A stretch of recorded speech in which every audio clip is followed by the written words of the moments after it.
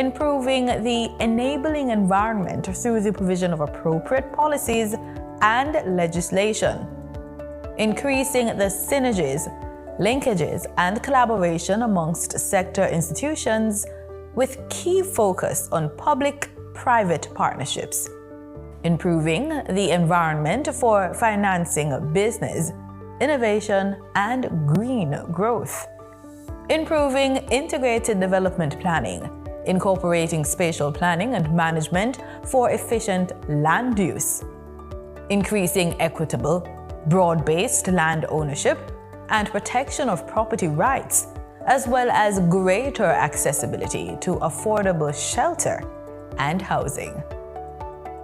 Keep watching PBCJ, the People's Station.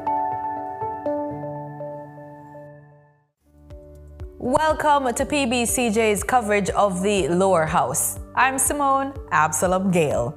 The session will start with prayers, followed by a roll call of those in attendance. This is usually followed by questions and answers to questions, statements by ministers, items under public business, and private members' motions. But before we begin, let's try a parliamentary trivia question. True or false? The Ministry of Economic Growth and Job Creation was established in February 2016. Get the answer at the end of this introduction. On the agenda for this afternoon, Minister without portfolio in the Ministry of Economic Growth and Job Creation with responsibility for works, Robert Morgan, is down to address the House. Under public business, the sectoral debate continues with presentations from Member of Parliament and Minister of Science, Energy, Telecommunications and Transport, Daryl Vaz, along with Member of Parliament for St. Andrew East Central, Dr. Peter Phillips. Basically, each contribution to the debate is done in a form of presentation or discussion, focusing on a particular sector or industry, often used to examine and discuss issues related to that sector. These debates are used to explore topics like growth, sustainability, and the future direction of industries. And that's what's on the agenda. It should be noted that elements of the day's agenda can be changed or moved. But before we go, here are a few things you should bear in mind if you plan to attend a session at Gordon House. No visitor shall create any act of disorder within the precincts of the House. No visitor shall be admitted to the House without first obtaining an admission card. Visitors who remain within the precincts of the House during a suspension of the session are asked to keep silent. No photography, videography, or sketching of the proceedings is allowed unless so authorized by the presiding officer. It's almost time to go to the main event, but before that, let's get the answer to the trivia question. We asked, true or false? The Ministry of Economic Growth and Job Creation was established in 2016. It's true. The ministry has responsibility for the formulation and implementation of policies relating to its portfolio areas, which include water and wastewater, land, environment, climate change, housing, urban renewal, economic policy and investment, and works. Its portfolio areas are strategically aligned to the Vision 2030 National Development Plan.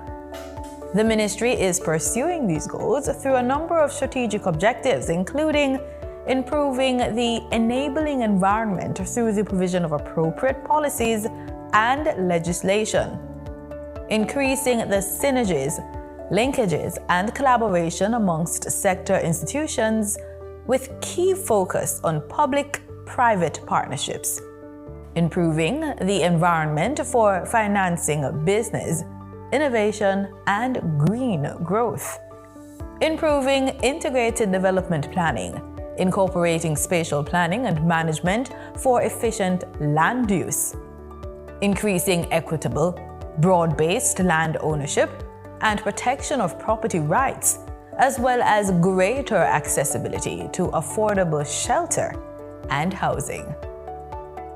Keep watching PBCJ, the People's Station.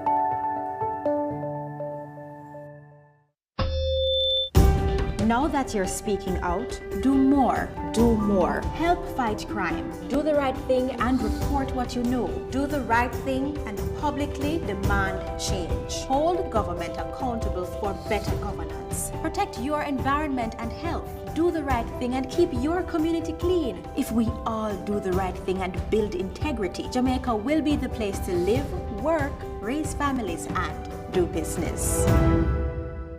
This Labor Day, when the work done, the excitement moves to Emancipation Park with the National Labor Day Gospel Concert this Labor Day, Friday, May 23, starting at 7 p.m. It will be a foot-stomping, hand-clapping evening of praise and worship with Sandra Brooks, Carrie Sales, Audio Spencer Brown, Rhoda Isabella, Kukudu, and many, many more. And PBCJ will be there to give you a front-row view of the excitement. Join us at 7 p.m. for the live broadcast from Emancipation Park, the National Labor Day Gospel Concert. When the work done, come make we have some fun.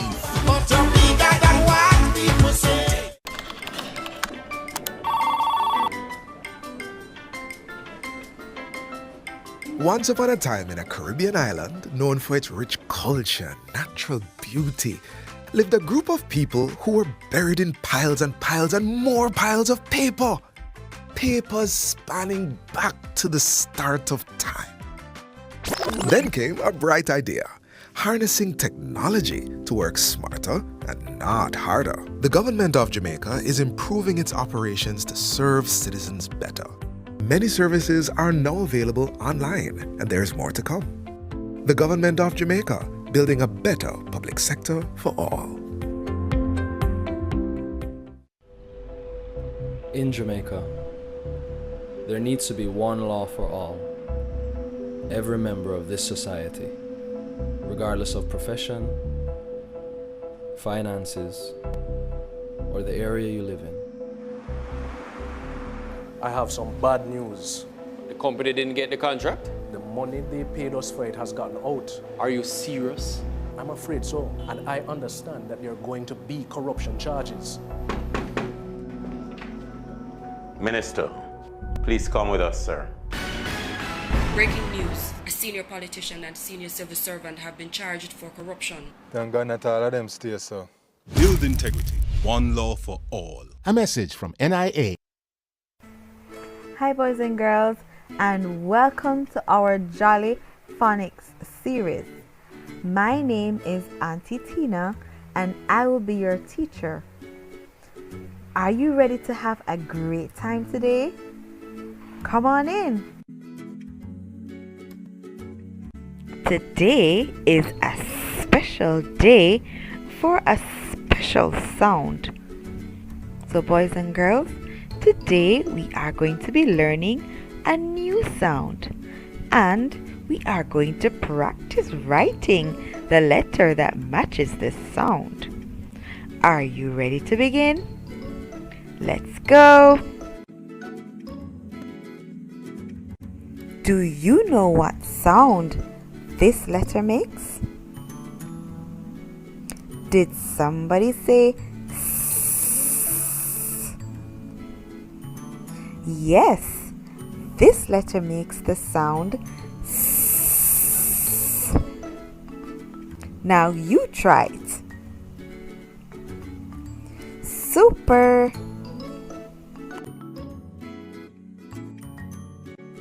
Now boys and girls, would you like to hear a scary story about what happened to a boy and his dog? It is a sunny morning and Sam is taking his dog Samson for a walk. They like to walk down the pond. Sam looks around as they walk along. He sees a toadstool, a red and yellow caterpillar and a black bird on her nest. When they get to the pond, Sam and Samson spend some time watching the fish swim around. After a while, Samson goes off and snuffles around in the grass. He finds a stick which he brings back to Sam. Then he barks at Sam and Sam throws the stick for Samson to fetch. Samson runs around looking for the stick in the grass. Then suddenly, Samson starts barking. Woof, woof, woof. Sam skips over to see what Samson has found. He hears a sound. In front of Samson is a spotty snake. It is rearing up and hissing loudly. Sam grabs hold of Samson and the snake slithers quickly away. The end. Wasn't that a scary story, boys and girls? Do you like snakes? I don't.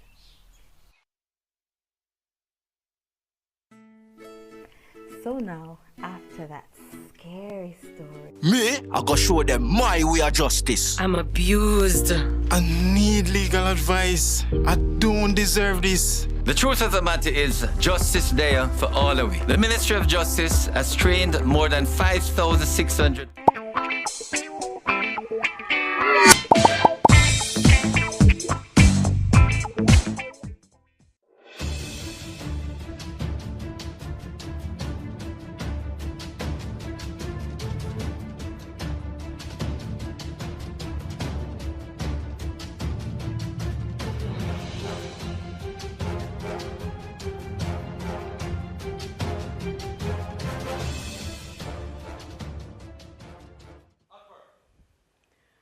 Almighty God, by whom alone kings reign and princes decree justice, and from whom alone cometh all counsel, wisdom, and understanding, we thine unworthy servants here gathered together in thy name, do most humbly beseech thee to send down thy heavenly wisdom from above to direct and guide us in all our consultations. And grant that, we having thy fear always before our eyes, and laying aside all private interests, prejudices, and partial affections, the result of all our counsels may be to the glory of thy blessed name, the maintenance of true religion and justice, the safety, honor, and happiness of the king, the public weal, peace and tranquility of the island, and the uniting and knitting together of the hearts of all persons and estates within the same, in true Christian love and charity, one towards another, through Jesus Christ our Lord. Amen.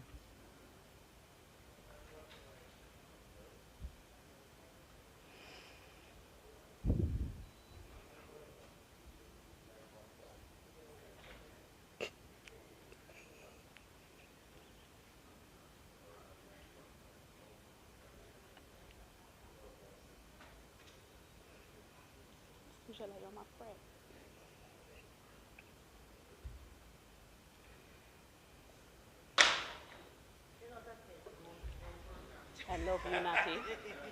I love you, Natty. I love you, Natty. This honorable house resume its sitting.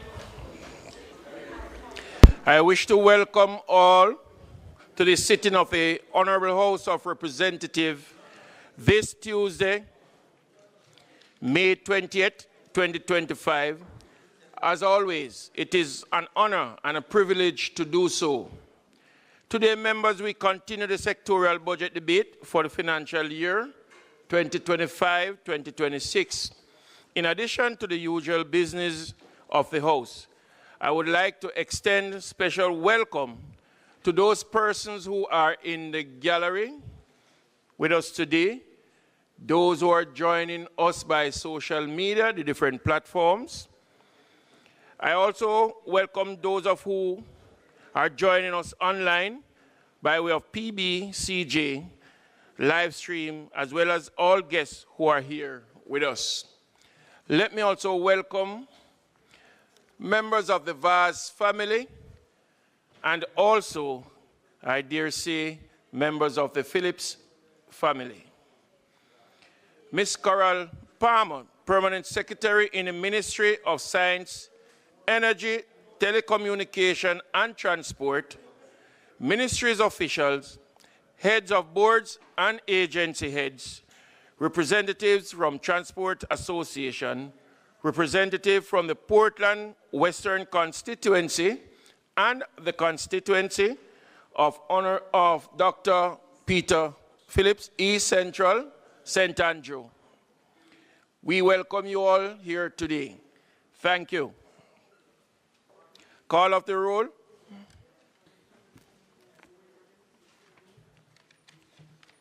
Mrs. Holness, Mr. Bartlett, Dr. Holness, Dr. Chang, Mrs. Williams, Ms. Grange, Mr. Mackenzie, Mr. Chuck, Mr. Vaz, Dr. Tufton, Mrs. Malawu Fort, Mr. Green, Mr. Charles Jr., Mr. Matthew Samuda, Mr. Morgan, Mrs. Cuthbert Flynn, Mr. Main, Mr. Davis,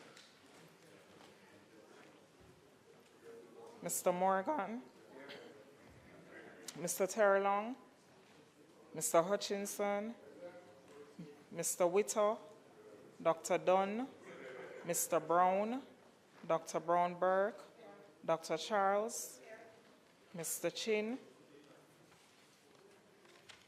Mr. Cousins, Ms. Crawford, Ms. Daly, Mrs. Dalrymple Philibert, Ms. Davis, Mr. Golding, Mr. Graham, Dr. Guy, Ms. Hamilton, Ms. Hannah, Mr. Enriquez, Mr. Henry, Mr. Hilton, Mr. Jackson, Mr. Lawrence, Ms. Lee, Mr. Miller, Mr. Montague, Ms. Morrison, Mrs. Nita Garvey, Mr. Paulwell, Mr. Phillips, Dr. Phillips, Mr. Robertson, Mr. Robinson, Mr. Carl Samuda, Mr. Shaw, Mr. Siblis, Mr. Slowly, Mr. Smith, Mrs. Vaz, Mr. Warmington, Dr. Wheatley, Mr. Williams, Mr. Wilson, and Mr. Wright. Thank you, Mr. Speaker. Thank you very much.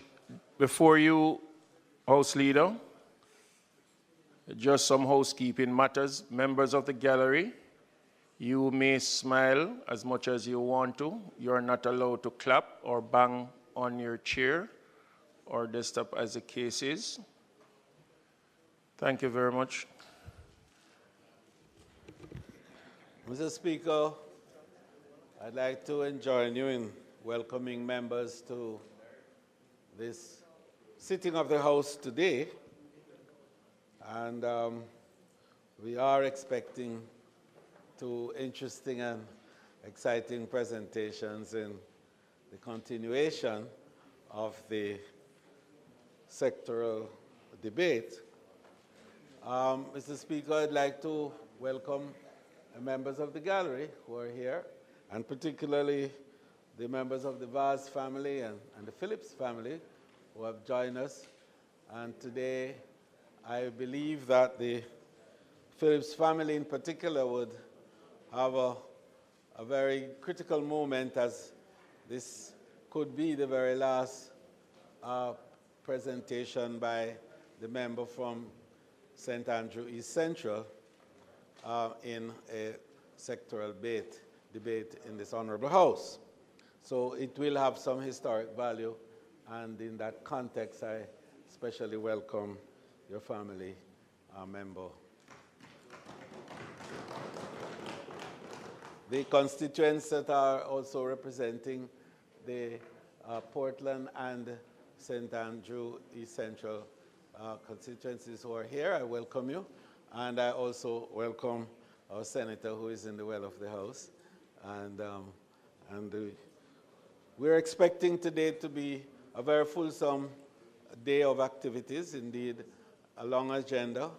And as usual, we would implore members to utilize our time efficiently and well, and to enable us to have a completion of the agenda within the time prescribed. Mr. Speaker, in keeping with the tradition to facilitate the sectoral debate, indeed the debates that we have in the relation to the appropriations budget and its related activities, we would invite for you to suspend the agenda and to, in fact, allow us to have public business as the first item for consideration. May it please you, Mr. Speaker.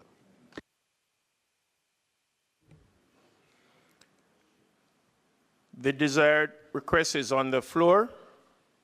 Those in favor? Those against, the ayes have it. We will now suspend sections of this agenda and move right to public business. On the matter of public business at this point, Mr. Speaker, I would like for us to resume the debate on the sectoral debates and to ask you to invite the Minister of Transport, Telecommunications, and etc., etc. because he's so wide and big, Mr. Speaker, when he speaks, the world recognizes that action is immediately going to follow. And perhaps I should dub him the Minister of Action. I ask you to invite the member from Portland Western and Minister to make his presentation.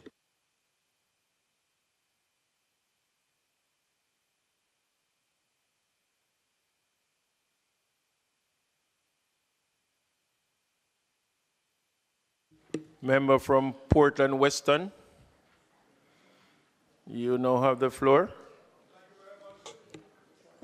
Mr. Speaker, I rise today in this honorable House with deep gratitude and an even deeper sense of responsibility as we chart the course for the vital sectors under my portfolio responsibilities: science, energy, telecommunications, and transport. These sectors form the backbone of our national development, driving innovation, connectivity, and efficiency in service to the people of Jamaica. Before I begin, I must take a moment to sincerely thank those who support this mission every single day. Madam Speaker, today, May 20th, I selected for my sectoral presentation has added significance. Today is my late father, Douglas Vaz's birthday. He would have been 87 years old. A man who served his country as a freedom fighter and a then Member of Parliament and Cabinet Minister, Member of Parliament from 76 to 93, and a Cabinet Minister during the 80s. A true patriot who inspired me to follow his footsteps.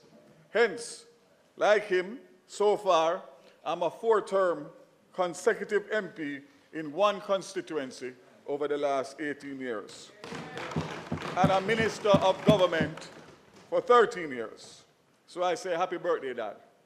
And I made mention of the consecutive MP because I see a trait and a routine that's happening now where persons don't stay one place. They move around quite frequently all across the country, trying to find a safe seat.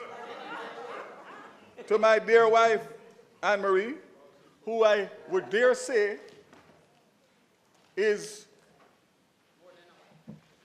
not even more than a wife, one of the best performing members of Parliament in Jamaica.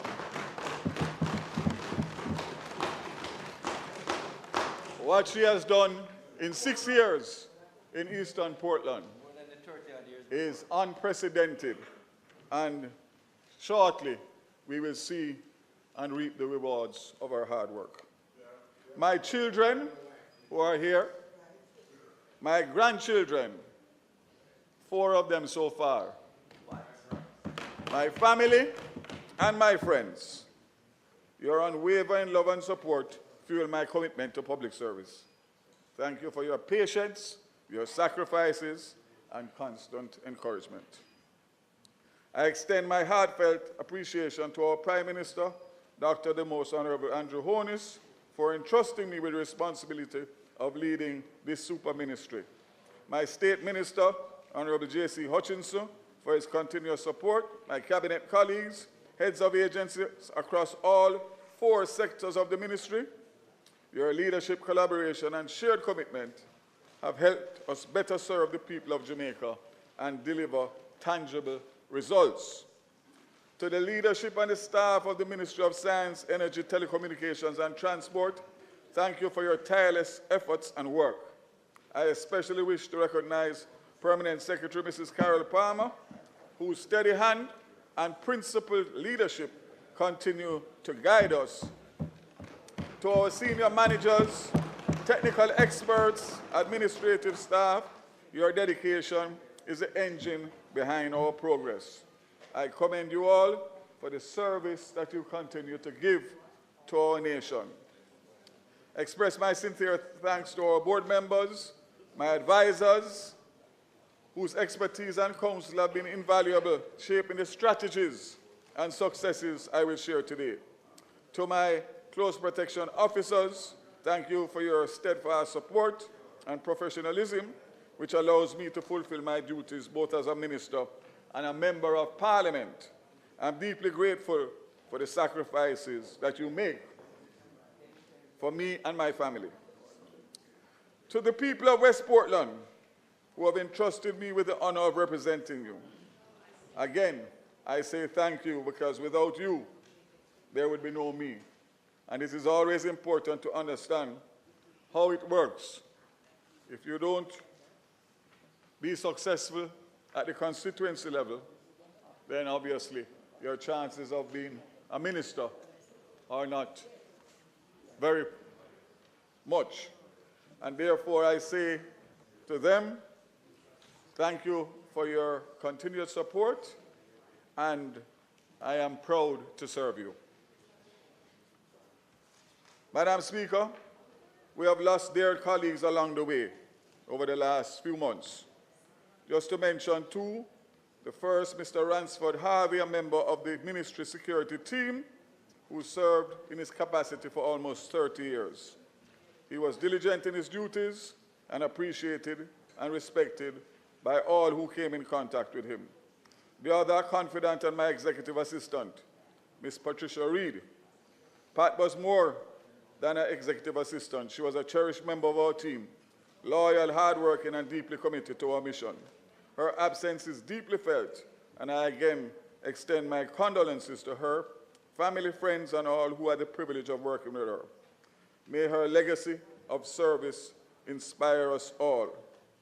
And today, you will see how well-groomed I am, Mr. Speaker. Got a haircut this morning, wearing a new suit, wearing my Jamaica tie, because I know that she's watching over me. And if I didn't do this, then she would not be happy where she is today. She is irreplaceable.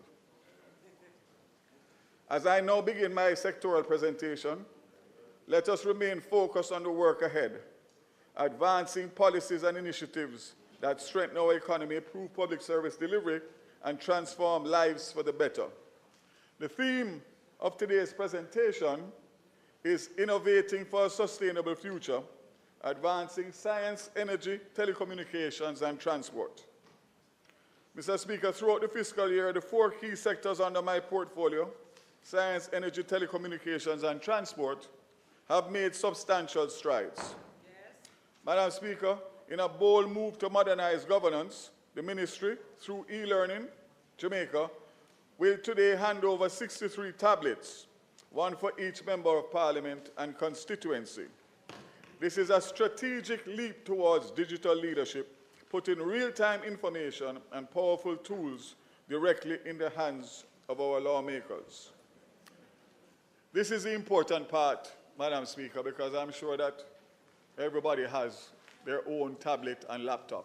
And I recall in recent years, since becoming minister, I did hand out laptops already. Each device is preloaded with the access to all government ministries, departments, and agencies, along with the essential apps to help serve MPs better serve their constituents and deliver government benefits. Notably, it also has my full sectoral presentation to Parliament, ensuring that every MP has immediate access to the Ministry's vision, priorities, and policy direction. Amen. Mr. Speaker, the days of printing hundreds of thousands of dollars worth of pages for each sitting of the House has long passed. And as we embrace the digital transformation taking place across government ministries, agencies, and departments, the House must follow suit and not be left behind. This is a win for every Jamaican, a clear signal of our commitment to transparency, accessibility, and a digitally connected future. No one will be left unaware of the benefits the government of Jamaica provides. So, Madam Speaker, it will allow MPs' constituencies to be able, at the tap of a button, to be able to access all government information and agencies as well, ministries and agencies, which will assist them in helping their constituents to answer questions and also provide possible jobs, etc. Madam Speaker, MSET is leading a science-driven transformation starting at the earliest levels. In partnership with the Early Childhood Commission, the Ministry of Education, Skills, Youth and Information, the Scientific Research Council, and the National Commission on Science and Technology, we have launched a pilot initiative that integrates scientific principles into the early childhood education for children aged 2 to 8 years old. This nurturing early scientific thinking nest. This program will equip educators with STEM kits and low-cost activity books to make science fun, simple, and engaging in the classrooms. Madam Speaker, the next generation won't shy away from science. They will continue to embrace it as a powerful tool to transform Jamaica and shape the world with their bold innovations. Madam Speaker, our focus does not stop at the early childhood level.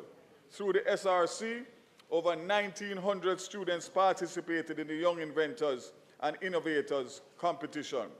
Over 1,400 students were engaged in science in the park, and 101 STEM ambassadors are now mentoring young Jamaicans. Madam Speaker, we're not just teaching science, we're building confidence, ambition, and dreams. Hear, hear. Madam Speaker, Jamaica is the first small island developing state in the Caribbean to complete the GoSpin Global Observatory of Science, Technology, and Innovation Policy Instruments. Policies mapping exercise with UNESCO. This work will be published on UNESCO's website in 2025, placing Jamaica on the global science policy map. As a result, we now have the tools to systematically improve our science, technology, and innovation landscape by implementing targeted interventions that will improve our science, technology, and innovation index. Together with our updated National Science, Technology, and Innovation Policy, we are showing that Jamaica is ready to lead and not follow. Mr. Speaker, we are leading. In the previous financial year, SRI helped several small businesses improve compliance and turn ideas into income.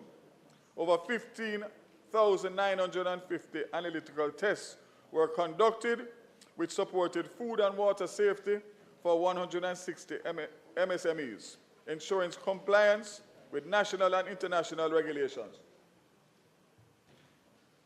43 new commercially viable food products were developed for local entrepreneurs, enabling them to expand their market both locally and internationally. Over 250 nutrition labels were created to ensure safe and accurate consumer information. 150 people were trained in personal care product development, and with a new personal care manufacturing facility now operational, more cost-effective manufacturing solutions will be enabled. Science is not abstract, it is real practical support for MSMEs. Last, Mr. Speaker, science is for everyone, and we are proving just that, with workshops in soap jam making hosted in collaboration with the Lister Mayor Gilby High School for the Deaf, providing expanded opportunities for hearing impaired students, and tissue culture pineapple farming workshops for the St. Catherine Bee Farm Association to promote economic and self-sufficiency. Excellent. Madam Speaker, Mr. Speaker, there's many more, but I will move on to the NCST. As we continue our push to facilitate innovation, the National Commission on Science and Technology is advancing nutraceutical regulation for health and industry growth through the Ministry of Health and Wellness, while continuing to host STEM mentorship programs connecting students with global experts. This financial year, we will continue to deepen our impact by upgrading laboratory facilities, expanding research and development with new studies in biotechnology, renewable energy, and sustainable agriculture, which will support national priorities. Scaling STEM education and outreach. We're also building a future-ready nation equipped to compete, innovate, and thrive on the world stage. Madam Speaker, I will now move to the energy portfolio. On the matter of Jamaica's renewable energy development ranking, Jamaica rose 8 places on the Climate Scope Index by Bloomberg NEF in 2024, moving from 47th to 39th among 105 countries. According to the report, Mr. Speaker, with a power score of 2.04, the power score of Jamaica is better than the regional average of 1.93 in Latin America. Climate Scope is a global ranking of emerging markets based on their attractiveness for clean energy investment, and our advancement reflects Jamaica's strong legislative framework, robust regulations, and well-defined targets and incentives. As a government, we are strategically advancing towards our 2030 goal of generating 50% of Jamaica's electricity from renewable sources through targeted investments, policy reforms, and infrastructure development. As of May 2025, we have achieved 12.5%, with an additional 100 megawatts set to come on stream in 25-26, representing 4.5%, therefore bringing the total to 17%. Subsequently, in addition, an additional 220 megawatts will go to the market in 2025 to come on stream in 27-28, which will represent an added 10%, therefore bringing the total to 27%. Madam Speaker, the JPS is expected to add 130 megawatts in 27-28 financial year, and this 6% will bring the total to 33% by 2028. Finally, the generation procurement entity will go back to the market for 300 megawatts, and that will take on stream the additional 23% to round off to 50%. We are on track, Madam Speaker, Mr. Speaker, and colleagues. Mr. Speaker, we have also pursued policy measures to improve energy storage capacity. CARICOM's Council for the Trade and Economic Development, COTED, approved Jamaica's request to suspend the common external tax on 91,600 lithium-ion batteries, valued at 1.5 billion Jamaican dollars, or $9.7 million for 2 years, starting February 2025. This 20% duty exemption followed extensive stakeholder consultations with the government of Barbados and a verification site visit to the Barbadian company that currently produces lithium-ion batteries. Madam Speaker, as of January 1st, 2014, importers began benefiting from duty-free access to select renewable energy and energy-efficient technologies, including compact fluorescent lamps, advanced air-conditioned cooling systems, solar mounting accessories, and rechargeable batteries. This arrangement, approved under Article 83(3) of the revised Treaty of Chaguaramas at the 57th meeting of Quoted in November 23, continues through to December 2025. Let me emphasize, Mr. Speaker, that these duty exemptions remain unaffected by recent U.S. trade adjustments. However, under the revised Caribbean Basin Economic Recovery Act, which once provided a non-reciprocal export duty waiver, Jamaica must now operate at 10% of the value of the exported finished products. Petrojam is currently assessing the implications for our most favored nation status, while the ministry monitors solar imports from China for price fluctuations. Despite the impacts of Hurricane Beryl, Jamaica's clean energy infrastructure showed resilience. In 2024, solar and hydropower plants generated 11% and 7% more energy, respectively, adding 21,209 megawatt hours to the grid and helping to offset reduced outputs from the wind farm, natural gas, and petroleum fuel plants.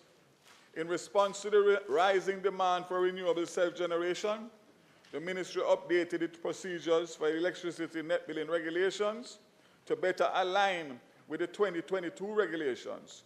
In 2024, 60 licenses were issued, totaling 0.8 megawatts of capacity. In total, Jamaica now boasts 1,239 licenses for households and businesses, representing 26.1 megawatts of distributed solar capacity, up from 1,179 licenses, with 25.3 megawatts in 2023. Madam Speaker, as I stated in my update on the 9th of April 2025, it is very clear Jamaica has not been well served by its electricity industry. The arrangements put in place by the previous administration, the Jamaica Public Service License in 2001, and the Electricity Act in 2015 are deeply flawed. And this government is now taking hard decisions to correct the failures of the opposite. Let me say clearly that I had indicated earlier that my friend and colleague was the one who had negotiated and signed, and he rebutted by telling me that he was a part of the administration that signed, but he was not the minister. So I apologize, but it's still a bad deal. I wonder who that was. I wonder who that was. Yeah, you remember? Remember? You can't recall. On the license, as I have said in the House previously, the global and economic situation has changed substantially since 2001, and we agree on that. Therefore, the license terms, which were renewed in 2015, were not suitable then and are even less suitable now. We agree on that. Yes. As a stark example of this, and one that was felt by every single Jamaican, was the failure of JPS in the aftermath of Hurricane Beryl. The delays in restoring power and the missed deadlines were unacceptable. A situation where, as minister, I had to intervene on behalf of the government to hold the JPS to account. More broadly, under this license, electricity prices remain among the highest in the region. We agree on that. This is intolerable, both for family budgets and our critical private sector, limiting the creation of jobs and economic prosperity. All because for too long we have been locked into this legacy agreement which does not work for a modern Jamaica. However, I am pleased to say,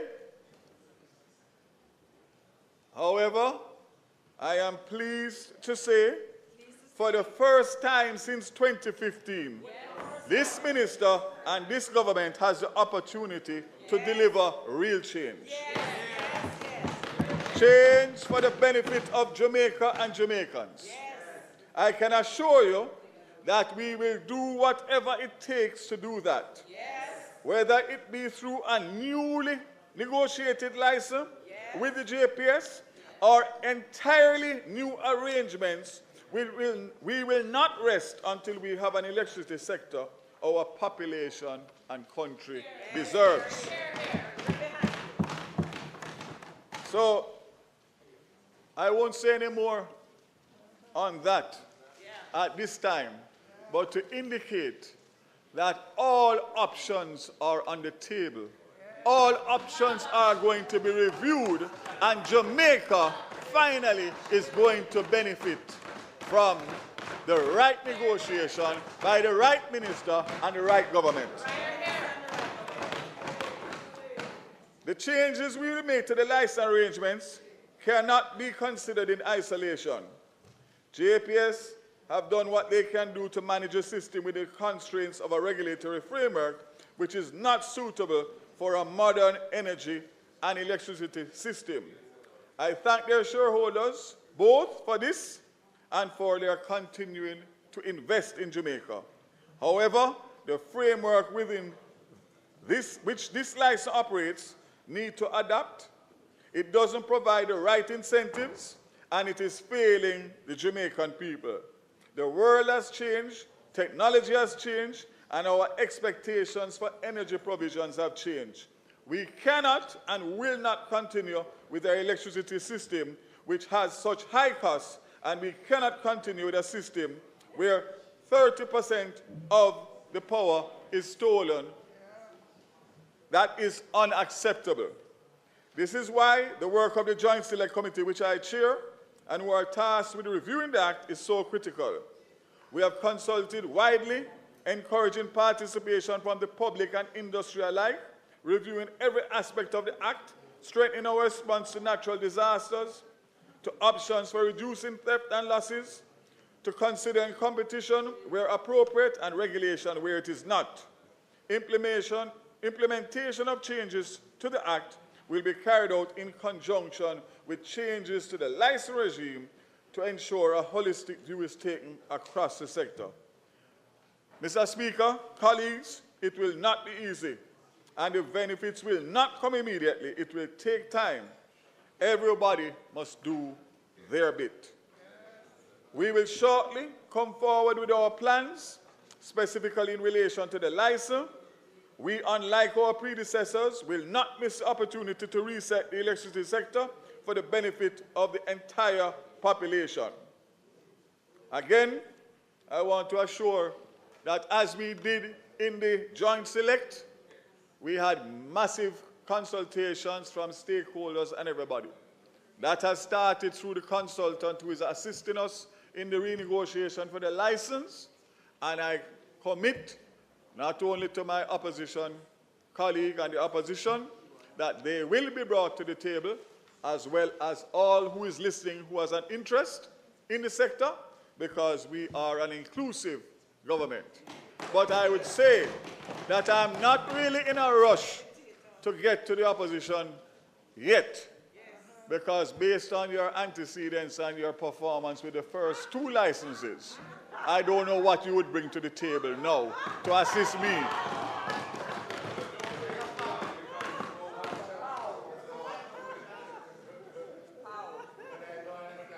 I am sure that if something intervenes, on a particular date intervenes, that the people will choose Jamaica. Madam Speaker, I now turn to provide an update and offer clarification of Jamaica's house wiring and inspection program, a vital initiative aimed at improving household safety and expanding access to electricity for our most vulnerable citizens. Following a meeting held on April 22nd involving MSET, JISTV, and the Jamaica Public Service, a number of operational matters were raised ahead of the scheduled implementation date of May 1st. Mr. Speaker, pursuant to correspondence received from JPS, I wish to clarify a specific reference made in Ministry Paper 09/25, which outlines the revenue measures for 25-26 fiscal year.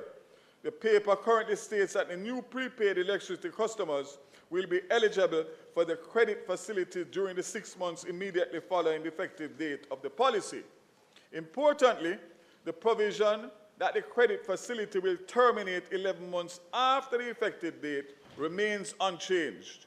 This means that a customer who becomes eligible in September 25, the final month of the 5th month window, will still receive the full 6-month credit benefit extended through to April 2026. I'm going to repeat that, just for clarity and to make sure that my colleagues on the other side understand it, so when they speak to it, we are speaking on the same page. Yeah, you hear, Fitz? You just come, you're late. Let me say again. The paper currently states that the new prepaid electricity customers will be eligible for the credit facility during the 6 months immediately following the effective date of the policy. Importantly, the provision that the credit facility will terminate 11 months after the effective date remains unchanged. This means that a customer who becomes eligible in September 25, the final month of the 5-month window, will receive the full 6-month credit benefit extending through to April 2026. Additionally, Mr. Speaker, I must clarify the matter of program targets. The facility will support a maximum of 20,000 new prepaid customers. However, only those onboarded within the 5-month eligibility period between May and September will be accommodated. This approach ensures that the integrity of the program is maintained and aligned with the fiscal constraints. It is also important to note that the budget allocated for this initiative pertains specifically to 25-26 fiscal year. Mr. Speaker, JPS has also taken the position that the prepaid credit is non-transferable. The credit will be assigned specifically to both the approved customer and the wired and certified premises. Should a customer relocate during the 6-month credit period, the remaining credit will be forfeited. Similarly, any new occupant of the vacated premises will not be eligible to claim the remaining benefit. Mr. Speaker, the House Wiring and Inspection Program is a meaningful step towards greater equity and access to the energy sector. These clarifications are important to ensure that the program is implemented efficiently, transparently, and in keeping with the objectives of social inclusion and responsible public financial management. Mr. Speaker, in 2024, Cabinet approved the National Electricity Loss Reduction Plan 24 to 34. Over the past 20 years, persistent losses have threatened grid stability and economic competitiveness. To combat this, JPS will invest $13.2 billion or $84 million over a 10-year period to improve its technical and commercial operations. Government oversight will include stricter regulations, penalties, public outreach, and training, with the goal of reducing losses and renewing the system. The Ministry remains on course and committed to advancing a modern, secure, and sustainable Jamaica. Mr. Speaker, we have laid the groundwork for greater resilience, lower cost, and enhanced energy independence. Mr. Speaker, from January to to December 2024, the government through Petrojam supplied 11.1 million barrels of petroleum products to both local and export market. This volume was achieved through a combination of refining and imported finished petroleum products. Crude oil was also sourced from key partners, including Barbados, Brazil, Colombia, and Ecuador, ensuring a diversified and stable supply chain. From 2024, Petrojam exported 4.5 million barrels of petroleum products, generating over $500 million US in export earnings, a landmark achievement in this regard. Mr. Speaker, is a new contract to supply Trinidad and Tobago with both high sulfur and very low sulfur fuel oil. This deal is expected to yield $14 billion Jamaican in export earnings, further strengthening Jamaica's energy trade position in the region. Despite some challenges, Petrojam continues to make a strong contribution to national revenue. The necessary steps will be assured to ensure that this continues. Over the next 3 to 5 years, Petrom will focus on optimizing its existing operations while advancing cleaner energy solutions. Key elements of this strategy include production and supply of ultra-low sulfur diesel, expanding access to environmentally friendly fuels, strengthening the LNG supply to support energy diversification, advancing Jamaica's climate change agenda by implementing a comprehensive environmental, social, and governance program, driving the installation of solar systems, enhancing energy efficiency in refining operations, and increase the production of sustainable biofuels. Petrojam, Mr. Speaker, is progressing with its project to install facilities that will convert heavy fuel oil into asphalt, increasing monthly output from 4,000 barrels to 19,000 barrels. This project is scheduled for completion in the first quarter of 25-26, ensuring greater domestic availability and export potential.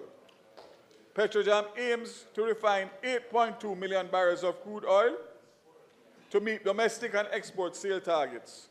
The remaining supply will be supplemented by imported petroleum products and blend stock to ensure a stable and competitive energy market.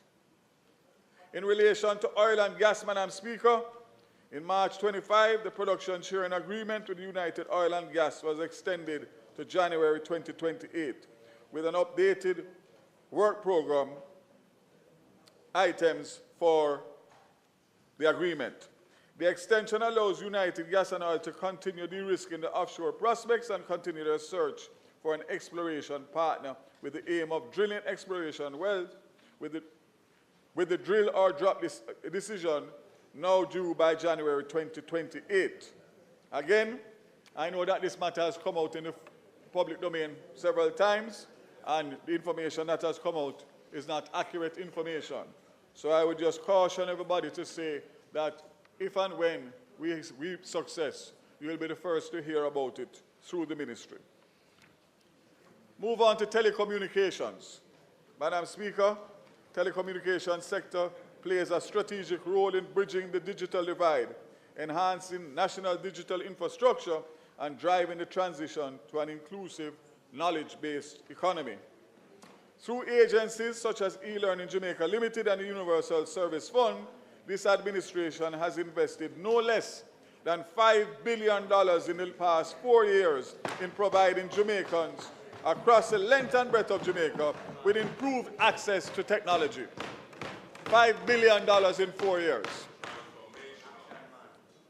As eLearning Jamaica proudly celebrates its 20th anniversary, we salute the agency for its commitment of integrating technology into the educational landscape. In the last financial year alone, and I would like everybody to listen to this, the last financial year of eLearning Jamaica, eLearning provided over 11,000 laptops and customized desktop computers for special needs students,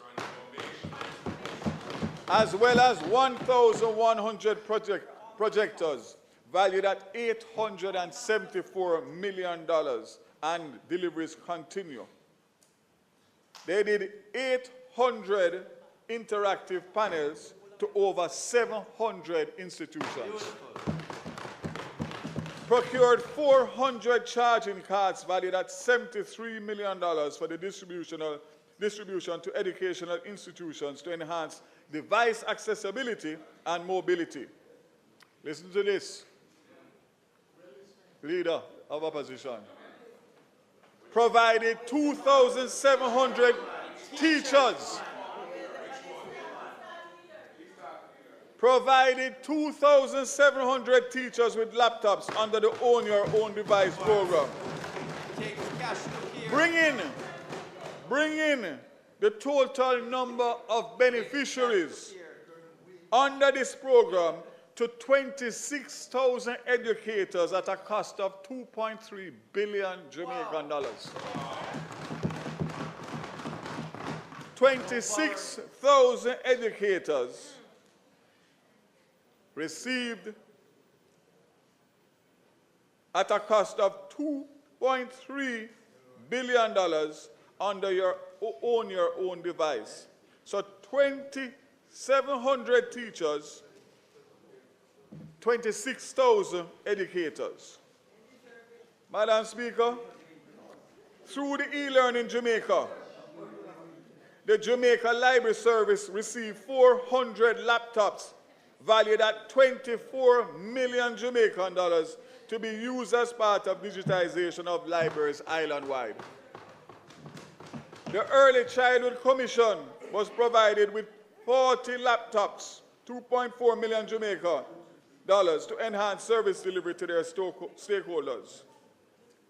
200 laptops valued at 12 million Jamaican dollars provided to lecturers at UTEC for research and course delivery.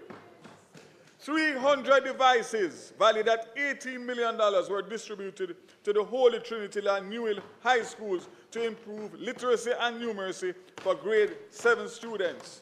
And 50 devices valued at $2 million were donated to the Women's Crisis Center to support teen mothers to continue their education.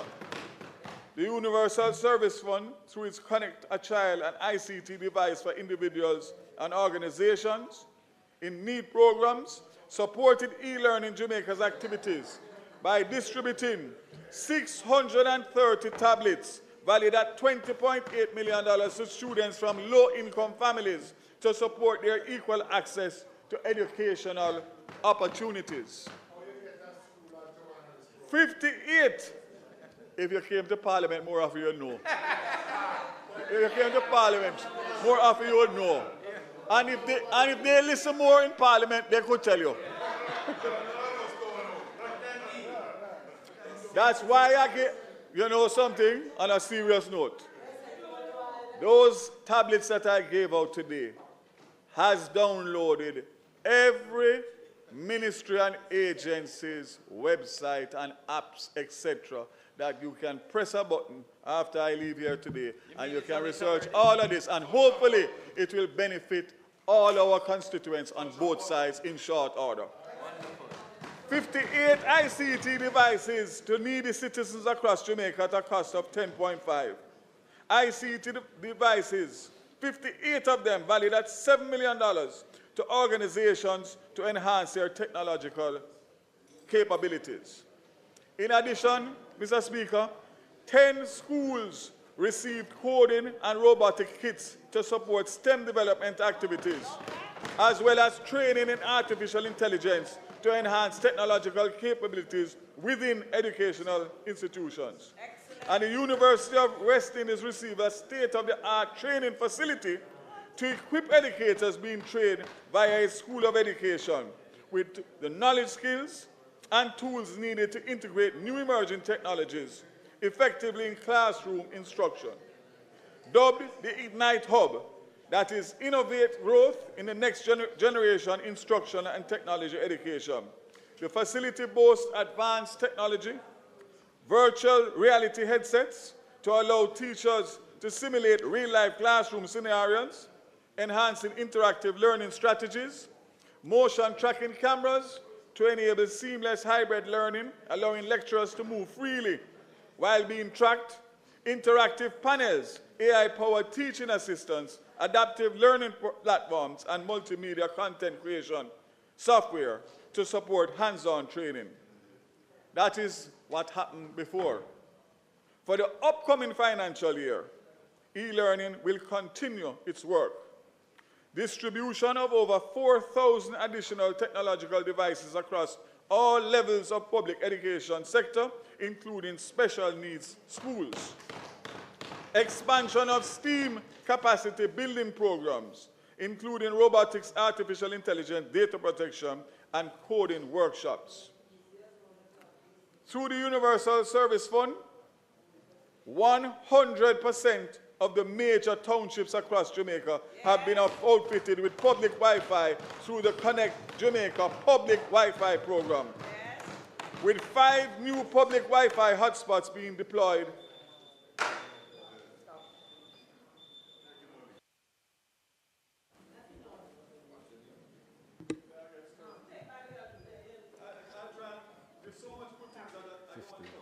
Okay. Mr. Speaker, the members' time for speaking having expired, and in tradition as to how we offer additional speaking time, I beg to move that his time be increased by 15 minutes to allow him to conclude his presentation. May it please you, Mr. Speaker. The desired request for the extension of time for the member presenting. Those in favor? Those against? The ayes have it. Minister, before you start, you have requested 15 minutes. We urge that you use 15 minutes. Thank you.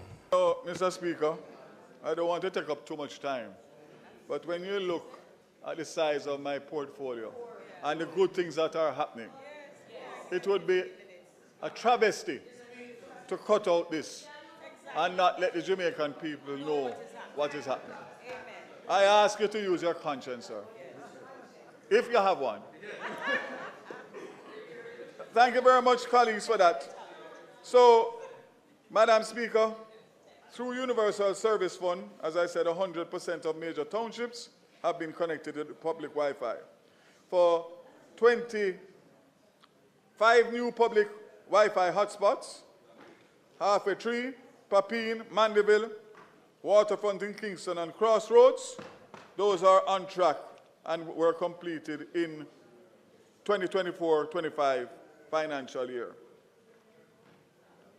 These activities are complemented by the Community Wi-Fi program, which was launched in 2020, whereby 315 community Wi-Fi hotspots valued at $1.2 billion have been successfully installed across all 63 constituencies, serving 235,000 active users across the island, and the numbers continue to grow. The 5th community Wi-Fi hotspot was installed in each of the 63 constituencies at the end of the 24-25. This means, Madam Speaker, that citizens across the length and breadth of Jamaica are not too far away from publicly provided Wi-Fi. This means that the digital divide is closing slowly but surely. We are not stopping there as we continue to allocate $1 billion each year to invest in the government's national broadband infrastructure. The government is delivering on its promise of a better Jamaica, commitment made, commitment fulfilled. However, it is not just about investing in technology. The people of Jamaica, and particularly the youth, are at the heart of what we do. For this reason, the Universal Service Fund continued its investment in Technology Advancement Program, the TAP program. The investment worth $210 million Jamaican dollars was executed in collaboration with the Amber Group and the Hart NSTA Trust, and saw a cohort 23-24 of the program graduating 236 unattached youth between the ages of 18 and 35 with ICT skills. They worked with the educational institutions to establish 30 ICT clubs in schools and host the second ICT club conference. Hosted a 4-week Crack the Code coding competition during the Youth and Technology Month for kids aged 12 to 21. to encourage digital skill development and awarded 12 full scholarships valued at $13 million to support high-achieving students pursuing ICT undergraduate degrees at UE, UTech, and UCC for the 24-25 academic year. Through these strategic initiatives, the government, through the Universal Service Fund, continues to drive digital inclusion, ensuring accessible, sustainable, and transformative ICT solutions for all Jamaicans as we strive to be a better Jamaica. Again, commitment made, commitment fulfilled. The Spectrum Management Authority responded to Jamaica's growing communications, fulfilling its mandate by issuing 212 new spectrum licenses, surpassing the KPI of 184.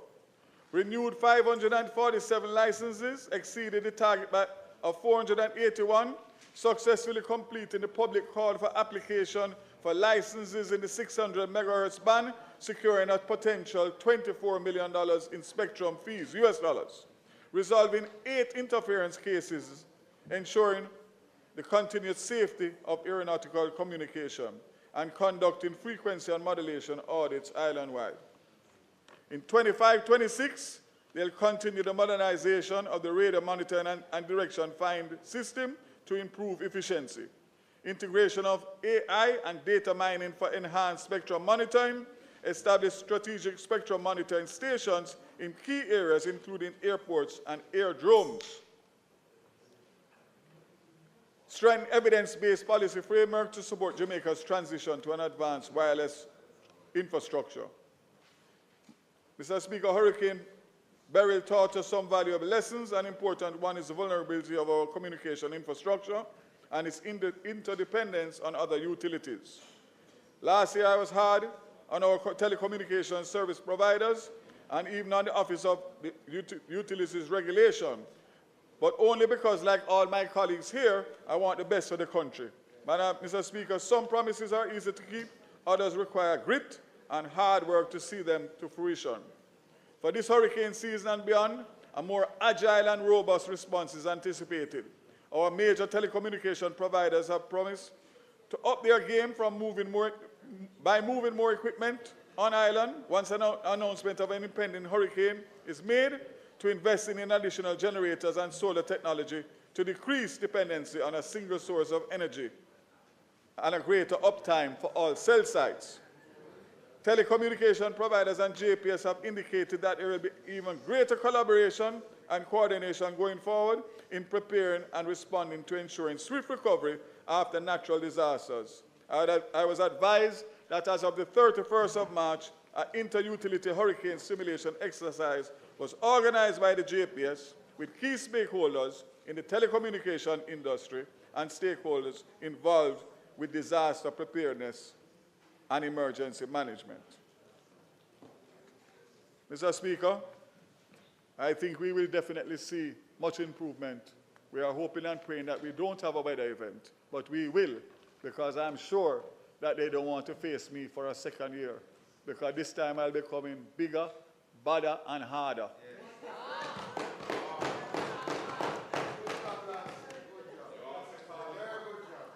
Mr. Speaker, I could not speak here today without addressing two things. First is theft and vandalism for our telecommunications service providers, which they complain about the additional costs imposed on their businesses because of theft and vandalism of telecommunication infrastructure. Earlier this year, operators were faced with a bill of more than $200,000 US through one act of vandalism, while the current penalties in law for these nefarious actions are a mere fraction of the cost. But today, Madam Speaker, laid on the table of the House is another commitment fulfilled, as the Law Reform Amendment of Penalties Act, which was tabled today in the House, promises a significant increase in the penalties under the Telecommunications Act for trespassing, meddling, interfering, or tampering with any telecommunications facility. We are waging the war on serious crimes and wanton criminality, and we are winning. And we intend to do the same here with theft and vandalism of equipment. The government promised a better Jamaica. Again, commitment made, commitment fulfilled.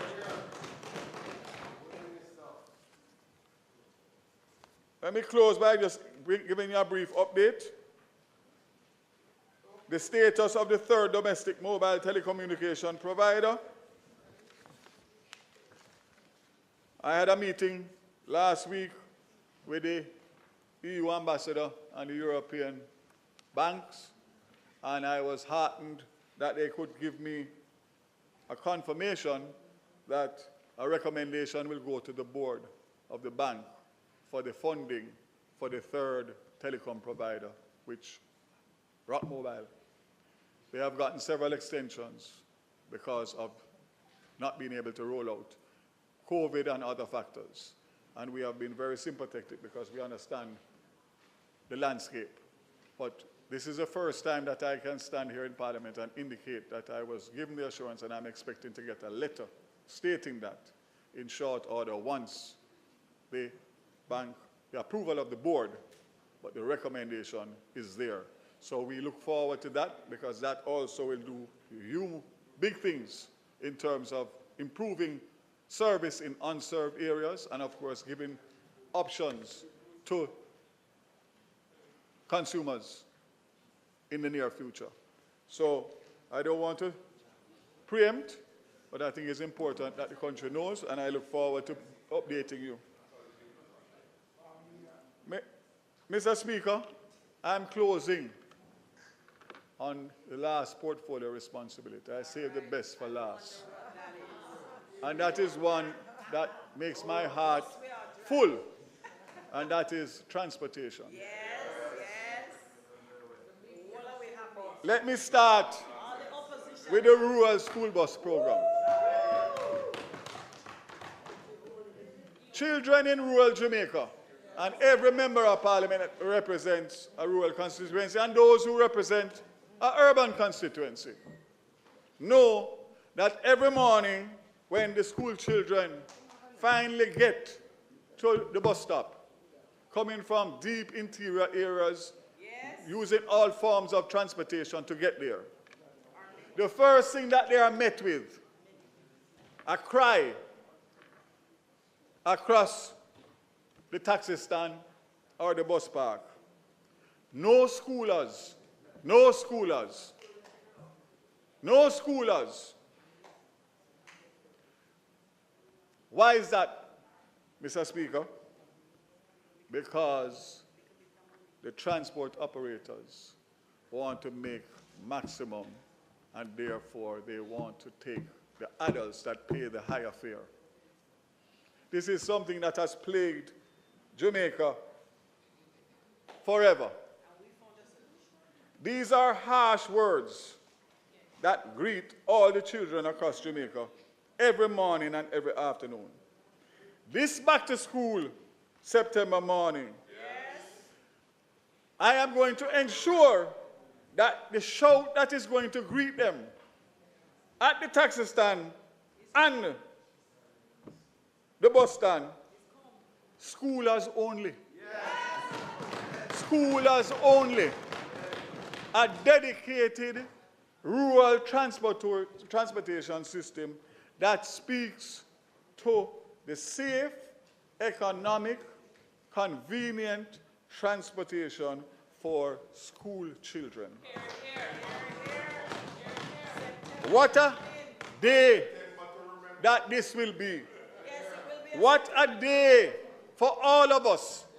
Because, let me make it clear, when the school bus pull up, nobody not asking what them support, what party them parents support, because them can't vote. It is going to be non-partisan. It is going to be operated and driven by data from the Ministry of Education, and the JUTC does the operational side of it. But I will get to that. It's not about only a dedicated school bus. What comes with the school bus? An automated fare collection system that will provide safe, efficient, convenient, and hassle-free payment for students. No cash. You swipe your card just like when you tap a phone card, whatever. a driver monitoring system that allows for driver monitoring via infrared, because we have to make sure that the children are being driven by a competent, safe driver. That driver will be trained by the JUTC and the Hard Trust NSA and will have to undergo a police clearance to make sure that they have no history or record. A geofencing of the routes. An established system will provide an alert if there is any deviation of the bus from the assigned route. Speed control. The system will be able to monitor the speed and alert the ministry and JUTC if it crosses the threshold. So if you want to call it a speed sensor, you can call it that. A seamless parental control. Parents and the schools will get access to a user-friendly parental portal via an app that provides bus schedules, routes, and real-time tracking information, allowing parents to plan and monitor their child's transportation to and from school. More importantly, Mr. Speaker and colleagues, and all of Jamaica, every morning that a parent sends a child to school, they pray from the time they walk out to the time they get back in. Because there are so much challenges that they are going to face all through that day. That when they come home, it is a sigh of relief. For that, we are going to have an attendance tracking, which will track students' attendance on the buses, maintaining accurate records and accountability to ensure that no students are left behind or misplaced during transit. Too many children have died on our roads from school in passenger public. Well, I know I'm going to get the time. Oh, no. Minister, I know you said that you're wrapping up, but you're still presenting. We are going to give you 3 minutes.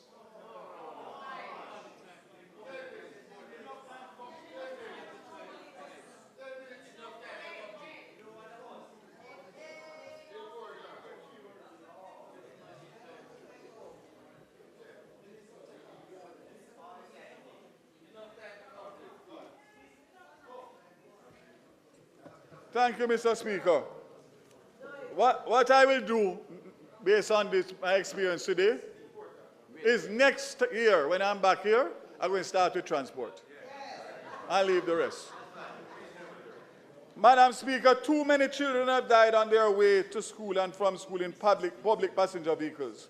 Additionally, they are harassed, preyed on, endangered, and many have been subjected to lap up in buses or be left on the road while seeking transportation to and from schools.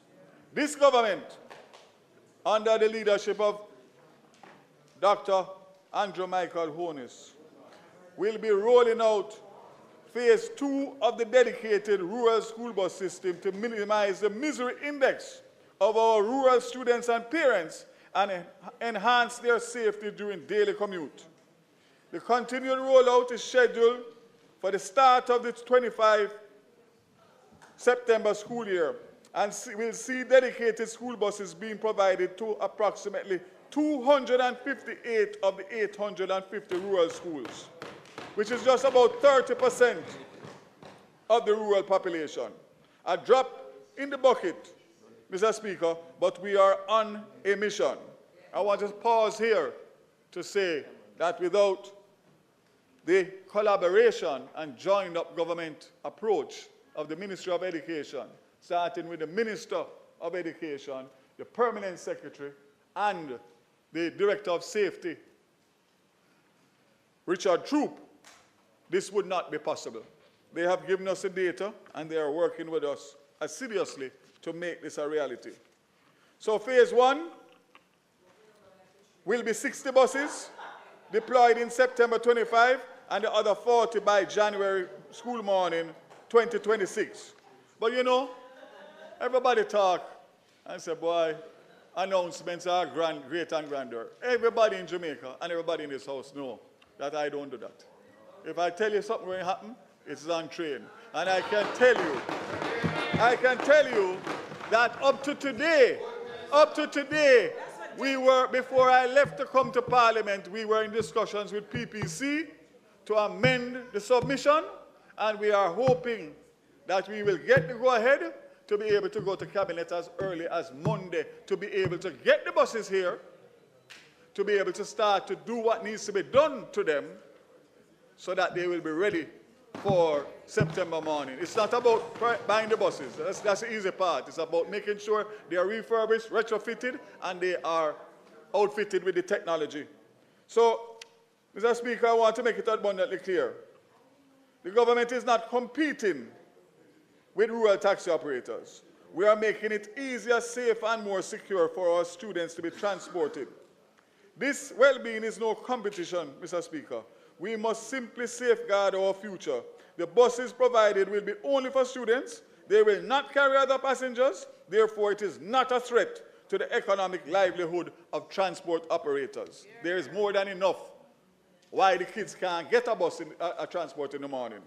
But this is the most important part, Mr. Speaker, for me. And that is the savings. The savings, Madam Speaker, will be subsidized, Mr. Speaker. And currently, the JUTC has a subsidized student fare, which is between $30 and $50 for students, depending on the trip. This is going to be extended to rural Jamaica, which means that the current fare for each student in rural Jamaica, depending on the distance, is between $150 and $300 Jamaican dollars per student per trip. So that will be $300 to $600 per day per student. And we all know that most rural families have more than one child. In some cases, I have the experience of parents coming to me to seek assistance because if not, they have to decide which one of the children look the brightest and invest the money in that, and the rest of them stay home. I see you looking at me, leader, but it's a fact. You may not know it, I'm telling you. And it happens all across.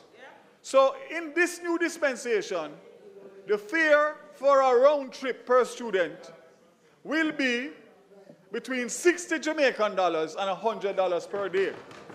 You just imagine what that can do in terms of allowing more students to go to school to get the opportunity to get an education.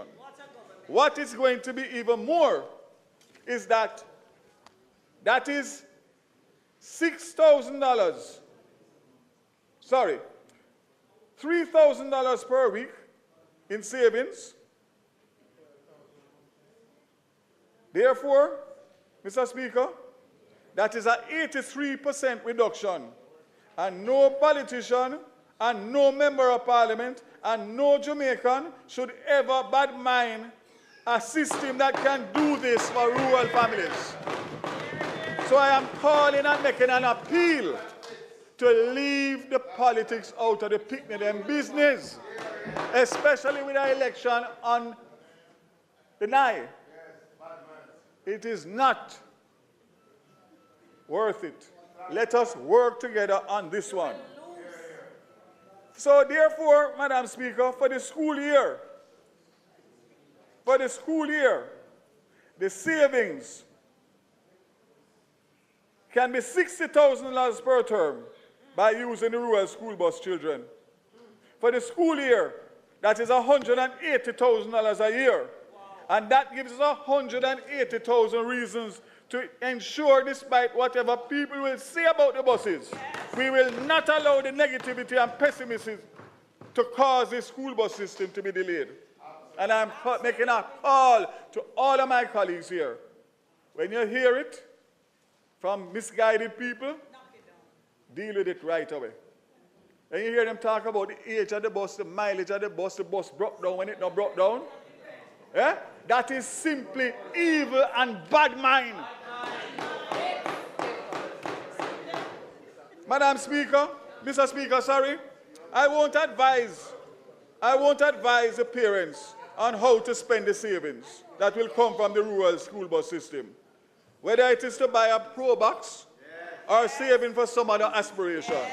What is undoubtable is that we are making a tangible impact on the cost of living for rural families across Jamaica that will allow more children to go to school in a safer, more economic way. They deserve it, Mr. Speaker.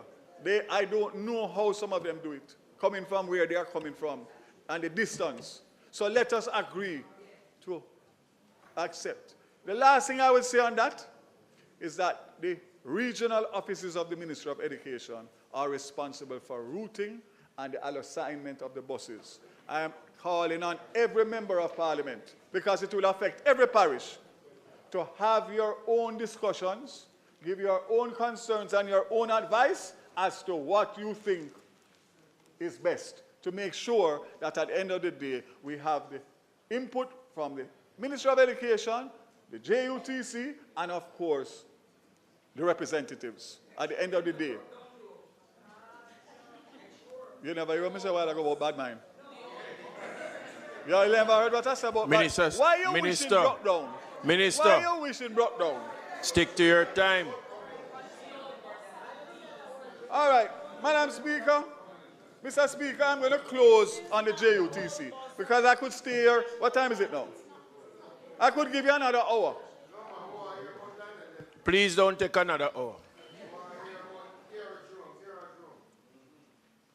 All right, I'm going to give you. I'm going to give you. All right, so, Madam, Mr. Speaker, JUTC has taken decisive steps to improve efficiency, ease commuter experience, accessibility, and affordability. All the buses are already on the ship. That means June 25 next month, 100 new buses will arrive and be delivered in Jamaica.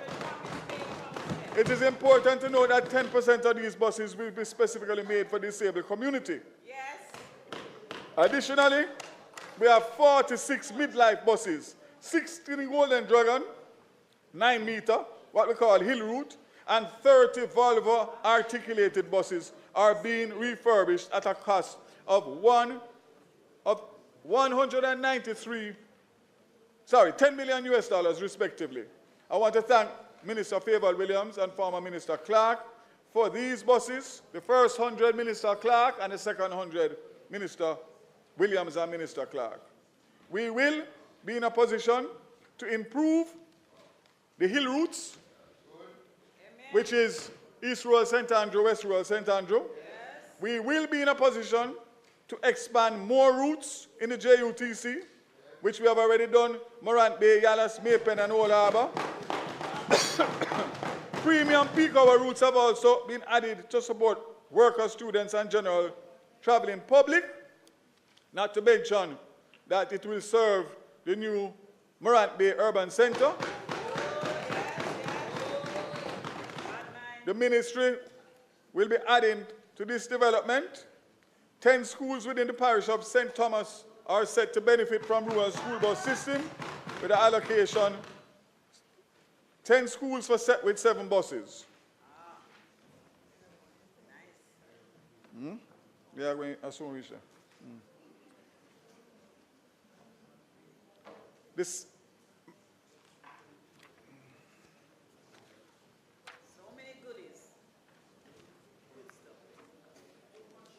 So, Mr. Speaker, we also have buses that are being tested. We have electric buses, 6 of them, and we have 1 range extender electric bus which can go up to 1,600 kilometers. So we're looking at how we can improve efficiency.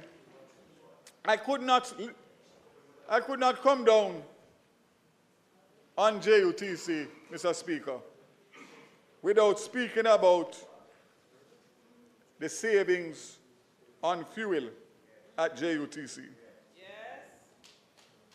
We know, Mr. Speaker, the total savings over the 7-month period is over $485 million, which was spent on diesel versus $301 million. So CNN clearly demonstrates a cost advantage of clean fuel technologies.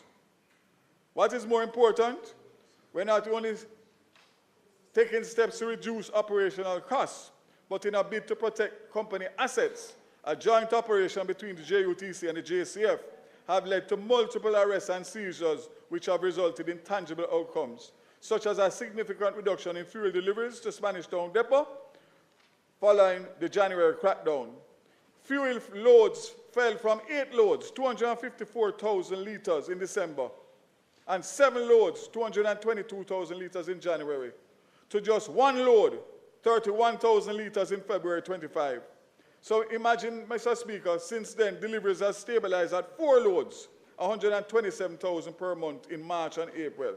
This is attributed to the disruption of theft operations. So you're talking about hundreds of millions of dollars that are being saved, Mr. Speaker. I wrap up now by just indicating aviation, and I'll speak on that and close. Our airports are critical drivers of Jamaica economic growth. Between 25 and 29, 372 million US is earmarked for capital investment, with AAJ's direct investment in 25-26 accounting for 53 million. Additionally, AAJ is investing in critical shoreline protection for Norman Manley with 658 million seawall.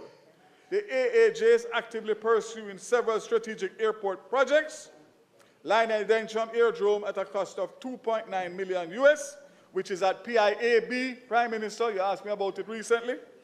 Holland Bamboo Airstrip, reactivation for tourism and regional connectivity. Ken Jones Airdrome assessing expansion potential.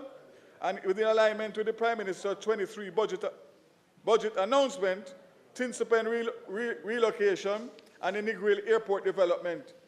$39 million US initial investment, a $460 million investment. A public-private partnership model is being explored to establish an international airport at Little London, Westmoreland.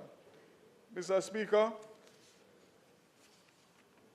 I have more to say, but I will say it in another forum, possibly a press conference, because I'm not going to over a statement by ministers. Mr. Speaker, in closing, I had no doubt that I was going to run out of time, but I promise those portfolio areas that have not been addressed that I will do a statement by ministers. So, Madam Speaker, as I close, let it be known that the Ministry and Government is not merely charting a course. We are blazing a trail. We are laying the foundation for a future where every Jamaican has access to power and technology, the security of sustainable energy and science, the promise of seamless connectivity, and the freedom of reliable modern transport. This is not just about infrastructure, it's about impact. It's not just about innovation, it's about inclusion, and it's not just about development. It's about delivering transformation that touches every corner of this country and every life within it. So to the people of Jamaica, I say this government is not waiting for the future to happen. We are building it boldly, deliberately, and together. Madam Speaker, the work continues. The mission is clear: innovating for a sustainable future, advancing science, energy, telecommunications, and transport. I thank you very much for your time, and I look forward to continuing to work for the transformation of this country under the leadership of the Andrew Michael Holness administration.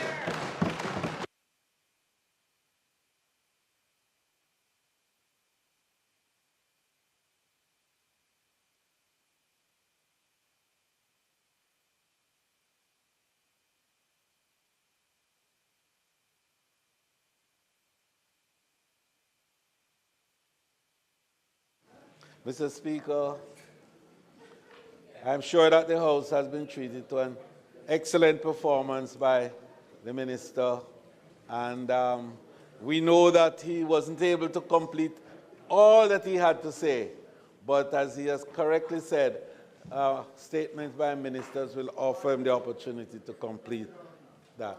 Mr. Speaker, the next speaker is the member from St. Andrew East Central and former leader of the opposition and minister of government.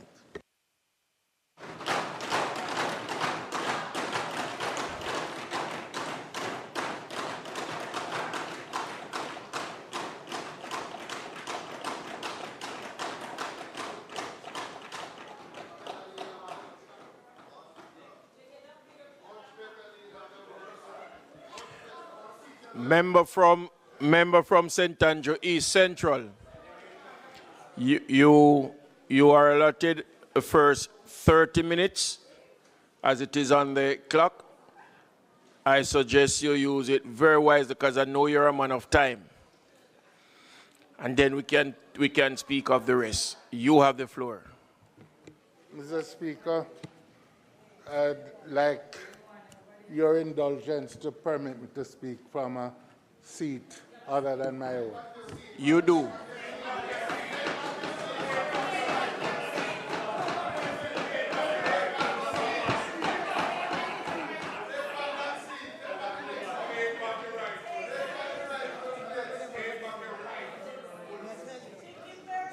Big Rob, easy. Mr. Speaker, I really should thank, if it is appropriate, I really should thank the leader of the opposition and the leader of opposition business, who both conspired to urge me to participate in this debate, because I was not so minded. But after careful consideration, I decided to take part.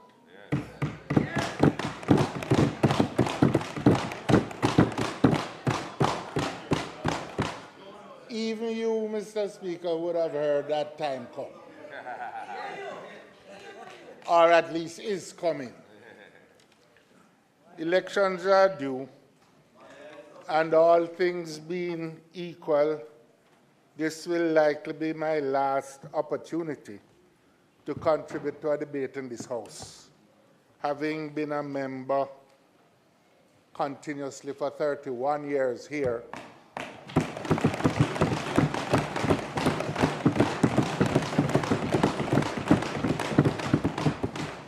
and 4 years in another place where I started in 1989. I entered this House in 1994, May, by way of a by-election. And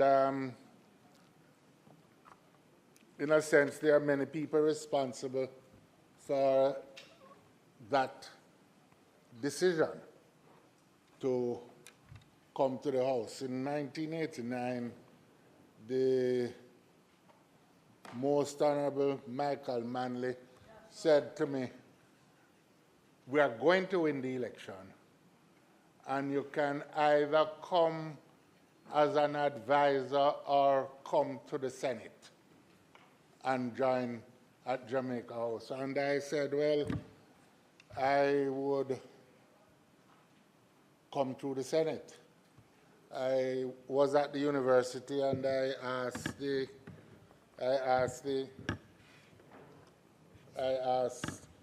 sought to get leave, which I thought would be short-lived. And it turned out that 35 years after, I am in this House. So I suppose I could thank Michael Manley for that in part.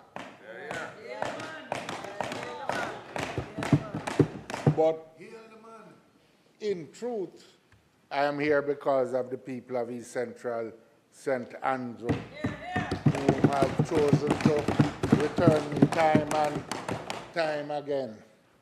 And indeed, I have already handed over responsibility for the PNP organization, which is currently chaired by Councillor Dennis Gordon of the Maxfield Park Division, whom I have every confidence will replace me in this chamber as the Member of Parliament for East Central, St. Andrews.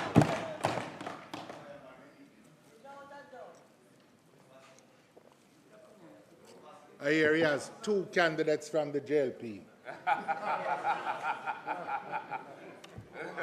That seems like a common thing. That's a new strategy. It's almost like North Central, St. Andrew.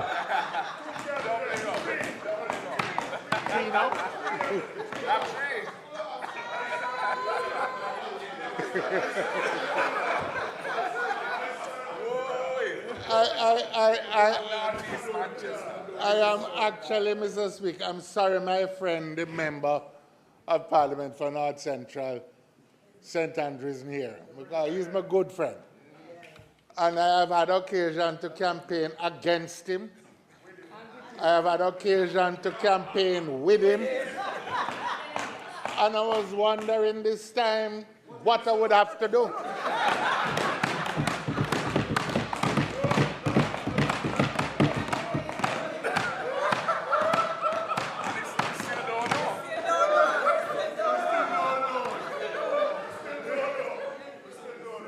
But sufficient unto the day. I want to also thank my family who have stood with me over the years.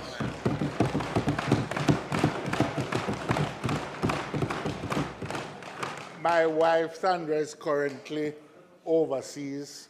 At least one of us have to work for money. And I have one son who, for his sins are mine, has chosen to participate in the political process and is the member for Northwest Manchester. And I have one son in the gallery who is here, Luke, who is also planning to work for money.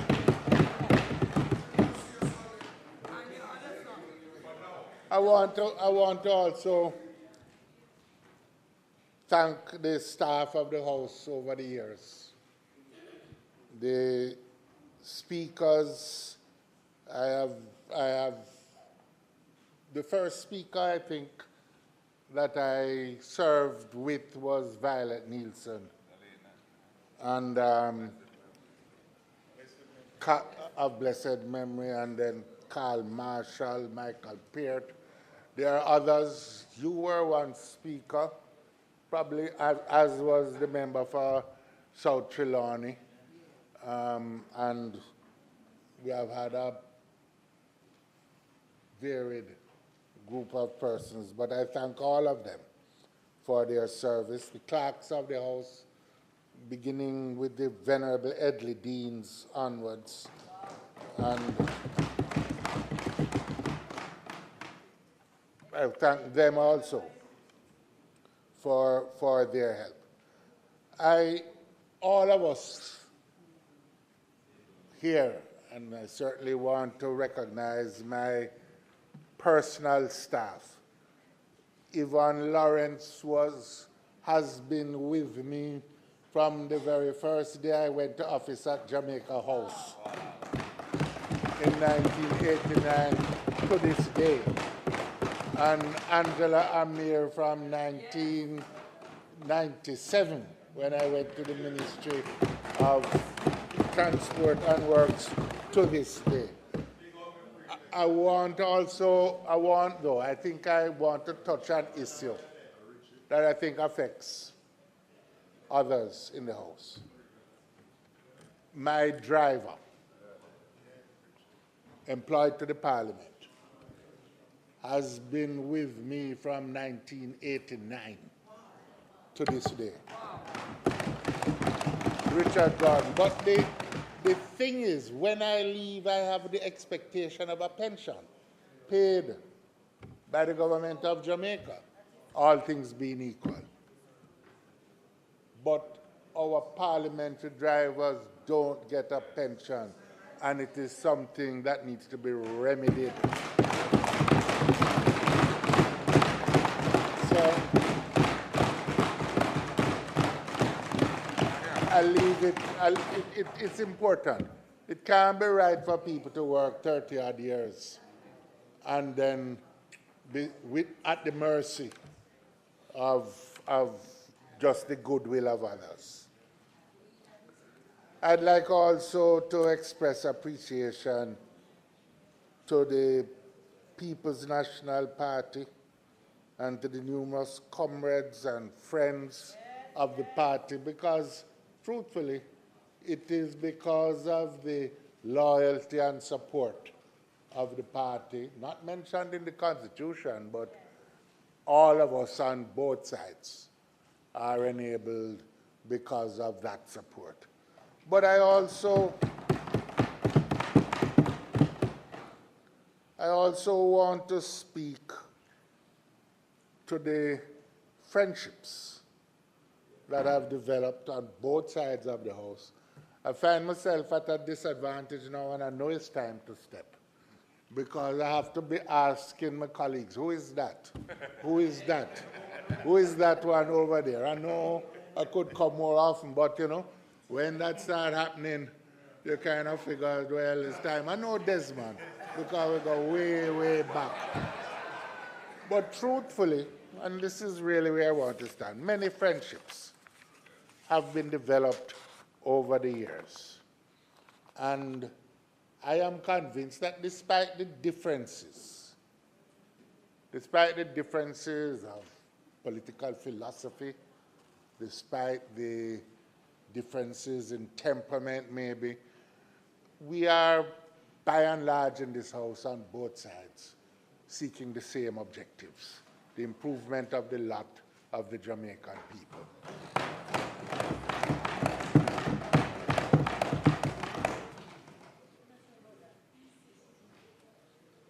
I can't speak to every single individual, but it is,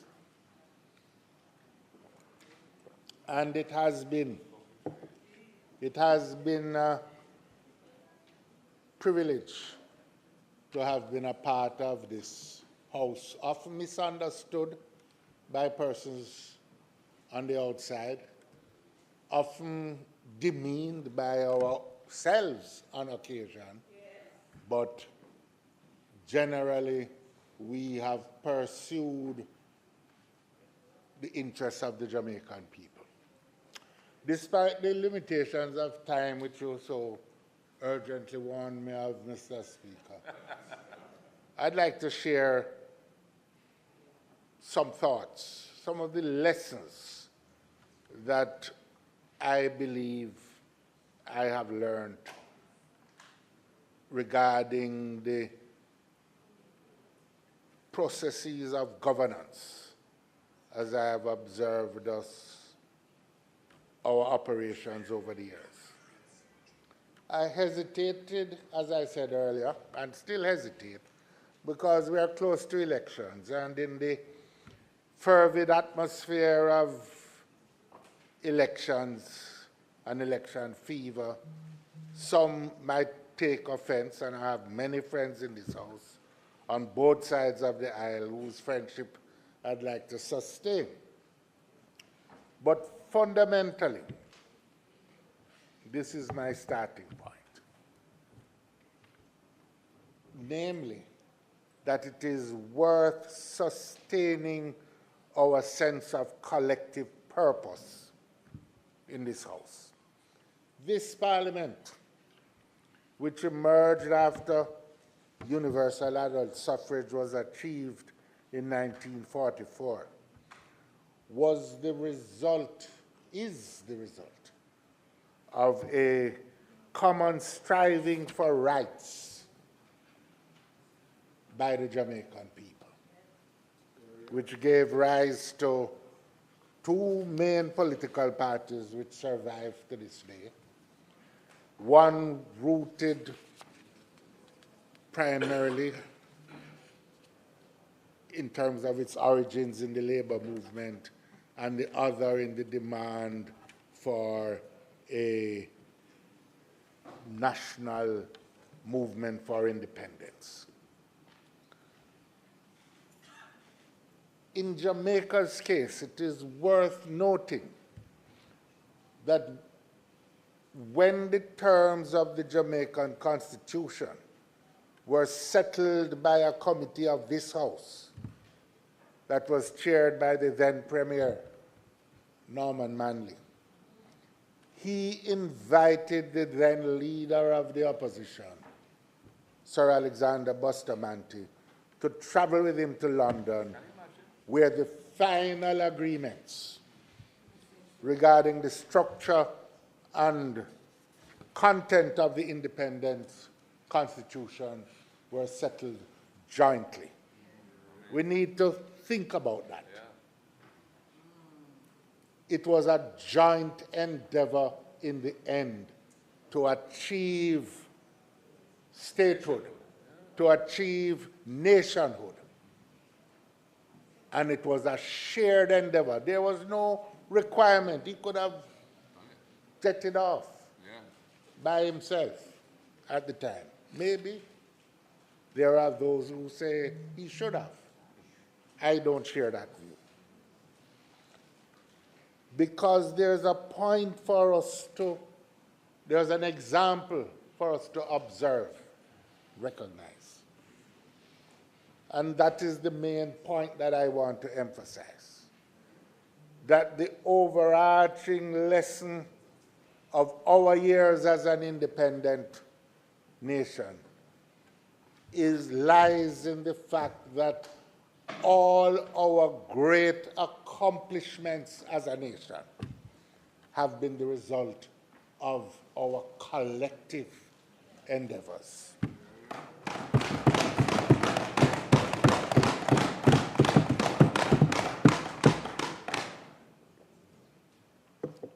And I think this has been understood for the most part by all our leaders, for the most part.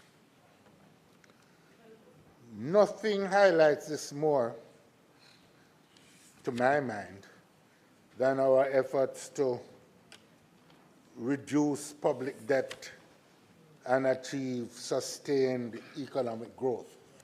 The latter part of that mission has not yet been achieved.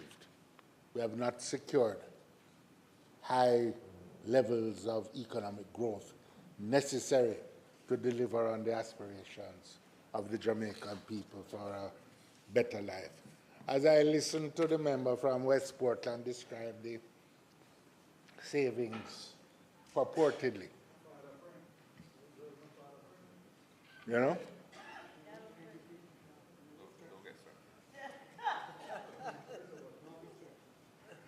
You know, I won't fault it because, you know, we all have so many histories, some little private histories, some of which I won't share. No, because, you know, I'm not going into all those. Look here, man. There are so many histories. Okay. You know, which could have gone in all kinds of directions.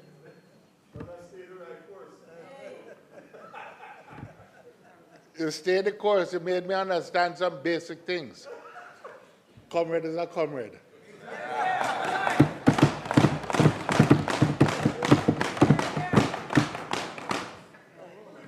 And no, I can't, no, man. That's about 5 minutes. We have to get back in. Or is it 10? What are the basic facts of our, and I say that with respect to the reduction of the public debt. It's one of our great accomplishments as a country, and to be shared. But what are the facts?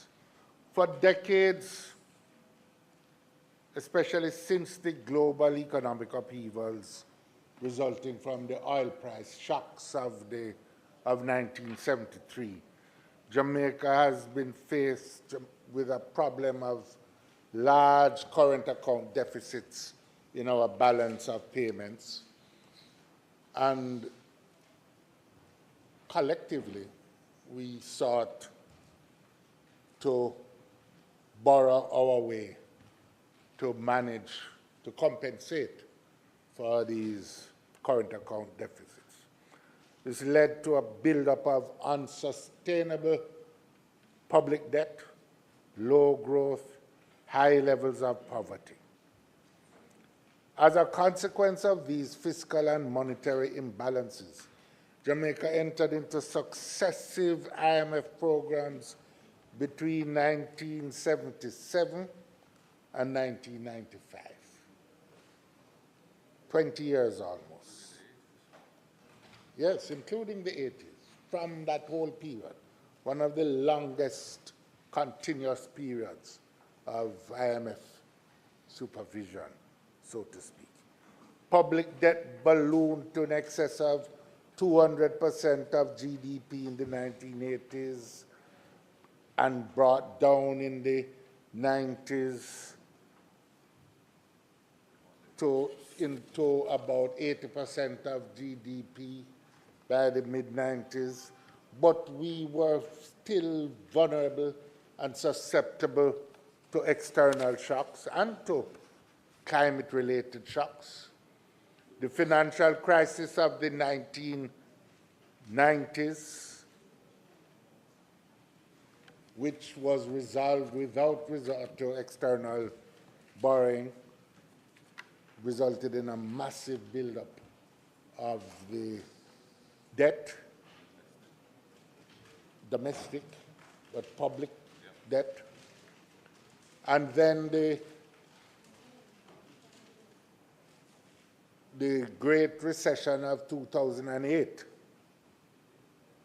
resulted again in the need to seek external supports because, in a sense, the debt levels are already too high.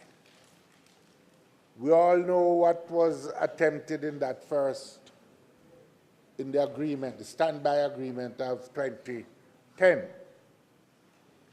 which involved the first debt exchange, the Jamaica debt exchange, the divestment of loss-making enterprises, fiscal restraint, public sector wage restraint, and an attempt to wrestle our public finances into better shape.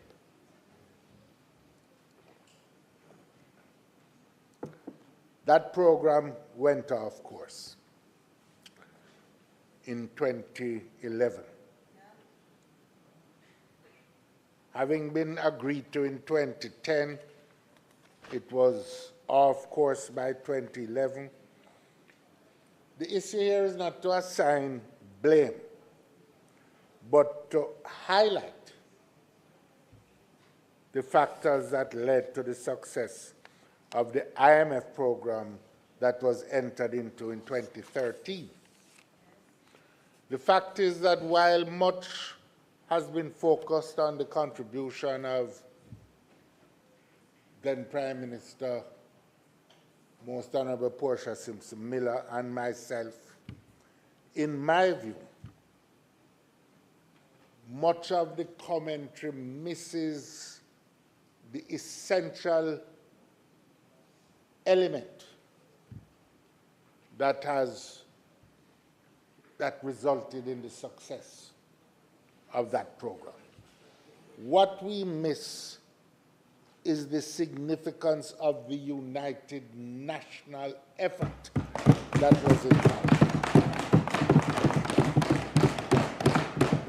Don't minimize, we should never minimize the extent of the sacrifice of the public sector workers who had already endured 3 years of wage freeze and who signed on to 3 more years because they wanted to see their country get out of the vice Calman person. Don't underestimate either the commitment of the bondholders, the pensioners who had invested in Jamaican debt, banks and other investors, domestic and overseas, who agreed to take another haircut. Simply put, because they recognized they couldn't be paid, but decided to stick with the program.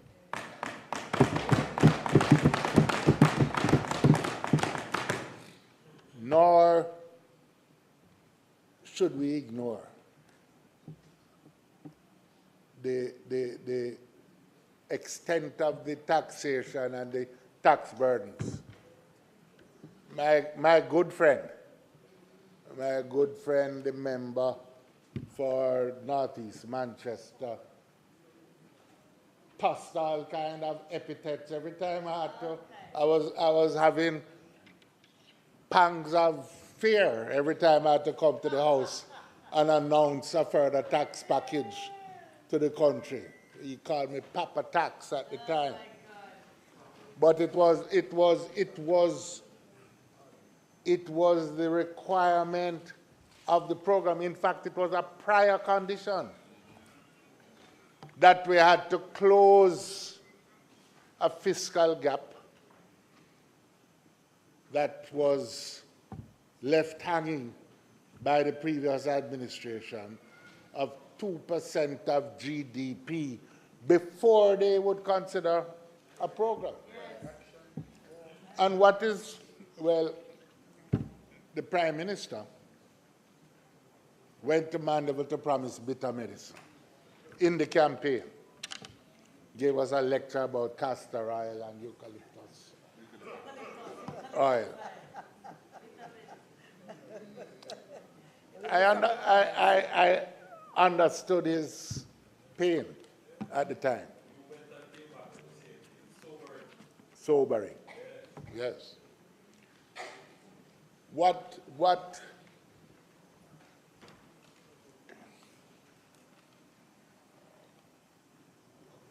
I have written, member from West Portland, is that on the day, well, you have to buy the book. On the day that I closed the debate in the 2013 budget debate, I had to call the fund the day before. I said I had 2 speeches prepared. I had opened the debate with a promise of external funding from the fund. But the board had not yet met. It had been a long drawn out. And I said, I can give one. I can close the debate in the normal way. I closed the debate on the Wednesday. I called the managing director on the Monday. I said, I have 2 speeches. I can close the debate in the normal way. But if the board does not sign off, I will be left with no option but to come to Parliament and resign because I can't finance a budget. The board agreed on the Tuesday to the program, which enabled me to close the debate in the normal way on the Wednesday. It was that close. But the truth is, it was the collective sacrifice made by the Jamaican people up to that point that had convinced them in Washington that the whole country was behind the program.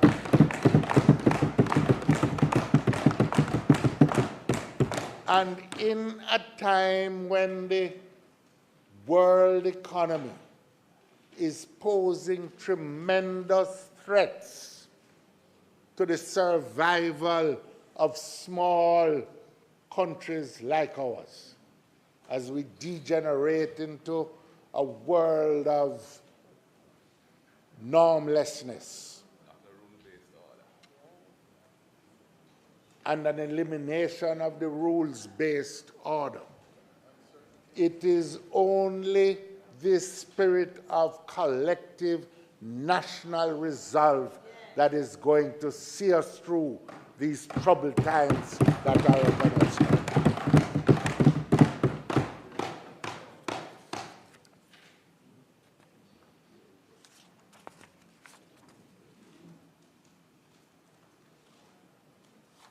It didn't happen.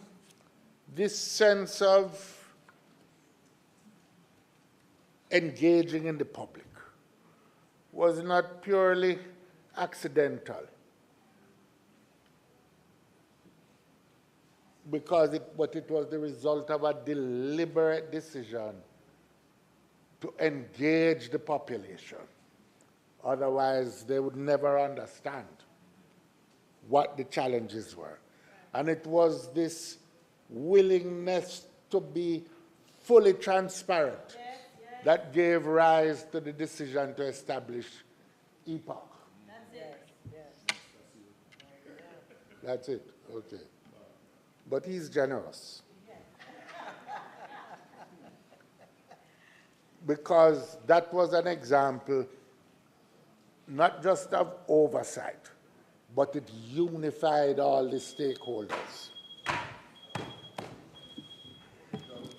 You tell me it was short.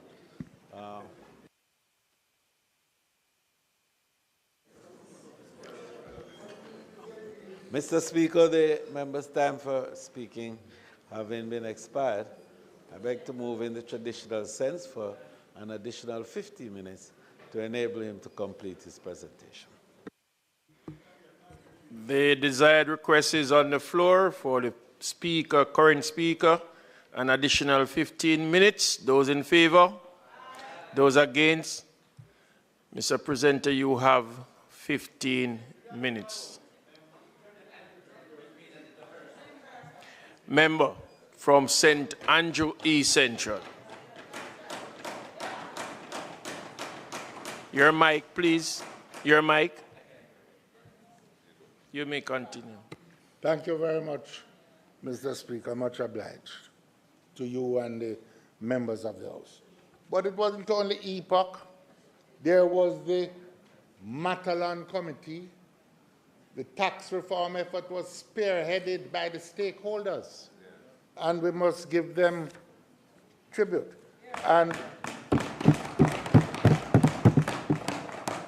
the various sectoral groups, including the Tax Committee of Parliament, which I believe has only met on that occasion to consider. It's provided for in the standing orders twice, but ministers of finance have not wanted to use it. yeah. But we probably should.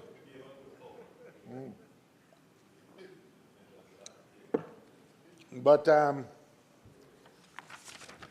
it was this broad-based national effort. While we have achieved some measure of fiscal discipline and balance, we have not managed to secure the growth in incomes and productivity that we need, as I've said. Economic growth is the logical and obvious preoccupation of the entire country, which has nevertheless eluded us thus far.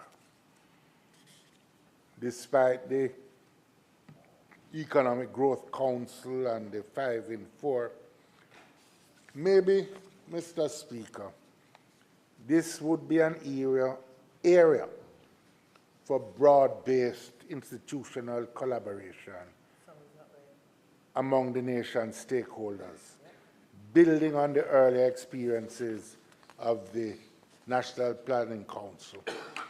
Just like how the Matalan-led Committee on Tax Reform helped usher in a period of investment activity and profitability, maybe an analogous, not a one-sided political grouping, but an analogous national grouping could help provide us with a blueprint for growth that the entire country could log on to and buy into. The success of successive INF programs lies in the fact that the country achieved the discipline to set targets and make those targets happen. We shouldn't need the IMF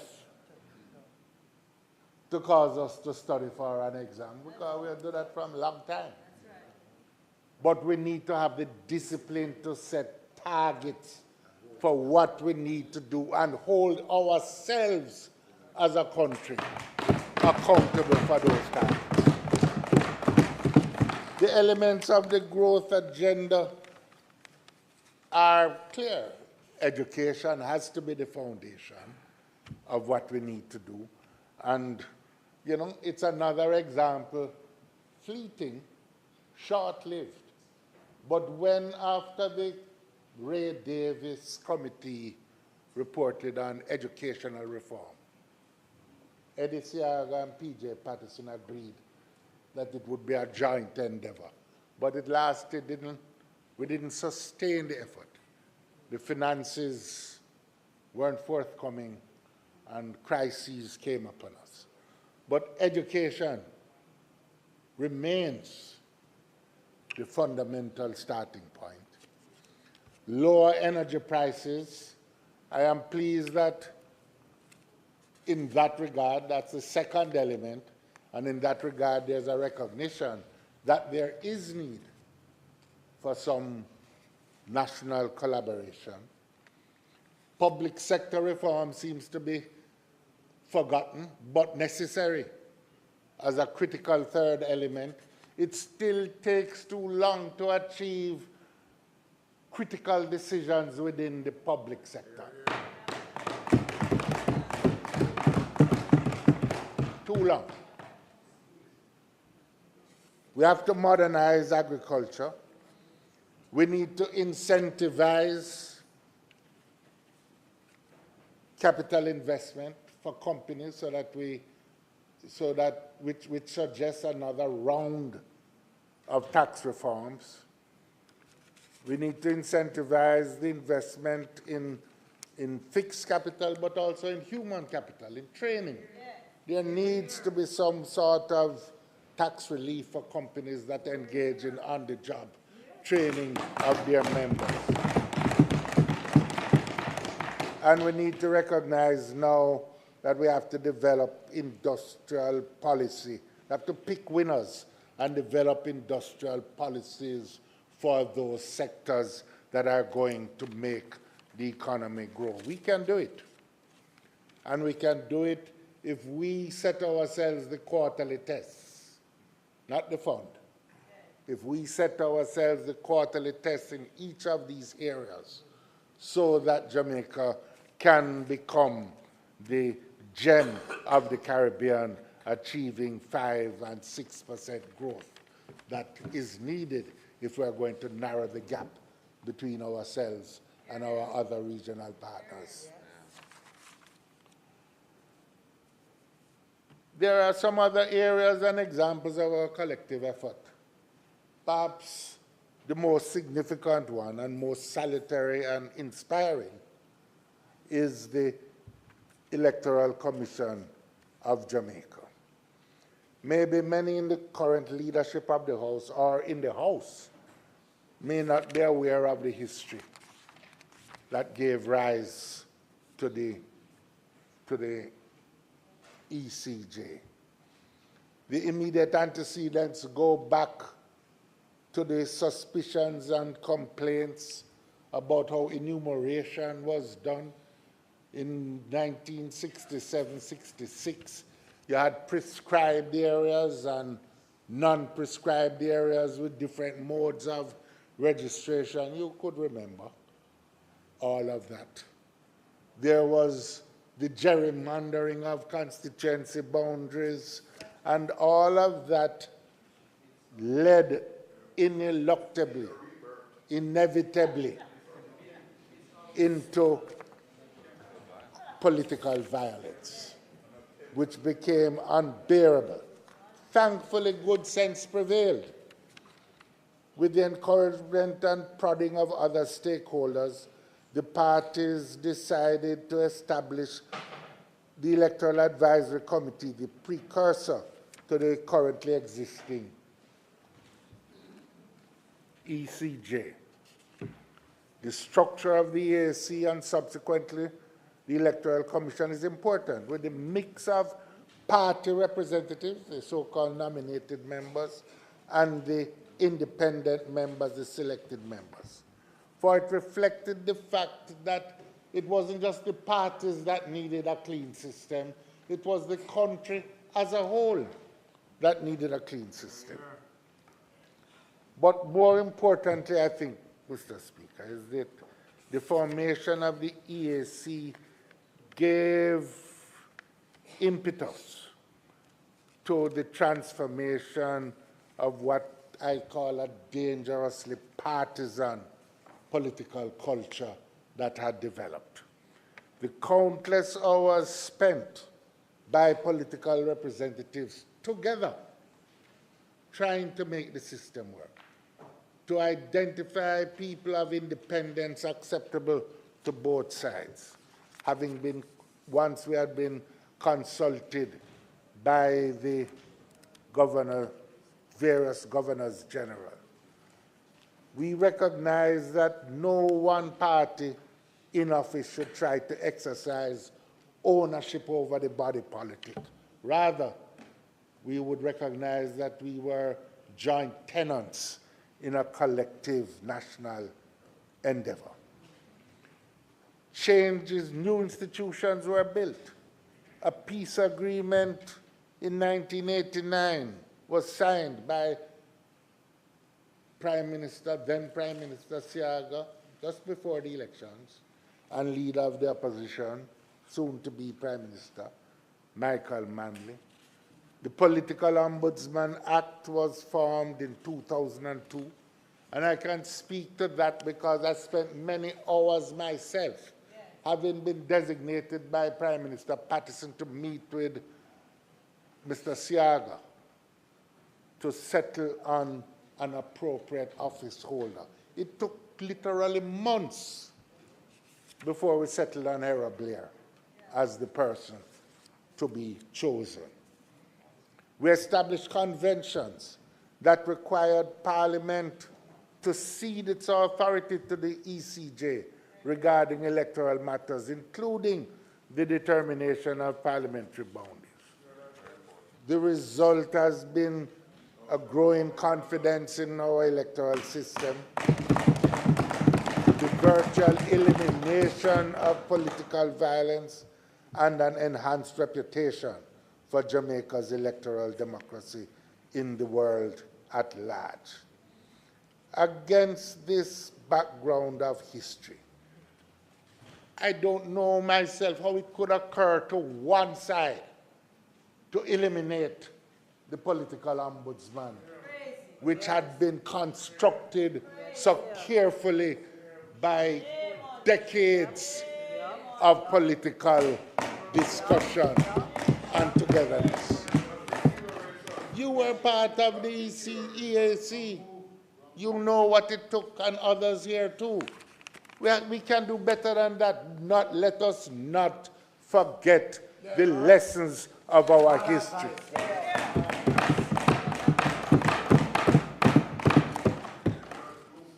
Even more, it flies in the face of our traditions of governance for one side to abrogate to itself the authority to create a new parish, all by itself, without any consideration. Remember, because the heroes of our democracy are on both sides. Hear me. When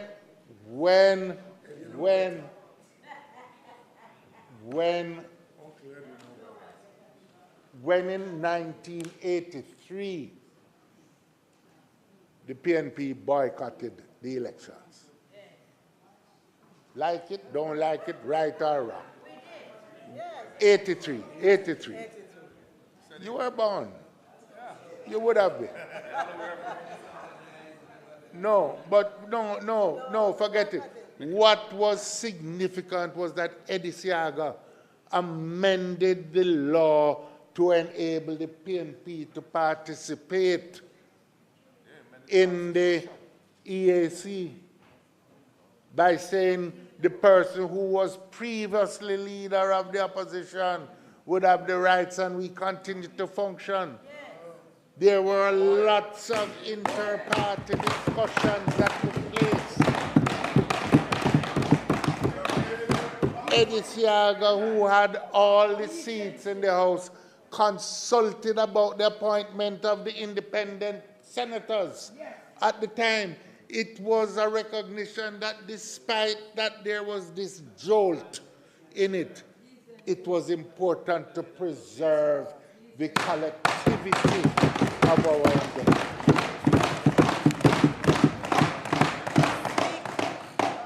Nationhood, Mr. Speaker, is not the result of sharing geographic space. Indeed, history is replete with examples of people sharing the same territory but not able to achieve nationhood and engaging in destructive conflict with each other.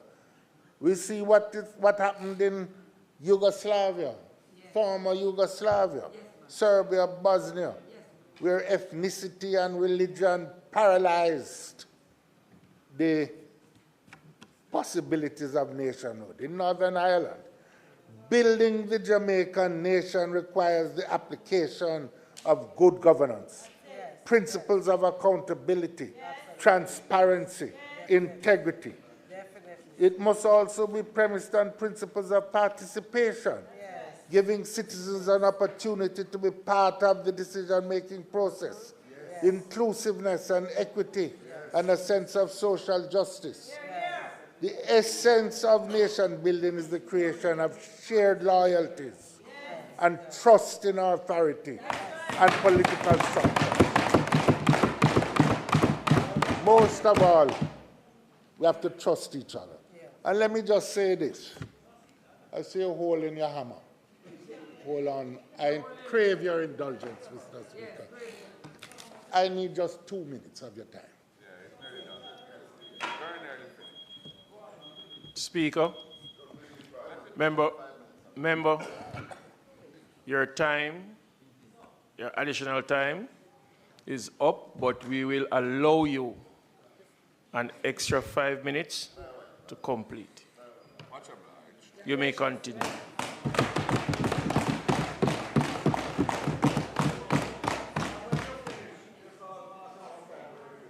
Much obliged, Mr. Speaker.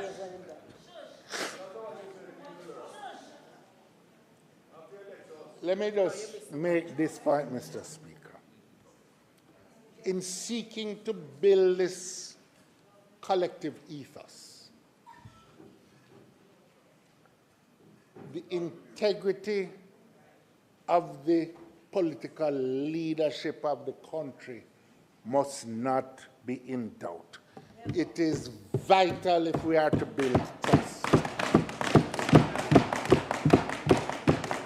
That is why, Mr. Speaker, I am not proclaiming that the Integrity Commission is right in all they do or supporting this or that, but I am saying that if we are to mobilize people to achieve great things, they must believe that us collectively are people of honor, goodwill, and trustworthy.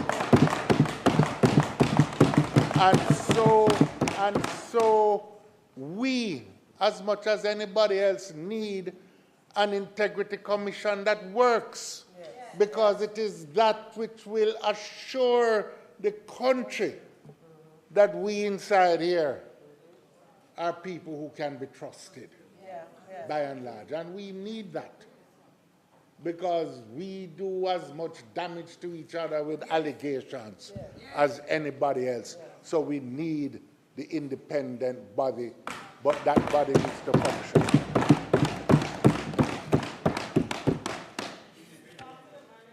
It needs to be independent, and I'm not claiming that they function well. They are irritants over simple matters at times. But the hardware of nation building is important. The roads, functioning water systems, ports, airports.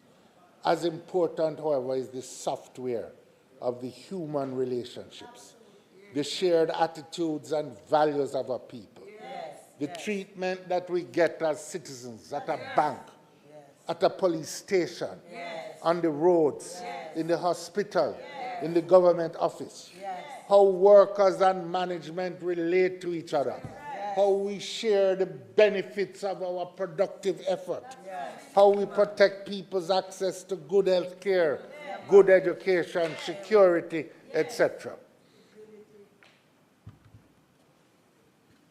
In that vein, while we applaud the reduction in murders, it's not the same thing as peace in our communities. There is still too much mayhem on the streets. The disaster that was meted out to that nurse lady tells us what can happen, and it happens too frequently. Police and youth in conflict, teachers, parents at war, not to mention students. There have been national calls for values and attitudes to be improved. Against this backdrop, it is hard for me to explain why the Crime Management Oversight Committee, which is the result of not only bipartisan, but national effort, including private sector, academics, etc. Why has it been abandoned? We should not make our differences of party affiliation or the quest for power blind us to the fact that essentially we all in here, for the most part, seek the same objectives. A better quality of life for the Jamaican people. And in nation building, we need to go together. As we have learned from history, one hand can't clap. It has been an honor and a privilege, Mr. Speaker, to have served in this House. And I thank God Almighty and the Jamaican people who have made it possible. I pray that as we go forward as a nation, we will remember the lessons of our history and seek where we can to unite the Jamaican people and not divide them on any basis, whether political, social, racial. Jamaican people, for the most part, simply want the benefits of modern society. A good education, access to first-rate health care, safety and security. A good school bus system, yes. A good school bus system that works and don't break down on the road.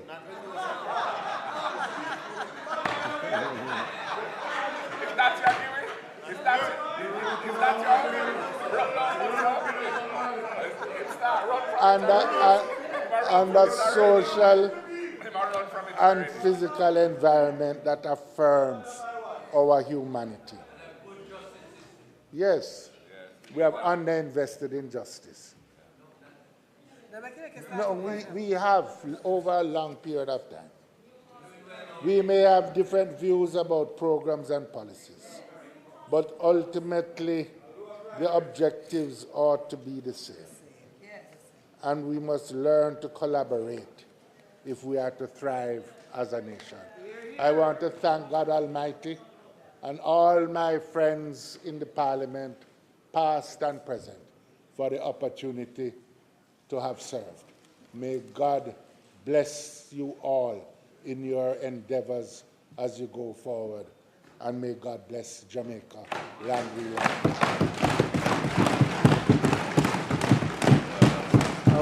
I hope that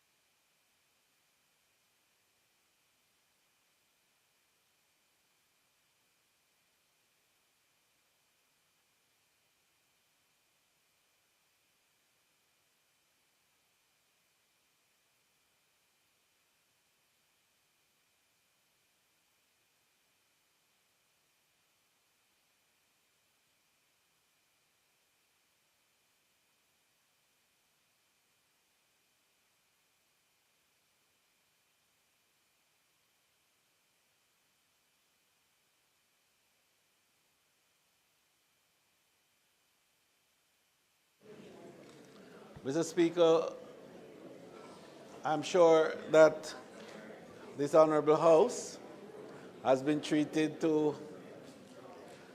not just a dissertation on the historic growth and development of this great institution that we know, enjoy, and venerate, and some even of the elements of that institution, which is now the EOJ, which is a model to the world.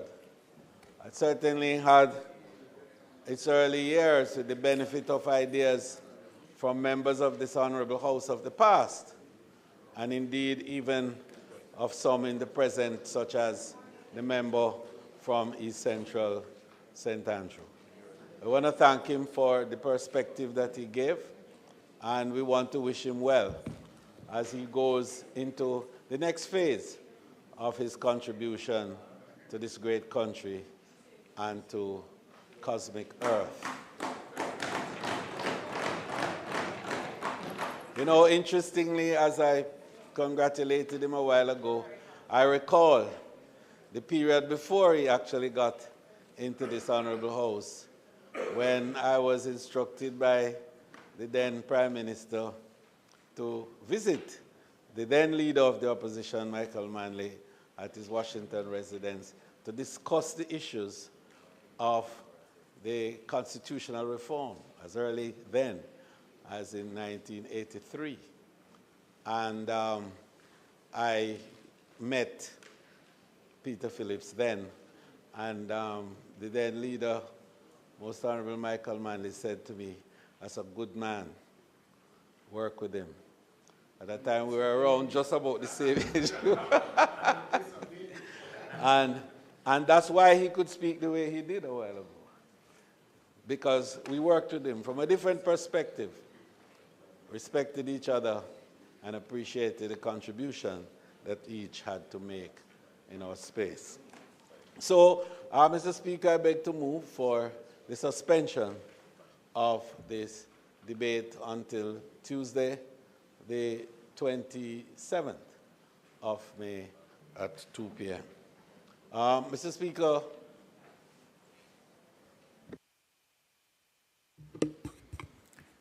the required request of the suspension of the sectoral debate until the 27th of May 2025 is on the floor. Those in favor? Those against? The ayes have it. House Leader. Mr. Speaker, I beg for the recommittal of all the items on the agenda except for public business as it related to the debates. But certainly in the flow of the activities, public business will then allow for the activities under that rubric. Mr. Speaker, I would also, to preempt your process, indicate that we will have some statement by ministers 3 in all, and I will ask your permission for that to pursue as the moment arrives. May it please you, Mr. Speaker. The desired request for us to have a recommittal to the agenda as it is, with the exception of public business. It is now on the floor. Those in favor? Those against? Ayes have it.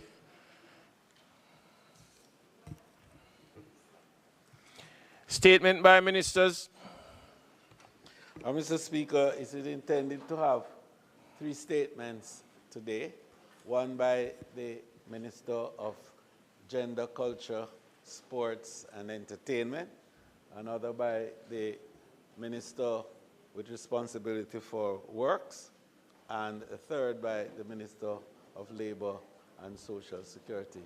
I may it please you, Mr. Speaker, to invite the members to speak in that order.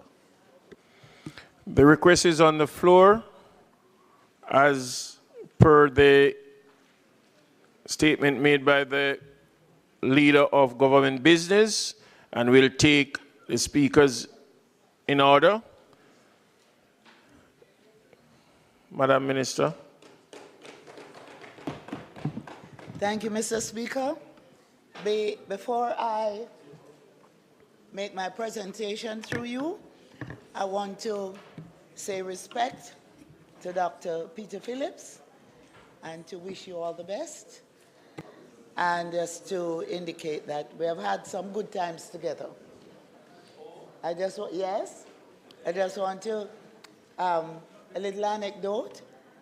In Spanish Town, there were, as usual, problems, and I was in the grill at a JCAP retreat, a retreat of composers, authors, and publishers. And Dr. Peter Phillips at the time, who was the Minister of National Security, insisted that I get to Spanish Town to treat with some of the issues that were there. And they sent the helicopter for me. And of course, my driver didn't want to be left in Montego in the grill. So he turned up with me to get on the helicopter. But he was so big that the pilot said to him, "I'm very sorry, but we can't take you."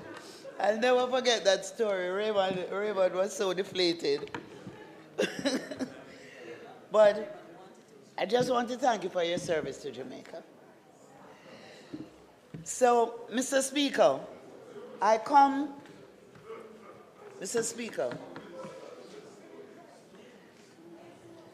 Mr. Speaker, I come to this House today, as I've done on so many other occasions, to speak out against violence against women and to recruit more members of our society in the important mission to end violence against women and girls.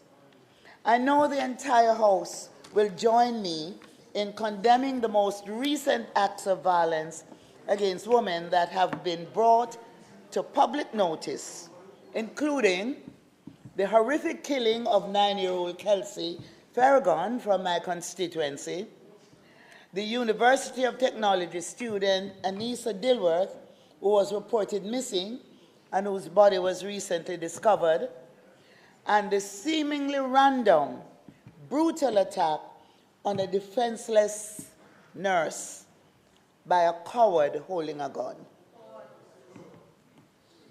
The viral video of the attack on the nurse has quite rightly angered the nation and was the motivation for demonstrations towards ending violence against women and girls yesterday. I attended the advocacy walk against violence towards women and girls, along with other members of this Parliament, the Honorable Juliet Cuthbert-Flynn, and also Dr. Christopher Tufton. We went to listen, we went to commiserate, and to express our commitment to protecting women, punishing perpetrators of violence, and ending the violence. We can end the violence, Mr. Speaker, but it requires all of us to end the violence. Each of us has a role to play. Therefore, I welcome the advocacy and expressions of the Nurses Association of Jamaica, the Jamaica Midwives Association, the Enrolled Nurses Association, all health professionals, and others who participated in the walk against violence towards women and girls. I know the House will join me in expressing solidarity with the victims and their families, with their friends and the communities, and also in condemning, in the strongest sense, the despicable violence committed against them. Can you imagine a 9-year-old being raped and then strangled to death? Violence against women and girls takes many forms, including homicide, rape, or acts causing or tending to cause danger to life or bodily harm, domestic violence, sexual harassment, and abuse of children. My government, this government, led by Prime Minister Dr. the Most Honorable Andrew Holness, has brought a raft of policy and legislative initiatives to deal with the violence in all its forms. In this regard, we have strengthened and proposed further strengthening of laws to include stronger and more appropriate penalties. Mr. Speaker, just recently, this House debated the Offences Against the Person Amendment Bill, the Criminal Justice Administration Amendment Bill, and the Child Care Protection Amendment Bill, which seek to appropriately treat with and increase the penalties for the offense of murder under Jamaican law. In 2023, amendments to the Domestic Violence Act were passed to offer greater protection for victims and survivors. Those amendments include expansion of the category of persons allowed to apply for protection orders on behalf of the abused, including the Children's Advocate and the Bureau of Gender Affairs.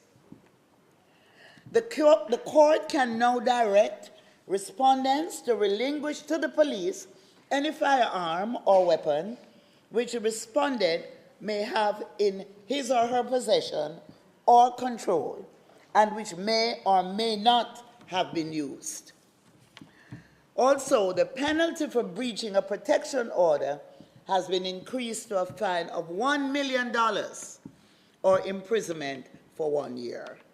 So we have done some things. We have picked the low-hanging fruits from the Domestic Violence Act, and we have ensured that those have been passed in Parliament so we can act quickly. But further to that, a Joint Select Committee of Parliament has been meeting to review and consider further amendments to the Domestic Violence Act. The public was invited to make submissions, which have now been compiled. The committee will meet over the next 2 months to complete the overhaul of the Domestic Violence Act. Additionally, the government has increased funding for psychosocial support to victims and survivors. The effect of this is that we are now providing better services to victims and creating mechanisms for resolution of conflicts. There is more training for police officers and first responders, especially in health facilities and emergency services. We have established specialized units within the JCF to respond to cases of domestic and sexual violence. The police have established 10 domestic violence intervention centers that are managed by police officers who are trained to intervene through a variety of methods, including home visits, referrals, and counseling. Additionally, Mr. Speaker, we're operating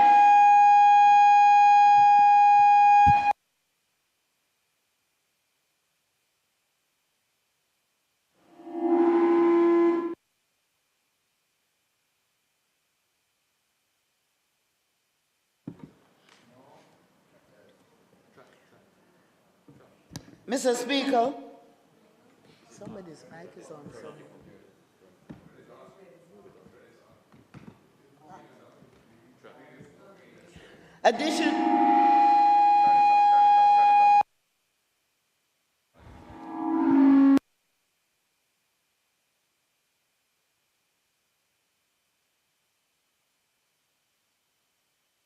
Check.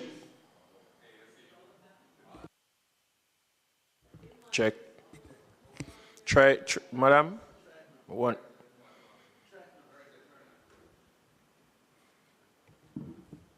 Okay.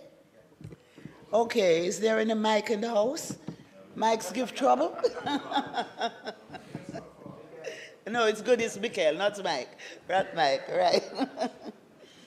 Additionally, we are operating 2 state-run shelters for vulnerable women and their children. These shelters have been safe havens for women who benefit from counseling and training to increase their economic options. And I must tell you, we have had some very serious cases where our women were in serious danger. And working along with the police and our other partners, we have been able to move them into safe spaces. And I should indicate here that our 3rd shelter, which should have been open already in the West, was delayed because we have decided to make a section of it a transition house. So when we have assisted our women and we are able to move them out of the shelter, they will have a space where they can get their lives back together and transition into a normal way of life. We also establish, Mr. Speaker, helplines for victims of domestic violence to provide the full range of services, including rescue, accommodation, counseling, and legal aid. Violence is still a challenging reality for too many of our women, but we are making progress in our mission to end the violence through the 10-year National Strategic Action Plan for the Elimination of Gender-Based Violence. The acronym is NSAP. The plan of action has 5 priority areas: prevention, protection, investigation, prosecution, and enforcement of court orders. Enforcement of victim rights to compensation, reparation, and redress, as well as protocols for coordination of the National Strategic Action Plan and data management systems. The Ministry of Culture, Gender, Entertainment, and Sport is engaging with the Ministry of Health and Wellness to facilitate training for staff on recognizing and responding to gender-based violence. We also introduced the Sexual Harassment Protection and Prevention Act to provide relief to people who have been quietly enduring the harmful effect of sexual harassment. The law will protect victims, deal with perpetrators, and act as a deterrent. The Sexual Harassment Tribunal is now appointed and has been meeting. The public education campaign, No Excuse for Abuse, will be intensified to make the public more aware of the government support initiatives and programs. Mr. Speaker, as the public becomes more aware of intervention programs, we anticipate that women who are now quietly suffering and enduring violence in their homes and their relationships will come forward, and the number of cases will increase, because no longer will they be silent, or no longer will their neighbor be silent. I take this opportunity again to say that any of us could become a victim of domestic violence, but none of us should stay in that situation. So help is now available.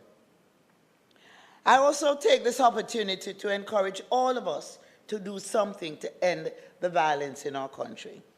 The violence isn't inevitable, and it can be stopped.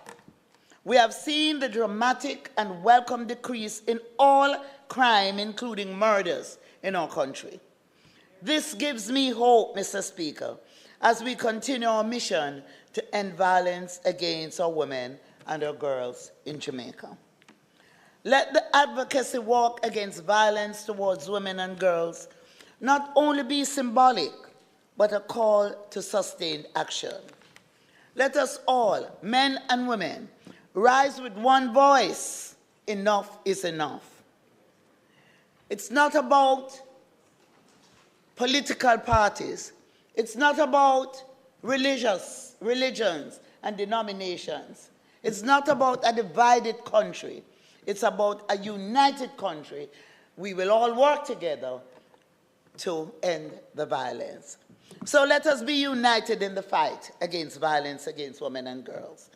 The campaign must transcend politics. And I emphasize this because it's painful when there are situations when we all should be working together to treat with it, and politics is introduced in the midst.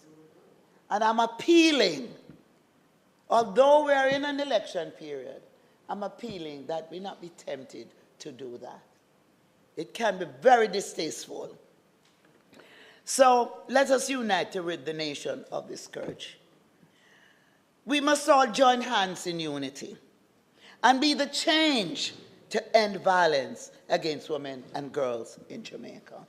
I appeal to my colleagues in Parliament because every legislation that we pass here had the input of both sides. And so when we go out there and we give the impression that this Parliament is not doing anything, it's unfair to all of us. Not just on the side of the government, but on the side of the opposition. We in here have jointly done a lot of work. I don't want to hear any of us out there criticizing ourselves for not doing the work, because we have done the job. I want to thank you for listening to me, and I continue to expect cooperation as a Parliament that cares about the people. Thank you very much.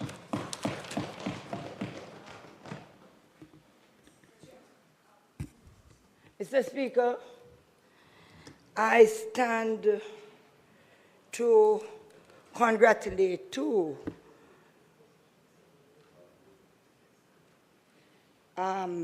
he's not here, Dr. Peter Phillips, on that sobering and a very good reminder of what is expected from us as leaders from the Jamaican people. I want to add my voice in congratulating him with a very sober presentation. So, Speaker, I decided that I was going to speak today because I sometimes get a little emotional. I wrote a first article about the 9-year-old that was raped and killed. Shortly after that, I thought that the student,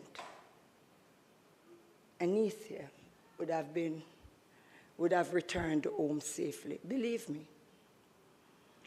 When I heard that news, I said to myself, I'm wondering what more can we do? Then now I saw the nurse.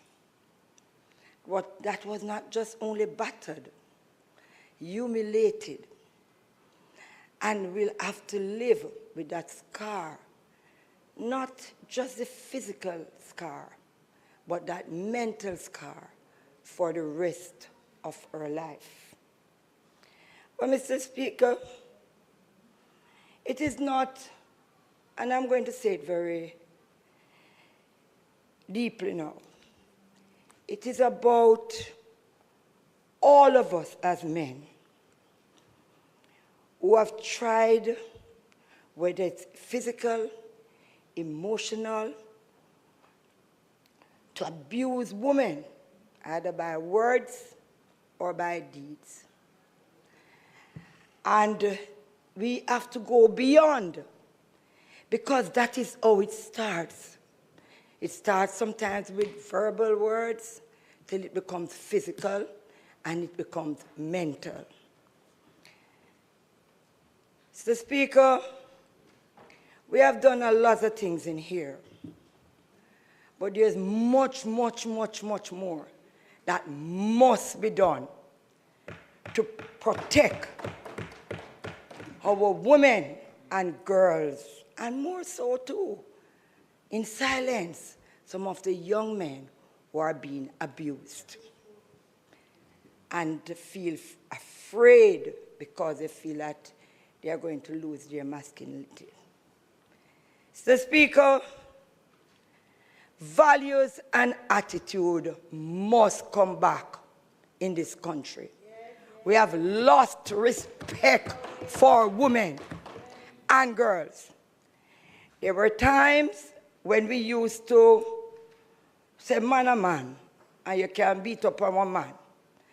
But they would have remembered that this is my grandmother, my aunt, my mother, or my sister.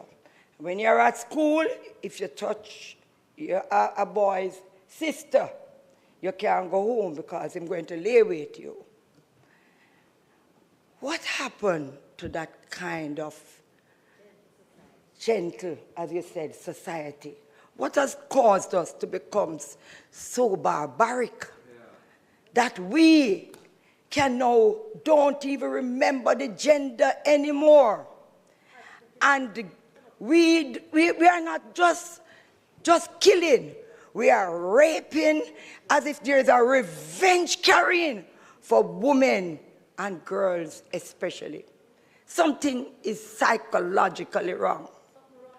Something is wrong. It is much deeper. And I would love to know that we don't have to have homes of safety for women. I would love to, but it is not so. I believe, as an educator, that the time has come for us to get to the root of why our men believe that they can turn on women and little girls in this kind of barbaric way, as if they are not human beings anymore. They tell you anything that comes to their mouths. The transportation system, anything come to their mouth. The way in which they treat women. If a man is in a seat and you have a pregnant woman come in, them sit down like they see no one. And all of those things have helped to contribute to what we are speaking to in this parliament today. We have now to change the course and find out how we can go back to the bargaining table, because we have a culture thing in this country too. And we need to look at the culture, because it is good to look at AI to see all of how people treat these gender violence in different parts of the world. But we have to remember, in this country, touching was nothing. Slap a woman on her butt, nothing. Touch a woman on her breast was nothing. We have now put certain things in law. What kind of education are we doing?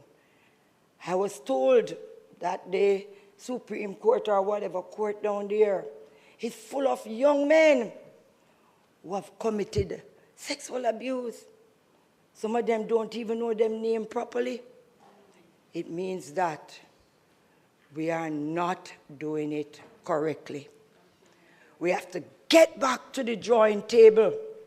I am crying out in my heart, and I believe as a society and as females, if we believe we are on the right path, then tell me. But if we are not on the right path, on both sides of the aisle, it starts with us. Let us sit down to look not just at the legislation, but at the at the culture and to see how best we can get into the schools, we can get into the churches, we can get into the communities, we can get on the roadside to sit down with some of these youths in order that we can start educating them, empowering them, so that they will recognize that these acts of violence that they are committing is not just to put them away, but it is a social decay. I want to say to all the victims' parents and all the relatives that we stand in solidarity, but we will go further.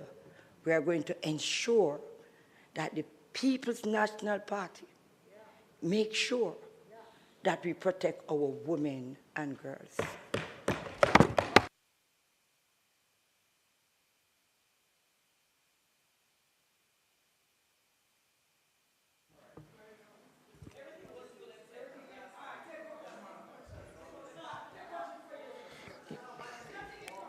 Members, Member Brown Burke.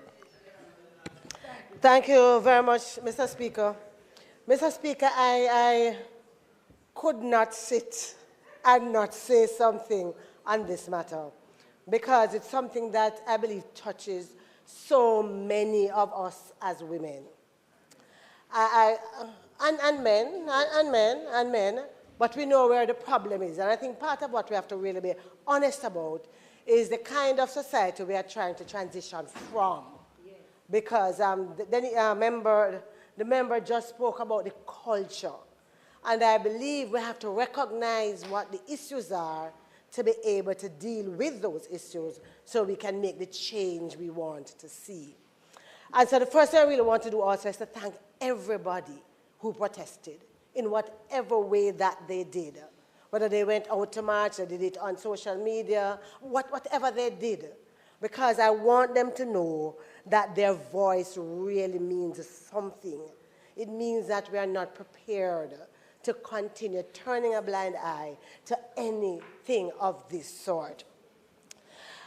You know, I was thinking that a big part of our problem is really around boundary setting. Because for so long, men have not known a boundary when it came to women in so many different ways.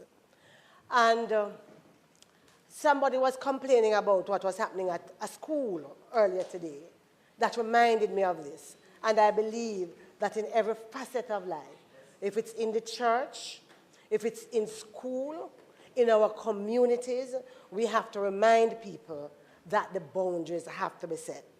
So very quickly, I want to just say, Minister, that a couple of things I really would want to suggest that we do. I'm asking if you agree that we have to look at what are the mental issues, the psychosocial issues that we need to deal with to prevent us from continuing in this vein. And then finally, I want to talk about the power of example. I believe that we can say all of what we do today, heartfelt and with good meaning, but we have to make sure that all our actions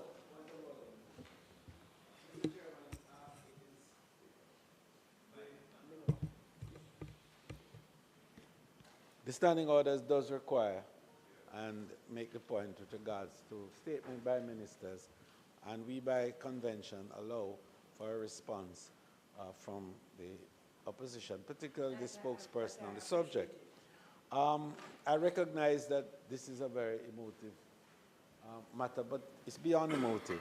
It's a very critical matter that I believe requires some further references, comments, elucidation, and indeed strong responses from this Honorable House so that the nation appreciates the depth of the concern and the determination and commitment that this House has towards dealing with violence against women and girls.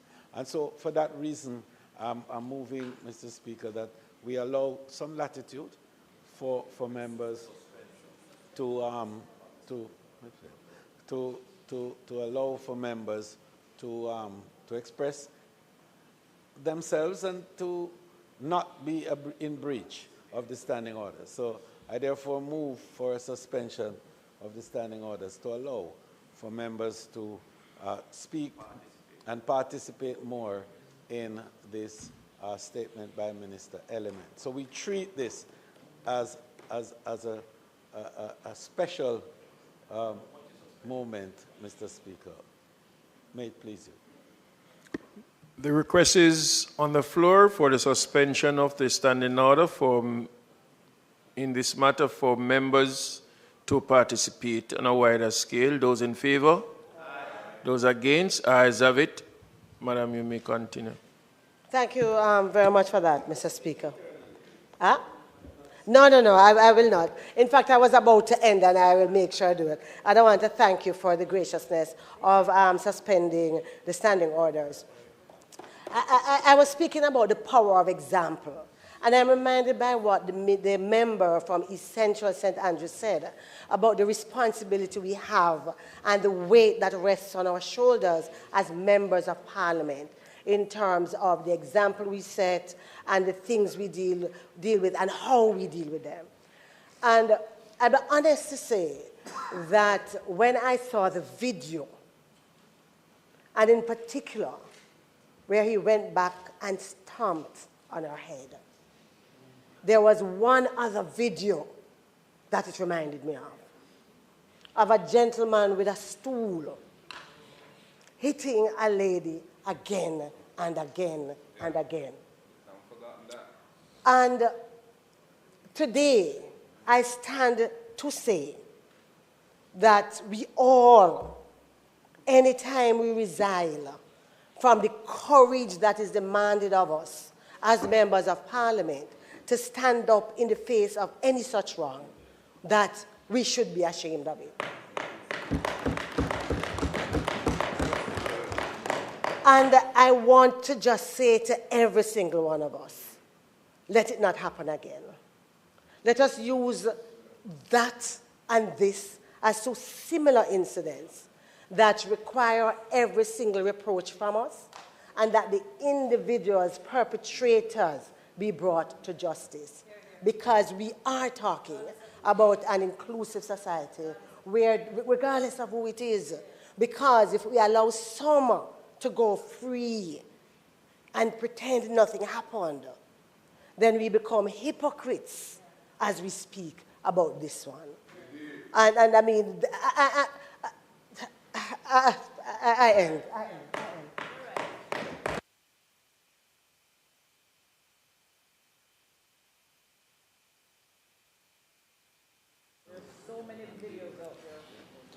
Thank you, Mr. Speaker.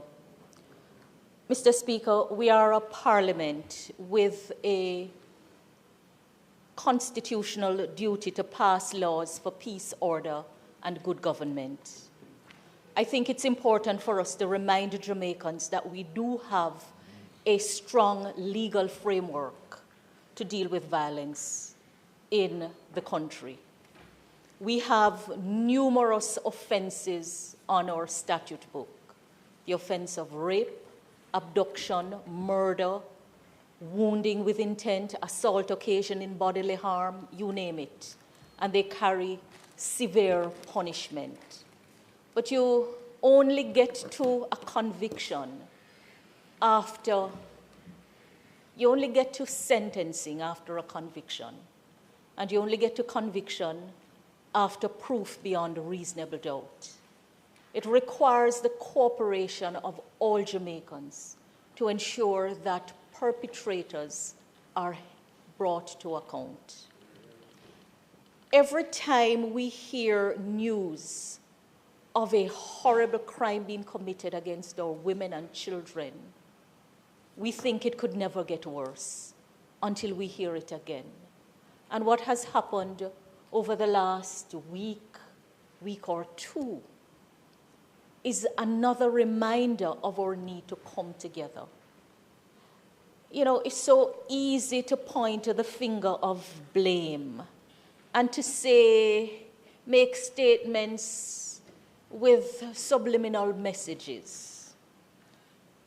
I think, Mr. Speaker, there is enough blame to go around in the society.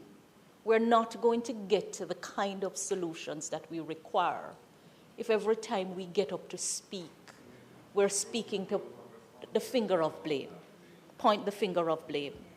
But among the horrible incident is a 20-year UTEC student from my St. James West Central constituency in the district of Irwin, in fact, spanning the area of St. James West Central and St. James East Central. Anissa Dilworth. I want to put on record my expressions of sorrow for what has happened. And I make this expression on behalf of myself and House Leader, the Honourable Member from St. James East Central. And to just say to the family that we know that it's a hard time, and we know the pain is severe. But certainly from our end, we'll do all we can to ensure that the perpetrator is held to account. We do have improved investigative capacity, a direct result of investment in our security forces. And I hope, Mr. Speaker, that all who are involved in these dastardly crimes will be held to account. Beyond the strict legal framework, we have a deep cultural problem, which the Honourable Minister has spoken about. And this is something that we will have to work on. We don't develop culture overnight, and we can't change it overnight. And long before a behavior rises to the level of a crime, we see signs of it. And very often those signs are ignored. Ignored in the homes, ignored in the communities. And then the hue and cry come after the crimes are committed. Mr. Speaker, as a nation, we cannot continue to bear the pain of the violence and crime. We just can't. And so I join in calling on all right-thinking members of the society to come together. The minister has said it very well. I don't think I can do anything but echo and reiterate the call that we have to come together. We have to come together. But I remind everyone that we do have laws on our books that are sufficient to hold perpetrators to account in a real way. But we need the cooperation of everyone. For those who are mourning the deaths, I pray that the Lord will comfort them. And for those who are mourning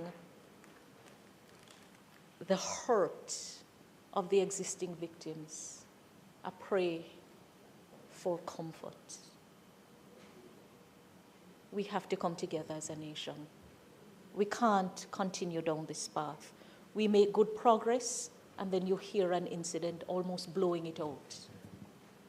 So, Mr. Speaker, I join in this call for a coming together, and a coming together beyond the moment. And those who see and know, please give your statements. Give your statements, because it requires the cooperation of all to hold the perpetrators to account in the criminal justice system.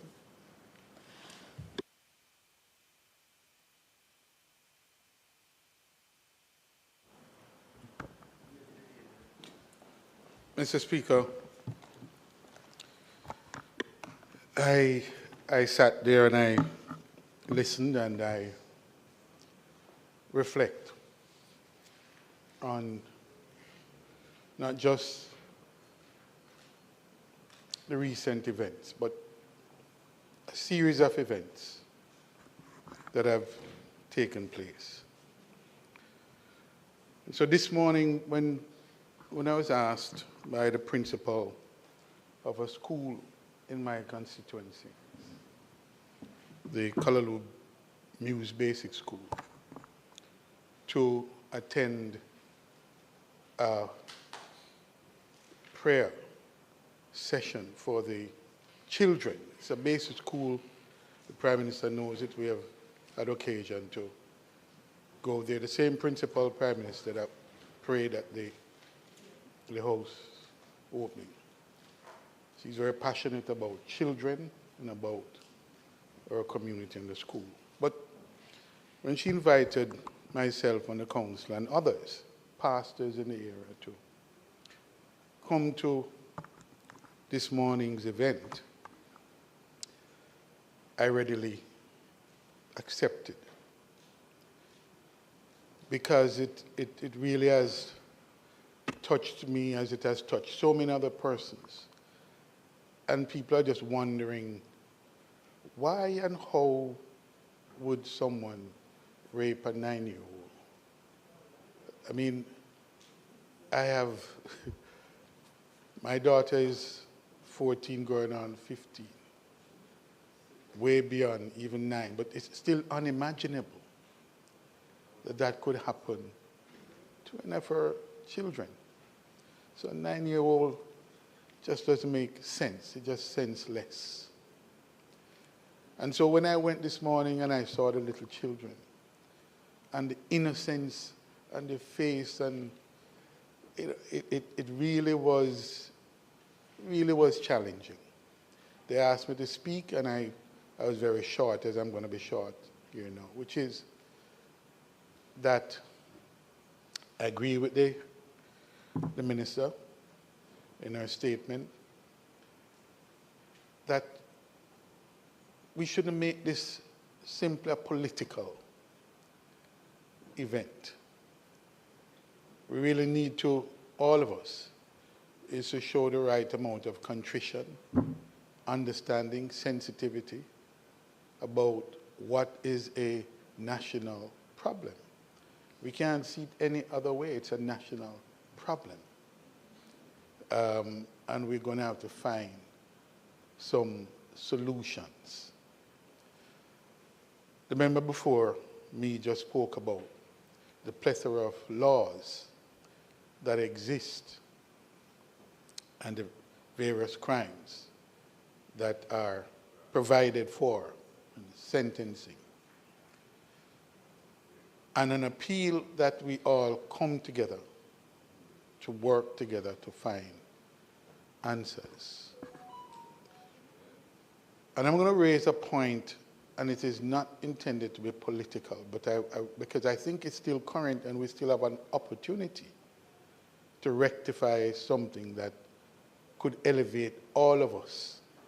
And in fact, and in the process, bring the country on board to say that we are serious. We inside here are serious. Because I was just looking on the order paper and recognized that a motion that I had moved, motion number 7, which related to the right matter, was not addressed. It just simply sat there. And I kept asking and saying, are we going to address this? Why?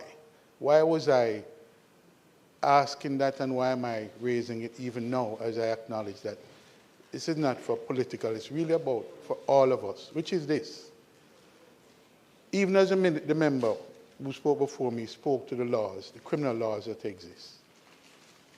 We saw in that where the law, the criminal law itself could be hampered or defeated when victim and potential accused came together and say, look, we don't want to do anything about this. It's an aspect of the existing situation that we're going to have to look at, because it is one thing for us to all see, as we have on the videotapes and all of this horrific act as it was then. and then something else to see that nothing happened. And in that situation, nothing happened in part because the alleged victim, because there was a victim, and the alleged perpetrator, they got married eventually.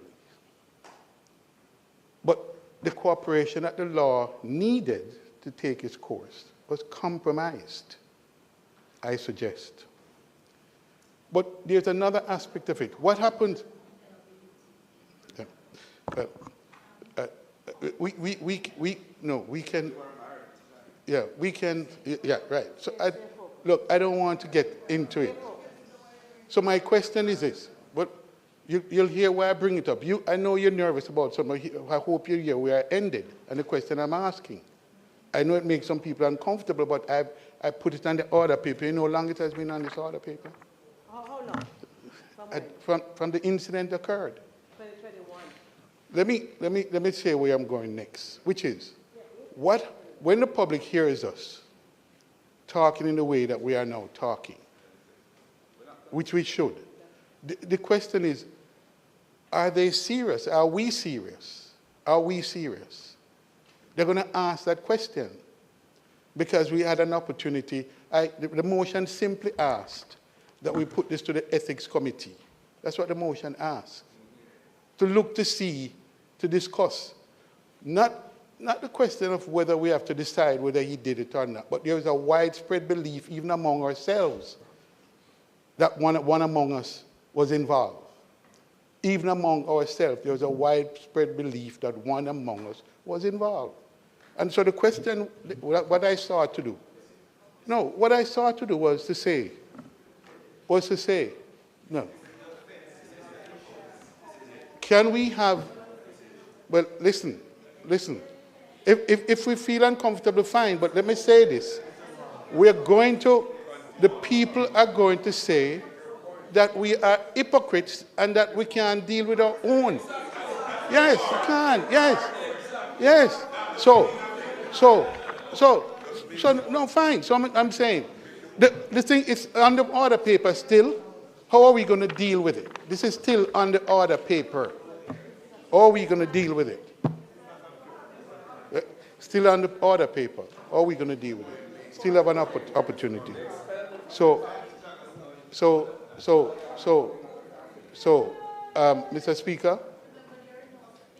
Speaker, I don't, listen.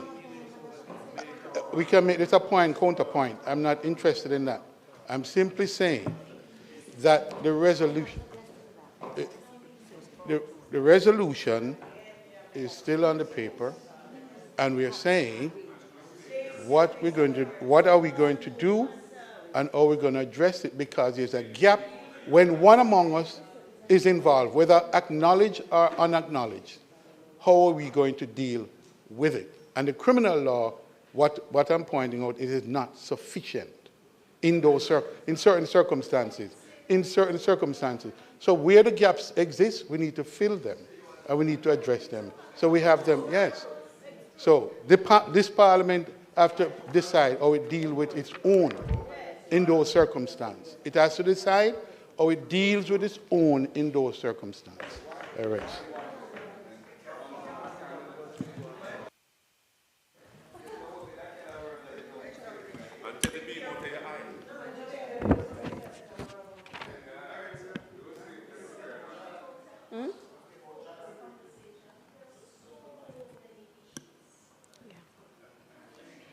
Thank you. Member Morrison, you have the floor. Thank you, Mr. Speaker. You know, Prime Minister, one of the things that I observe when you move around the country is how the children regard you, how they are happy to see you, how they embrace you, and the manner in which you greet them.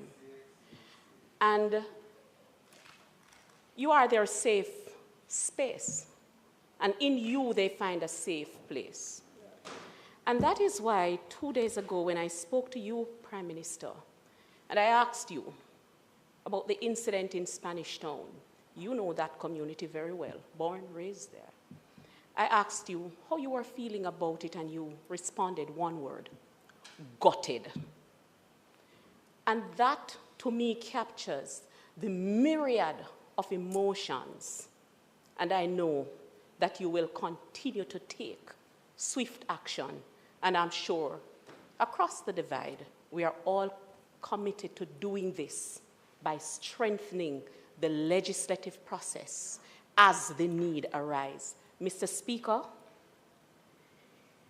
so yes, we have made much strides in terms of improving the legislative capacity, and as we continue to do so, we will focus on making those laws robust in terms of protecting our children. But let's look at the community, Mr. Speaker. There exists an ugly fact, many of us were too uncomfortable to call it, I will today, that there are many adults in our country who prey on children. Children in Jamaica, our communities, who live in horror. Children whom, if walls could talk, many of us would cry tears of blood hearing the stories. Mr. Speaker, there are grown men,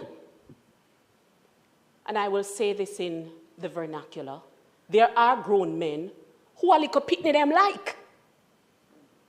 There are adult women who prey on little boys. It is an ugly reality. And Mr. Speaker, its leadership is interesting, member, because as Member Smith was saying here to me that, you know, it's since I am an MP that somehow what is happening within the communities is now magnified as people start coming in and they start talking and they start whispering. We realize the number of adults, the number of men who prey on liquor pitney. They are not interested in a big woman. Not 18 and over. Children, a budding girl. And then some of them, I don't want to even make the case of mental illness, I don't know. When the opportunity comes, they strike. And another thing that is disheartening is when we have parents, hardworking Jamaicans, who may have to choose the type of love. And what I mean by that, I have to go out there and I have to work. And so I trust you to leave my child in your care. So it's not that you leave the child careless. It is an act of love, and sometimes we have to be careful how we judge. It's an act of love to go out there to earn that bread, to bring home. And then sometimes the worst will happen. So I also use this floor to call on our Jamaican brothers and sisters. Be more mindful. Be more discerning.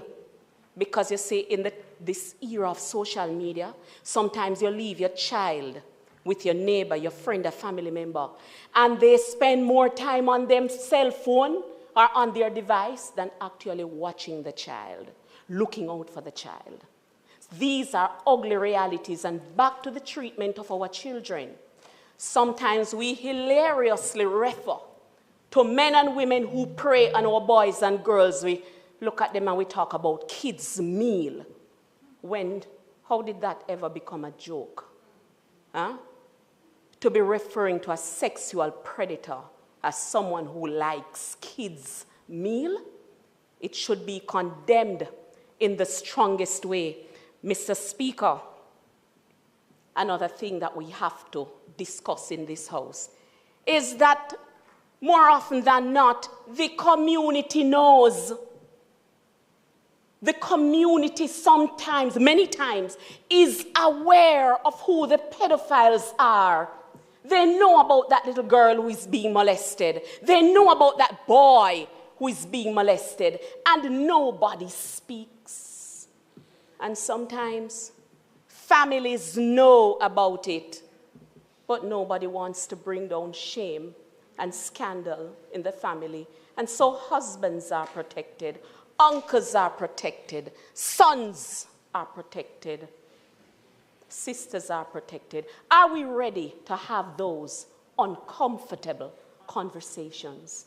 So I want to caution us that the issues affecting us, they're close to home, very close to home in our communities. So when we don't want to get up and to make it appear as though there exists a situation in Jamaica where our women and girls are just being brutalized like that. We want to get down, we want to drill down to what some of the uncomfortable truths are. Now, as it regards to the incident with the nurse, I want to thank the persons or whomever it was, who captured that video. Because many times, you know, we say, before you dare and you try to help, you dare videoing. Sometimes persons are in a situation where they can't help. And their way of dealing with it is to bring attention to what has happened. And we thank whomever it was who produced that video. Mr. Speaker, we face here the culture of abuse, spousal abuse, battered women, battered men, from all walks of life. From all walks of life. Men who beat their wife, husbands beating their wives. And it is unfortunate that a former member of Parliament, right in here, it tells us that it touches every aspect of life. There are no barriers. And when we think about matters that are before the court, persons being charged for murder, former parliamentarian,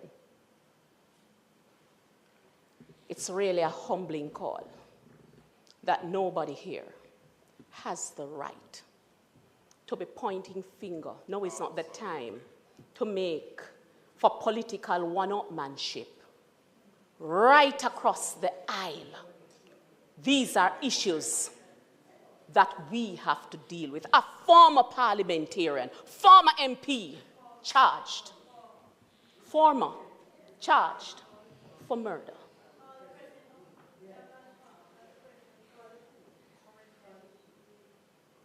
And we don't want to talk about, I don't want to get into any allegation about any current MP, because then that would undermine the very foundation on which I'm standing, that this is a bipartisan approach. But if I should call it, as you have mentioned, a former MP who represented the People's National Party, charged for murder. Mr. Speaker, I have every confidence that we will continue to strengthen the legislative process and do everything in our power to protect women, girls, and indeed all Jamaicans. Thank you, Mr. Speaker. We will take the minister who has the portfolio for the such, and that is the last take on that on this matter. Madam. Thank you. Thank you, Mr. Speaker. This is a very emotive subject, and I want to thank all my colleagues for making their contribution. I will emphasize, this is not a subject for us to be divided on. This is not a subject for us to point fingers. You know, and every time we point a finger, another finger comes back to us. So let us just focus on what we have to do to change things. Every single one of us has a contribution to change. The one-upmanship is not necessary. You know, men are the greatest perpetrators of violence against women. But I want to tell you quickly that we have a program through the Bureau that we work to rehabilitate men. We use a dispute resolution mechanism. And we have been able to now use those men as agents of change. We also, yes, there's a culture.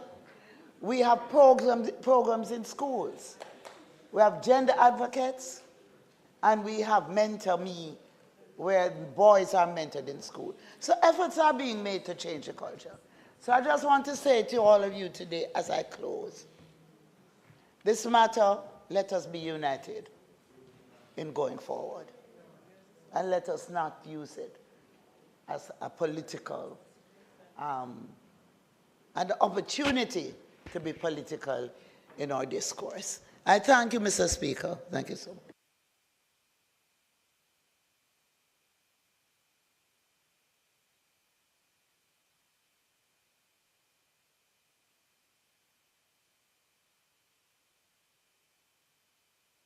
Ask the member from Clarendon, North Central, and Minister with responsibility for works to make his statement.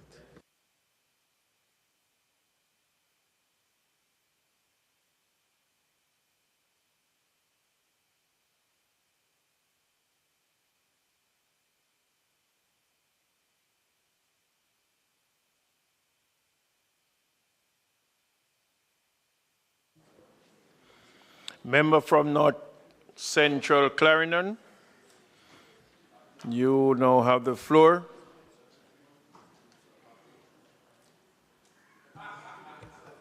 Thank you very much, Mr. Speaker. Considering the time, I will be very judicious with what I'm about to say.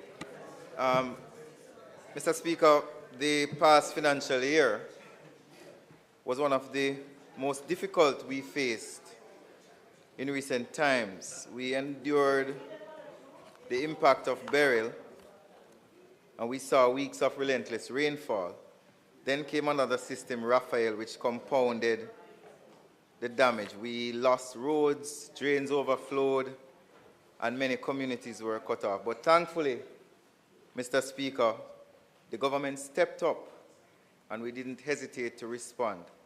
And I think every member of this House will agree that this government, along with members of Parliament on both sides, worked very hard to restore order and brought relief to the people.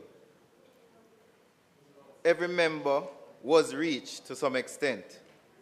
We had the emergency relief program, which was about $5 billion, where each MP received $20 million for patching of roads in their various communities. We also had the emergency reach, where main thoroughfares were addressed. Some patching work is still going on, but we have made real progress, and the REACH program was a lifeline for thousands of Jamaicans. And I want to thank the teams on the ground and members of this House who all collaborated and worked together with the contractors to make the REACH program a success. Mr. Speaker, we are just 11 days away from the 2025 Atlantic hurricane season, and the forecast is serious. We're being told that there are possibly 19 named storms, 9 hurricanes, with 4 of them being major hurricanes, Category 3 and above. Based on what we went through in Beryl last year, we're not taking any chances, and we're preparing early and acting fast. Last year, we started the hurricane season with $102 million allocated to constituencies for mitigation. This year, we're increasing that amount significantly by spending $172 million directly to constituencies. Members would have received letters earlier today where we have doubled the allocation for drain cleaning assigned to constituencies. Not only that, but we are to invest $300 million to carry out essential work in the Sandy Gully in St. Andrew and its tributaries. We're also putting $100 million in the North and South Gully in Montego Bay. And in St. Catherine, we'll be allocating $30 million to do some remedial work in the Bogwalk Gorge, as well as another $30 million to the drain cleaning along the Dyke Road. My members from southern Manchester, Clarendon, St. Elizabeth, St. Thomas, and Westmoreland will be happy to know that we will be spending approximately $200 million on mitigation efforts on the South Coast. We do not consider this hurricane season business as usual, and these targeted interventions in areas we know the risks are high are important. The National Works Agency will once again lead in the execution of this program, and we have already started moving. We are starting to engage contractors. We have identified key locations to pre-position equipment, and we are also addressing communications gaps that may have existed in the past year. Over the next 2 weeks before the hurricane season, we'll continue our ramping up so everything is in place before the season starts and peaks. I urge all members of Parliament to work quickly with this allocation so that we can do the work to prepare our communities for the coming hurricane season. As is customary, this allocation is the first of several for the hurricane season. It is not just about cleaning drains and spending money, it's about saving lives, it's about protecting lives and safeguarding livelihoods. It's about ensuring that when the rain comes, and it will, we are not caught off guard. With increasing funding, better planning, and greater urgency this year, Jamaica will be in a stronger position to face the hurricane season ahead. I want to remind the House that Beryl could have been worse. Before Beryl, we spent about $900 million cleaning drains and preparing for the hurricane. Immediately after Beryl, we spent about $1.5 billion clearing roads, restoring access to communities.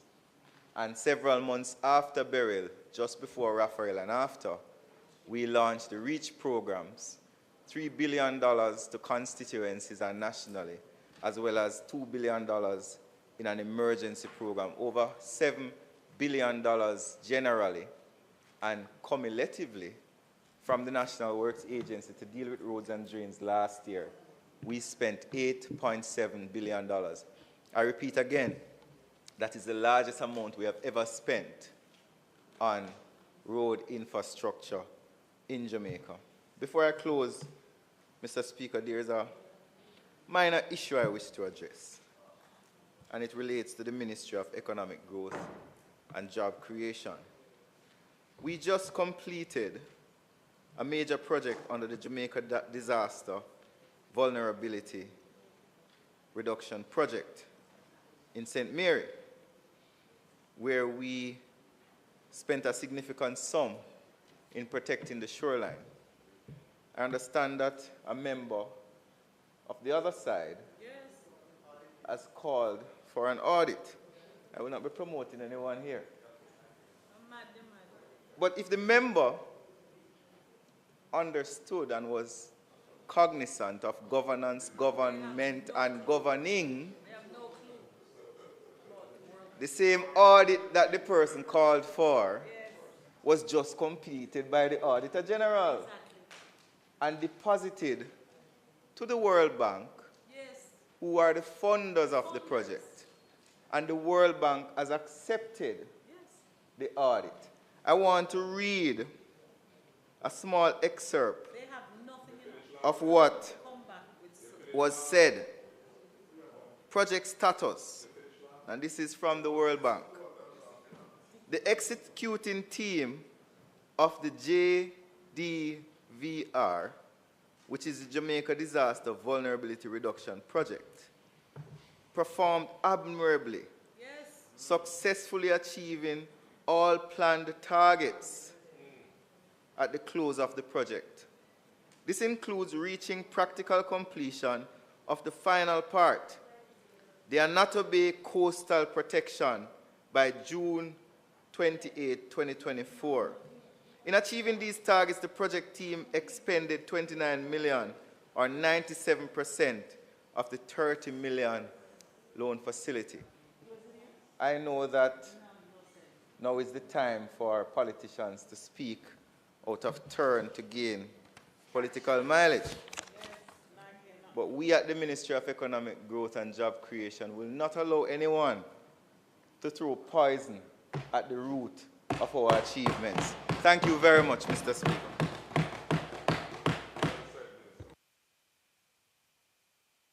Okay, thank you.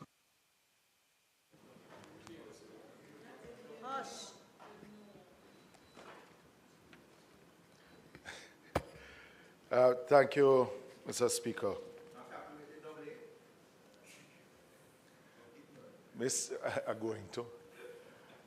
Mr. Speaker, you know, for a very long time, I have said in this Parliament that it is better to mitigate than to wait until after the disaster than we're trying to play catch-up. As we have always spent more on the back end than we do on the front end. Mr. Speaker, even though not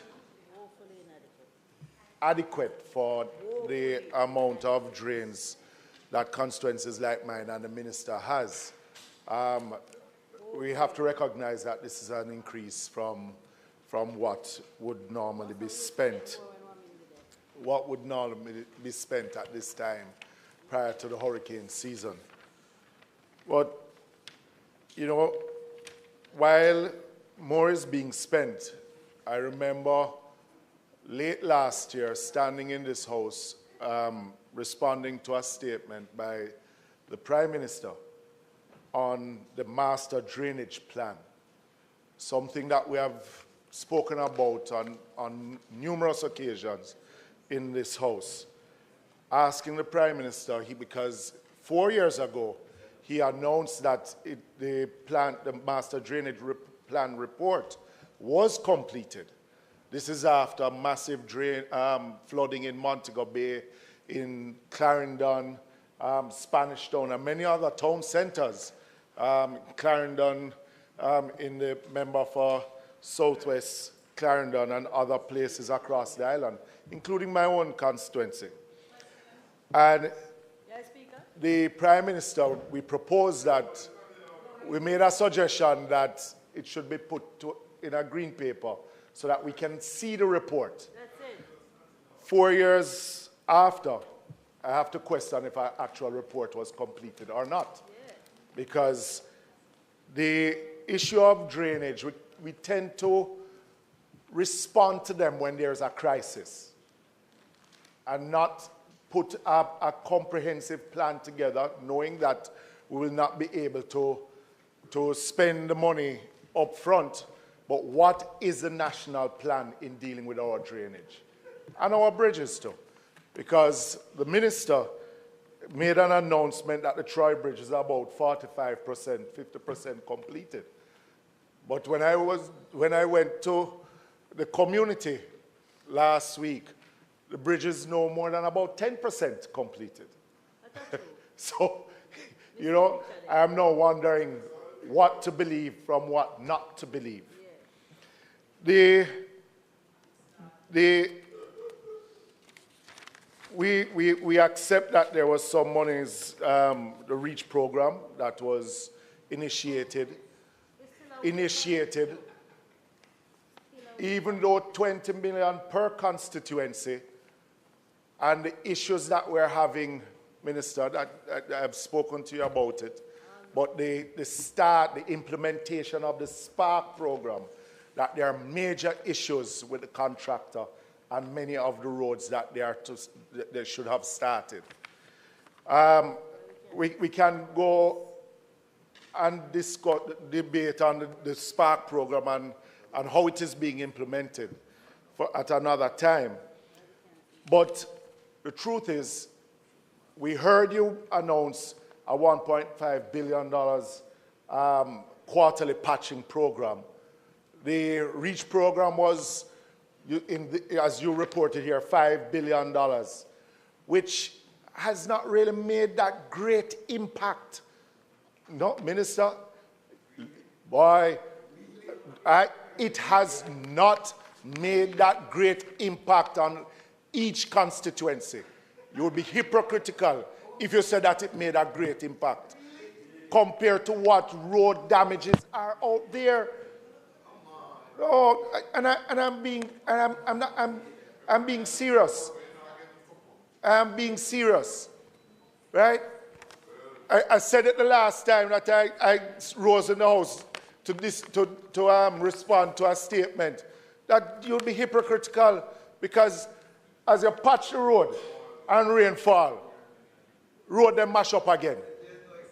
$10 billion, $10 million per constituency, $20 million. I don't know the size of your constituency, but I tell you, sir, you have worse roads than I do. Yeah. And I know that $10 million did not impact. So the question I want to ask you, what is the national plan? Because Spark and REACH is not the answer to the road situation across the country. It is not. It is not. Right? This Labor Day, I have more requests for cement and malt to patch potholes than I can even provide. And that is not what the Labor Day is for. But it is a reality of what is out there. And I can only respond to what the government puts toward road maintenance. So when I hear the minister speaking about it is the largest amount spent on road infrastructure, you might be speaking about main roads, but 90% of the roads in my constituency are municipal council roads, which are not getting the attention. But you need to talk to me over here, right? So, Member, I'm wrapping please concentrate on the question that you're to ask. No, I'm responding. You're responding? Yes. So if you're responding, don't respond to the crosstalk. Right? So, 2.5 million, or the increase that the minister spoke of, the $172 million directly to constituencies, is an increase, and we accept that. You know, and it will go further than we normally would. We have to accept that. When fair is fair, I'm going to give you commendation. But Minister, we have to look at our drainage network, island-wide. And I am again appealing that drainage, the report, the master drainage plan, that we need to see something comprehensively put forward in how it is that we are dealing with. Otherwise, the lifespan of our roads. Another issue that I want the minister to look at, not only the drains, but the overhanging trees on many roadways. Those are posing a challenge. We don't get resources to trim those trees, but it is because what is happening is that the roadway itself isn't being able to dry out properly. And that in itself, that a program has to be looked at in how it is that we deal with these overhanging trees on our main roadways island-wide. So, Speaker, if it pleases you. Before the next person speak, I'll be reading from the standing order of the House of Representatives, Jamaica, 1964. Section 11A, subsection 2, a response to a statement by a minister shall not exceed 5 minutes in duration and shall be made by the relevant opposition spokesperson or a member nominated by the opposition to speak in that instant in the absence of the relevant opposition. As I understand it, the relevant opposition spokesperson have just spoken. Anybody after that? Subsection 3. Any member may pose question on a statement by a minister in accordance with Standing Order 17, subsection 2. Person going forward, I'm asking that you ask a question, and you are not going to be allowed to make a statement.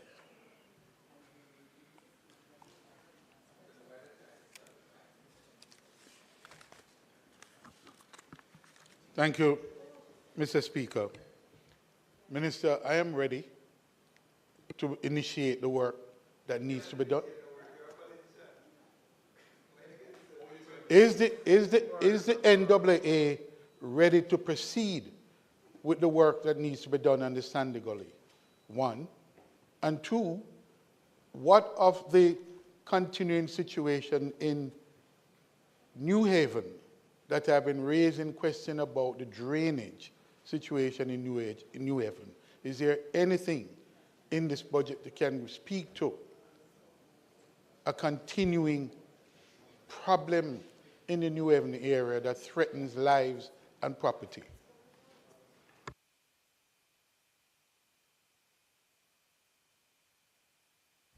Question?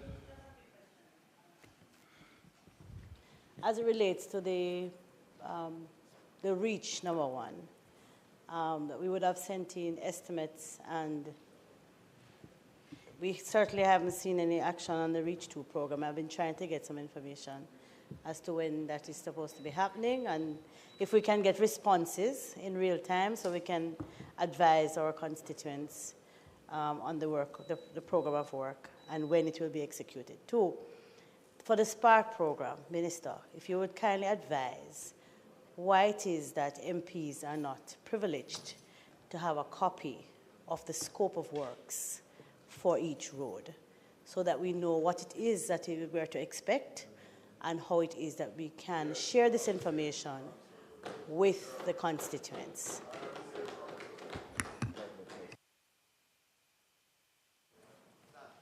Thank you very much,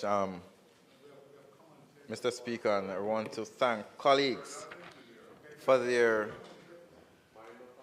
questions. Let me address them as they were posed.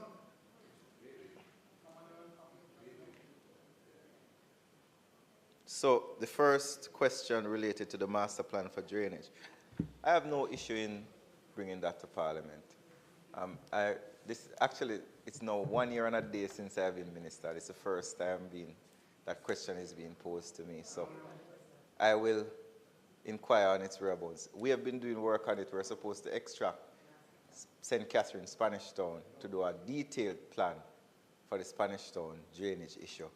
I would have announced that recently. So I have no issue with that. Troy Bridge, it is 50% complete. Remember, a bridge doesn't start where you see it. We've had to bury piles to a significant depth, to almost bedrock. Not only that, but we've also built a very good footbridge for the people of that area, just associated with it, so for their convenience. But the bridge is actually over 50%. The reason the bridge stalled was that there was significant rains in the area, and you cannot build a bridge while it's raining. So we had to pause. We should have been close to finishing now, but as soon as the rains subside, we will continue. Jamaica has over 800 bridges.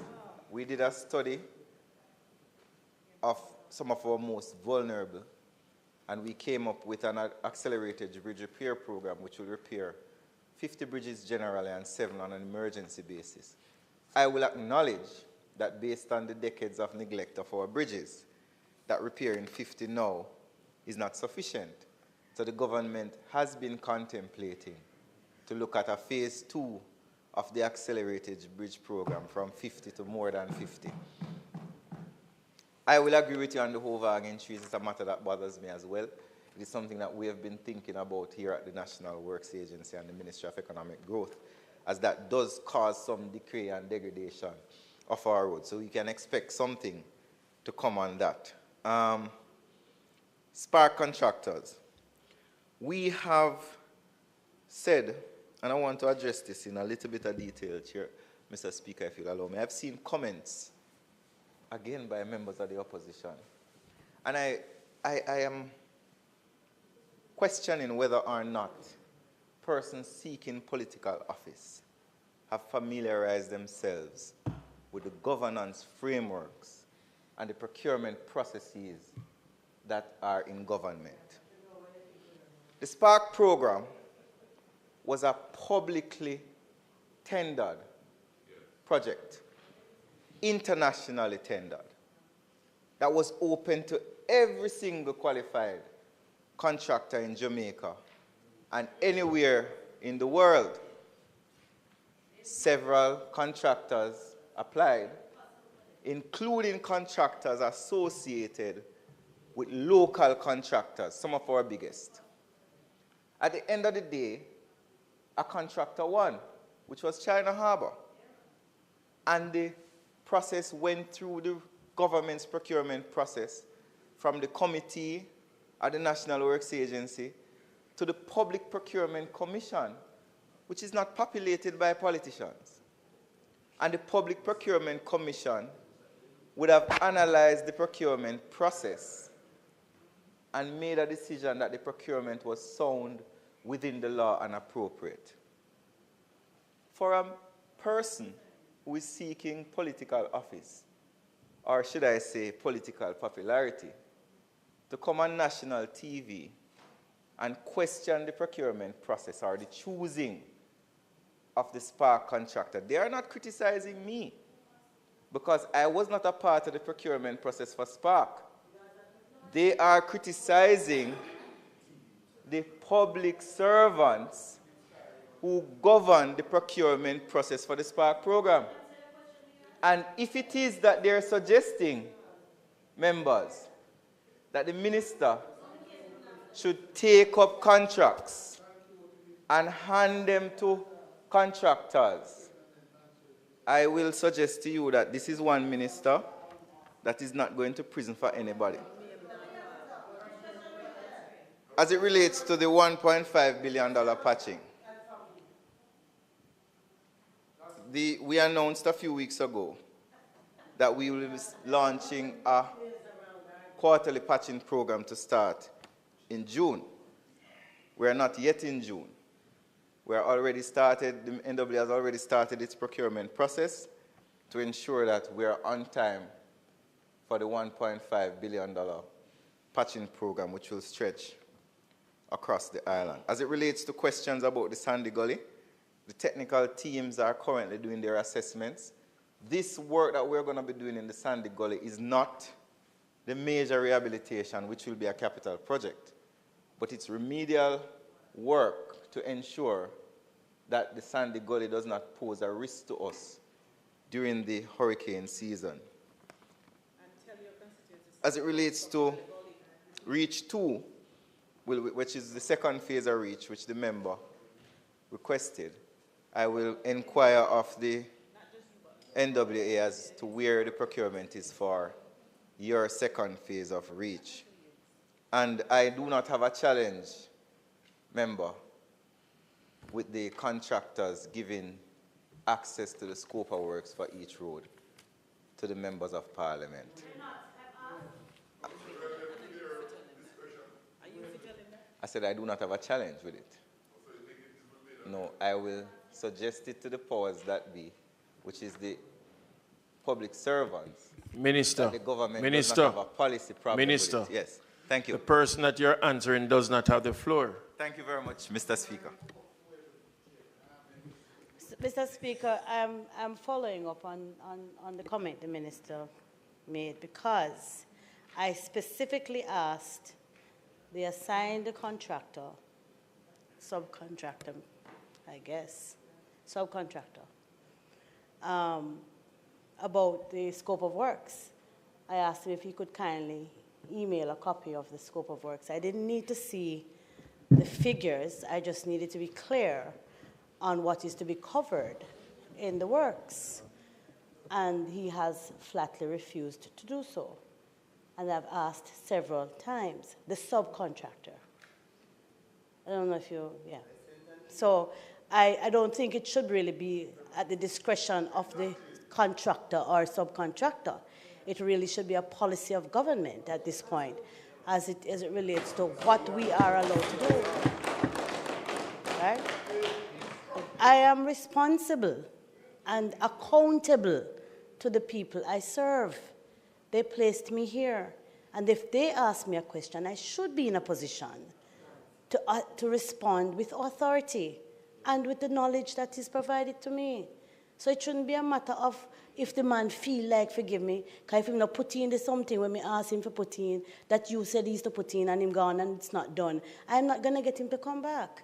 And I don't know who is monitoring and if it's being monitored properly. I want to be a part of the oversight. I would like to have a copy of the scope of works to be done in my constituency.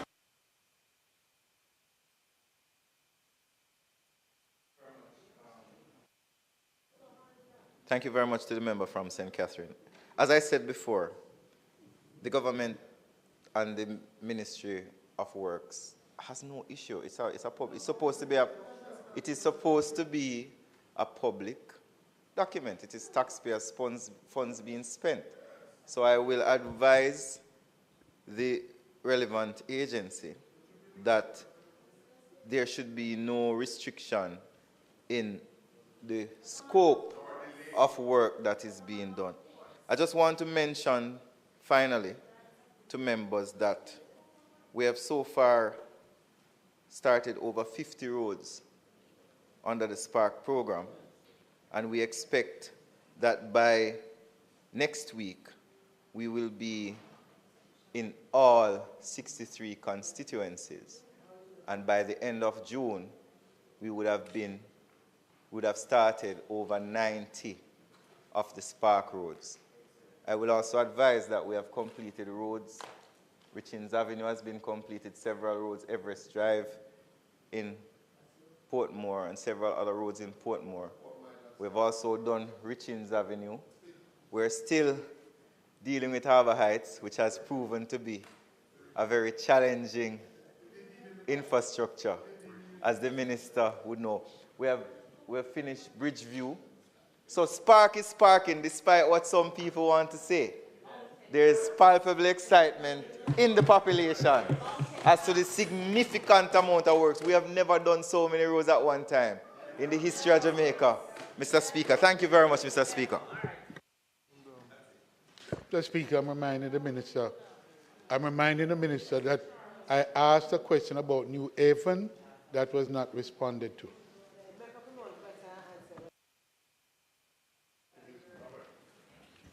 Thank you, Mr. Speaker. Minister, with the Spark program, I have asked before for a schedule from the list we provided. Yes, all of them are not going to be done at the same time. But if you could give some indication of the program of when they will come so that I can advise the communities in which these 10 roads that were selected fall. Or what's the duration, where what will fall where. That's all we ask for. And I want to join too with my colleague from North Central, St. Catherine, in having that scope of work provided. So, sorry? Yeah, no, I'm only joining in support because you were dodging it first.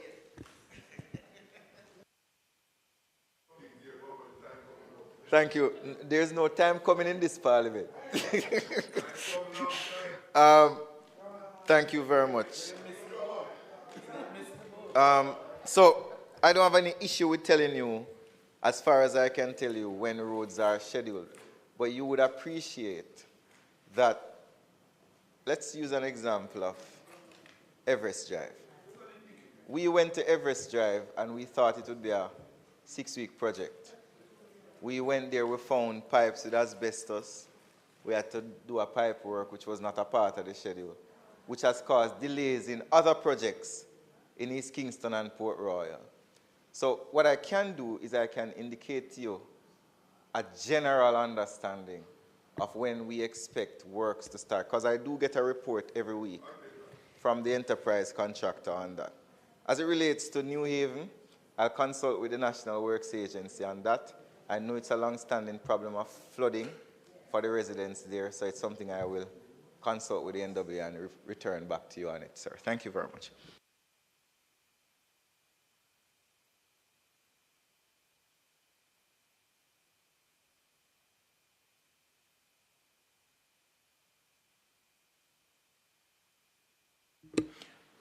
Member from Clarendon Southeast, you now have the floor.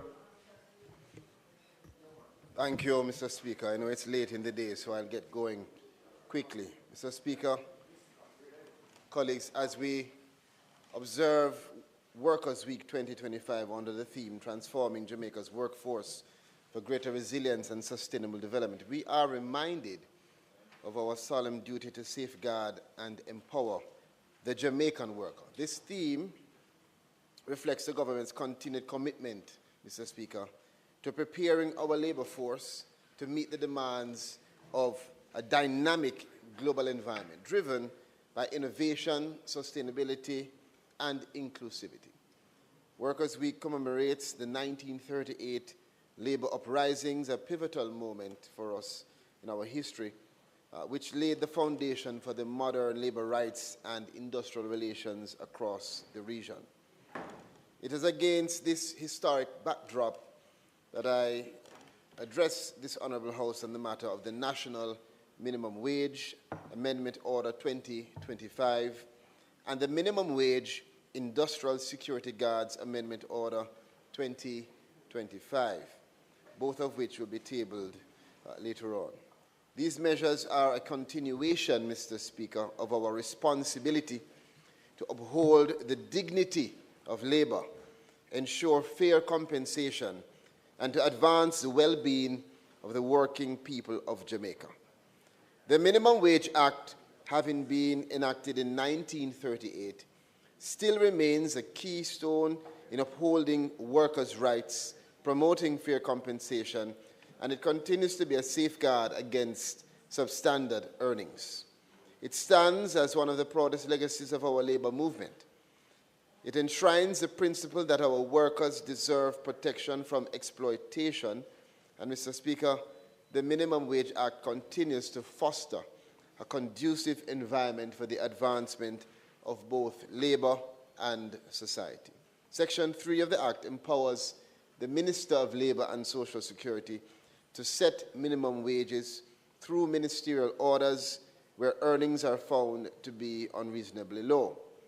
This is a responsibility that I take seriously, and it requires striking a very careful balance, ensuring that workers can live with dignity while supporting a stable economic climate in which businesses can thrive.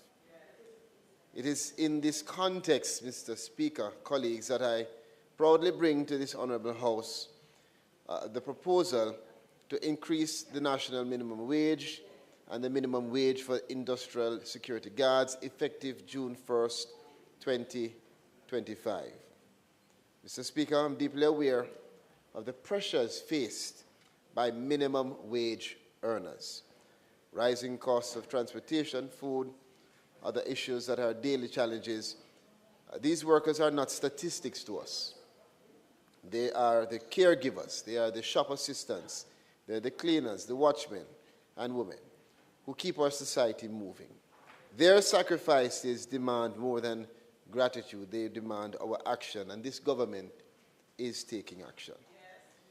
It is in this spirit, Mr. Speaker, that we table for consideration of this Honourable House the proposal to increase both the national minimum wage and the minimum wage for industrial security guards with effect from June 1, 2025.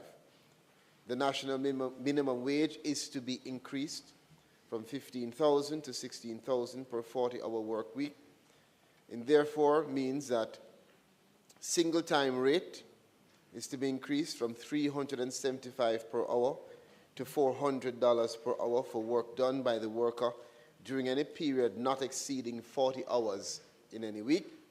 Time and a half is to be increased from $562.50 per hour to $600 per hour for work done in excess of 40 hours in any week.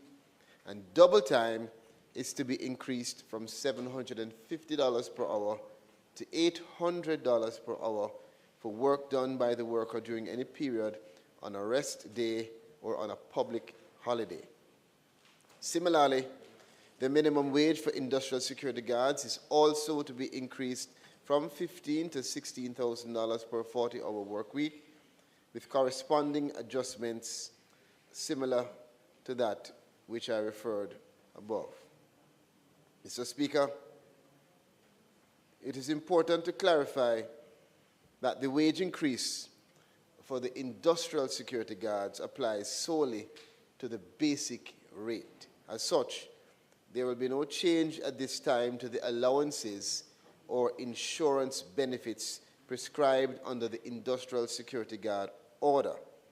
These benefits therefore remain at the prevailing rates. The laundry allowance will remain at $52.38 per hour. The firearm premium allowance will remain at $57.15 per hour.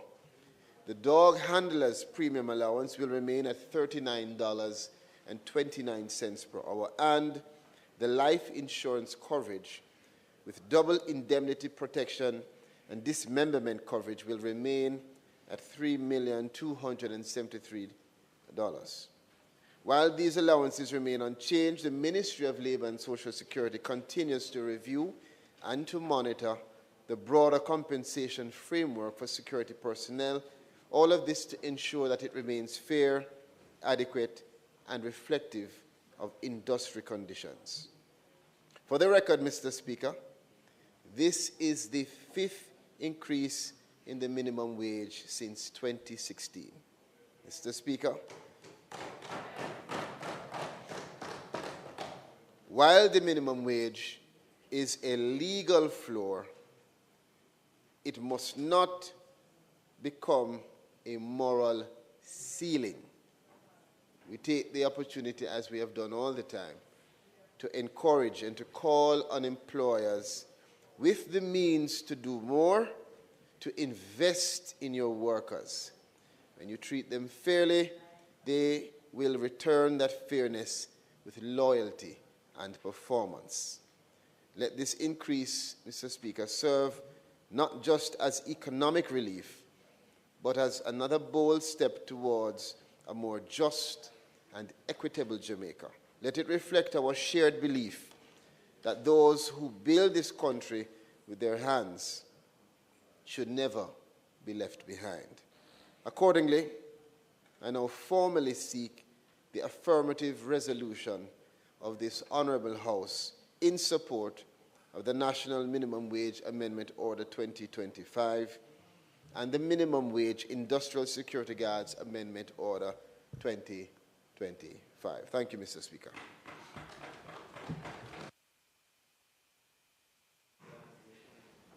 Mr. Speaker, while I do not want to prolong our time here. Therefore, you have 5 minutes.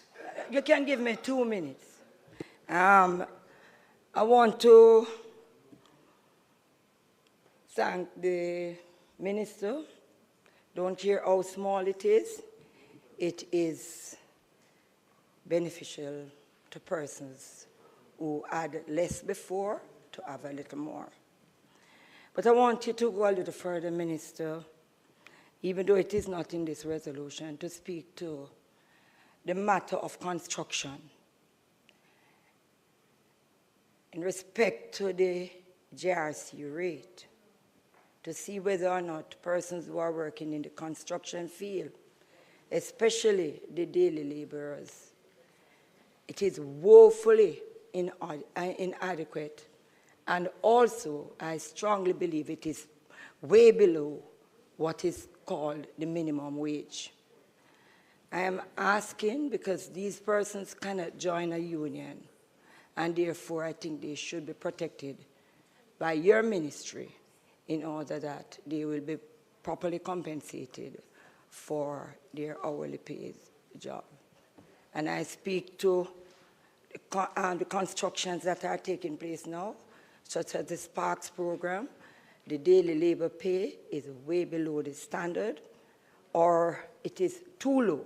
I see the minister making up his face, but I'm just saying to you, $300 and something per hour is something that you need to take a serious look at.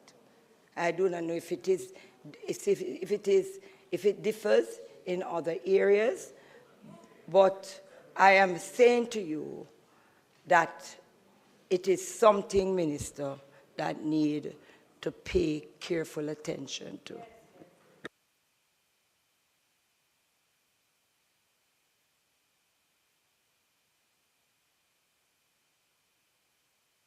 Sorry.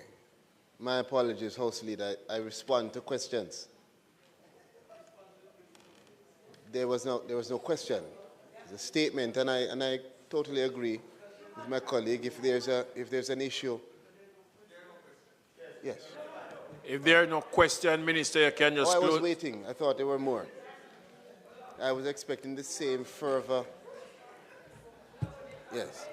But I do agree that it's a matter that we need to look into, and we'll discuss it.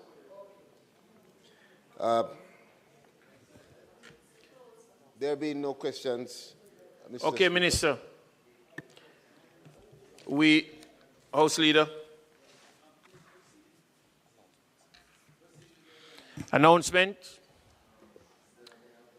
Laid on the table of the House are the following: annual report and audited financial statements of the Scientific Research Council for the financial year 2022-2023, annual report of the Minister of Labor and Social Security for the financial year 2023-2024, the National Minimum Wage Amendment Order 2025 and its resolution under the Minimum Wage Act, and finally, the Minimum Wage Industrial Security Guards Amendment Order of 2025 and its resolution also under the Minimum Wage Act. Thank you, Mr. Speaker.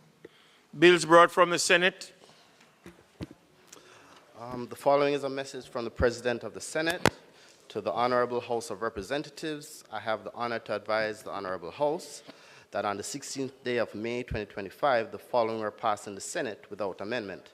An act to amend the Pensions Public Service Act to provide public officers who were born between August 1, 1961 and February 28, 1963, the option to retire before they attain the age of 65 years and to receive any pension, gratuity, or other allowance due and payable to them, and to validate and confirm as lawful all actions taken or omissions made by any person in relation to the granting of normal retirement during the period commencing April 1, 2018, and ending on the date of operation of this Act and for connected matters. Also, an Act to make provision for the designation of projects as approved, large-scale projects or economic activities as approved pioneer industries, to provide tax relief in relation to projects and activities so designated, to operationalize the tax incentives for large-scale projects and pioneer industries, to establish an application and management committee as part of the process of approving participants of large-scale projects and pioneer industries, to repeal and replace the Income Tax Large-Scale Projects and Pioneer Industries Act 2013, and to provide for connected matters. The Honorable Thomas Tavares Finson, President of the Senate. Petitions. Papers. Reports from committees. Notice of motion given orally. Mr. Speaker, on behalf of the Minister of Science, Energy, Technology and Transport, I beg to give notice that at the next meeting of the House, I will move to introduce and have read a first-time bill shortly entitled the Law Reform Amendment of Penalties Act 2025. Questions and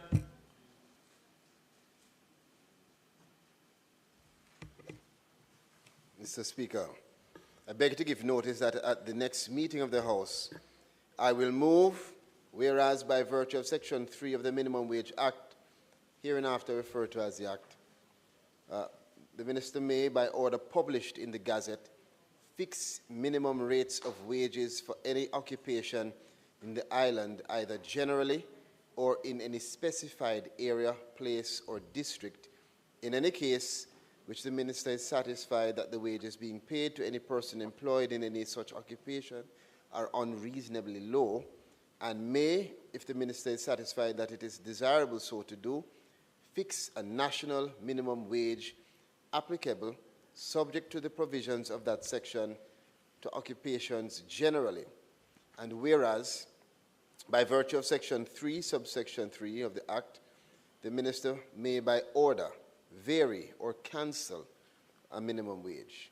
And whereas, on the 13th day of May 2025, the Minister made the Minimum Wage Industrial Security Guards Amendment Order 2025, and whereas Section 3, subsection 5 of the Act provides that an order made under subsection 3 in relation to a national minimum wage shall be subject to affirmative resolution of the House of Representatives, and whereas it is desirable that the Minimum Wage Industrial Security Guards Amendment Order 2025 be affirmed. Now, therefore, be it resolved by this Honourable House as follows. 1, that this resolution may be cited as the Minimum Wage Industrial Security Guards Amendment Order 2025 resolution. And 2, the Minimum Wage Industrial Security Guards Amendment Order 2025, which was laid on the table of the House on the 20th day of May 2025, is affirmed. Additionally, Mr. Speaker, I beg to give notice that at the next meeting of the House I will move, whereas by virtue of Section 3 of the Minimum Wage Act, hereinafter referred to as the Act, the Minister may, by order published in this Gazette, fix minimum rates of wages for any occupation in the island, either generally or in any specified area, place, or district, in any case which the Minister is satisfied that the wages being paid to any person employed in any such occupation are unreasonably low, and may, if the Minister is satisfied it is desirable so to do, fix a national minimum wage applicable, subject to the provisions of that section, to occupations generally.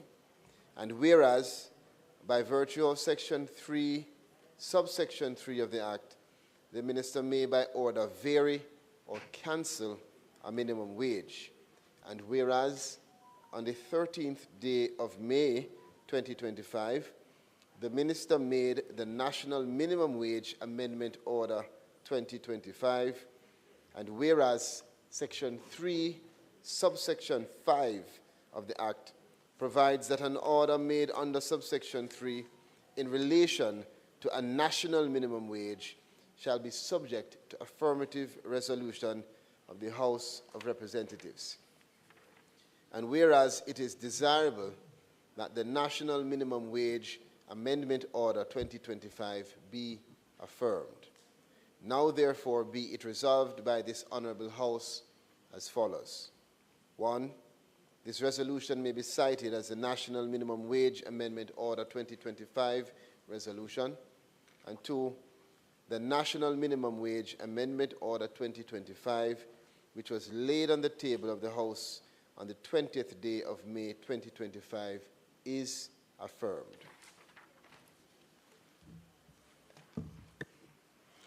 Question and answers to questions. Motion that may be made at the commencement of public business requiring notice. Motion relating to the sitting of the Senate. Motion for leave to introduce bills. Presentation of bills without leave of the House first obtained. Mr. Speaker, I now move for the suspension of the standing orders to enable me to take the first reading of a bill shortly entitled the Law Reform Amendment of Penalties Act 2025. Members, the question is that the standing order be suspended to allow the minister to take the first reading of the bill. Those in favor? Those against? The ayes have it.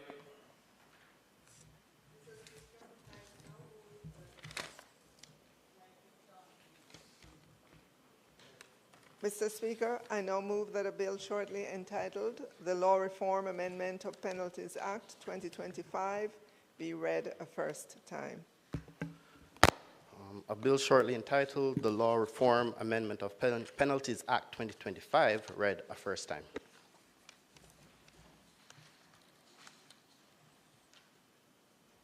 Mr. Speaker, I beg to give notice of second reading of the bill.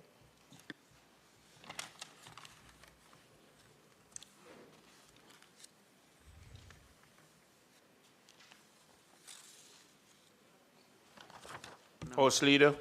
Thank you. Mr. Speaker, it is not intended to do any further business today.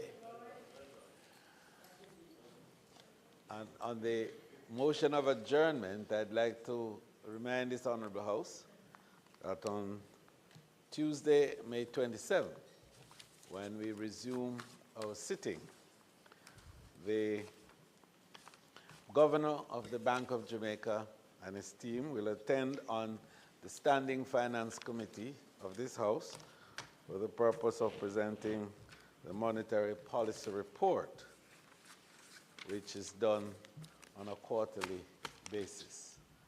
So I wish to remind this Honorable House that we will be on time on Tuesday the 27th at 2 o'clock so as to receive the Governor and his team for that purpose, and thereafter to continue with the business of the House and the continuation of the budget, sectoral budget debate. There being no further business intended for the day, I beg to move that this Honorable House be adjourned until Tuesday, May 27 at 2 p.m. at the George William Gordon House. May it please you, Mr. Speaker. The request is on the floor that this House stand adjourned until the 27th of May 2025 at 2 p.m. Those in favor? Those against? The ayes have it. This House now stands adjourned.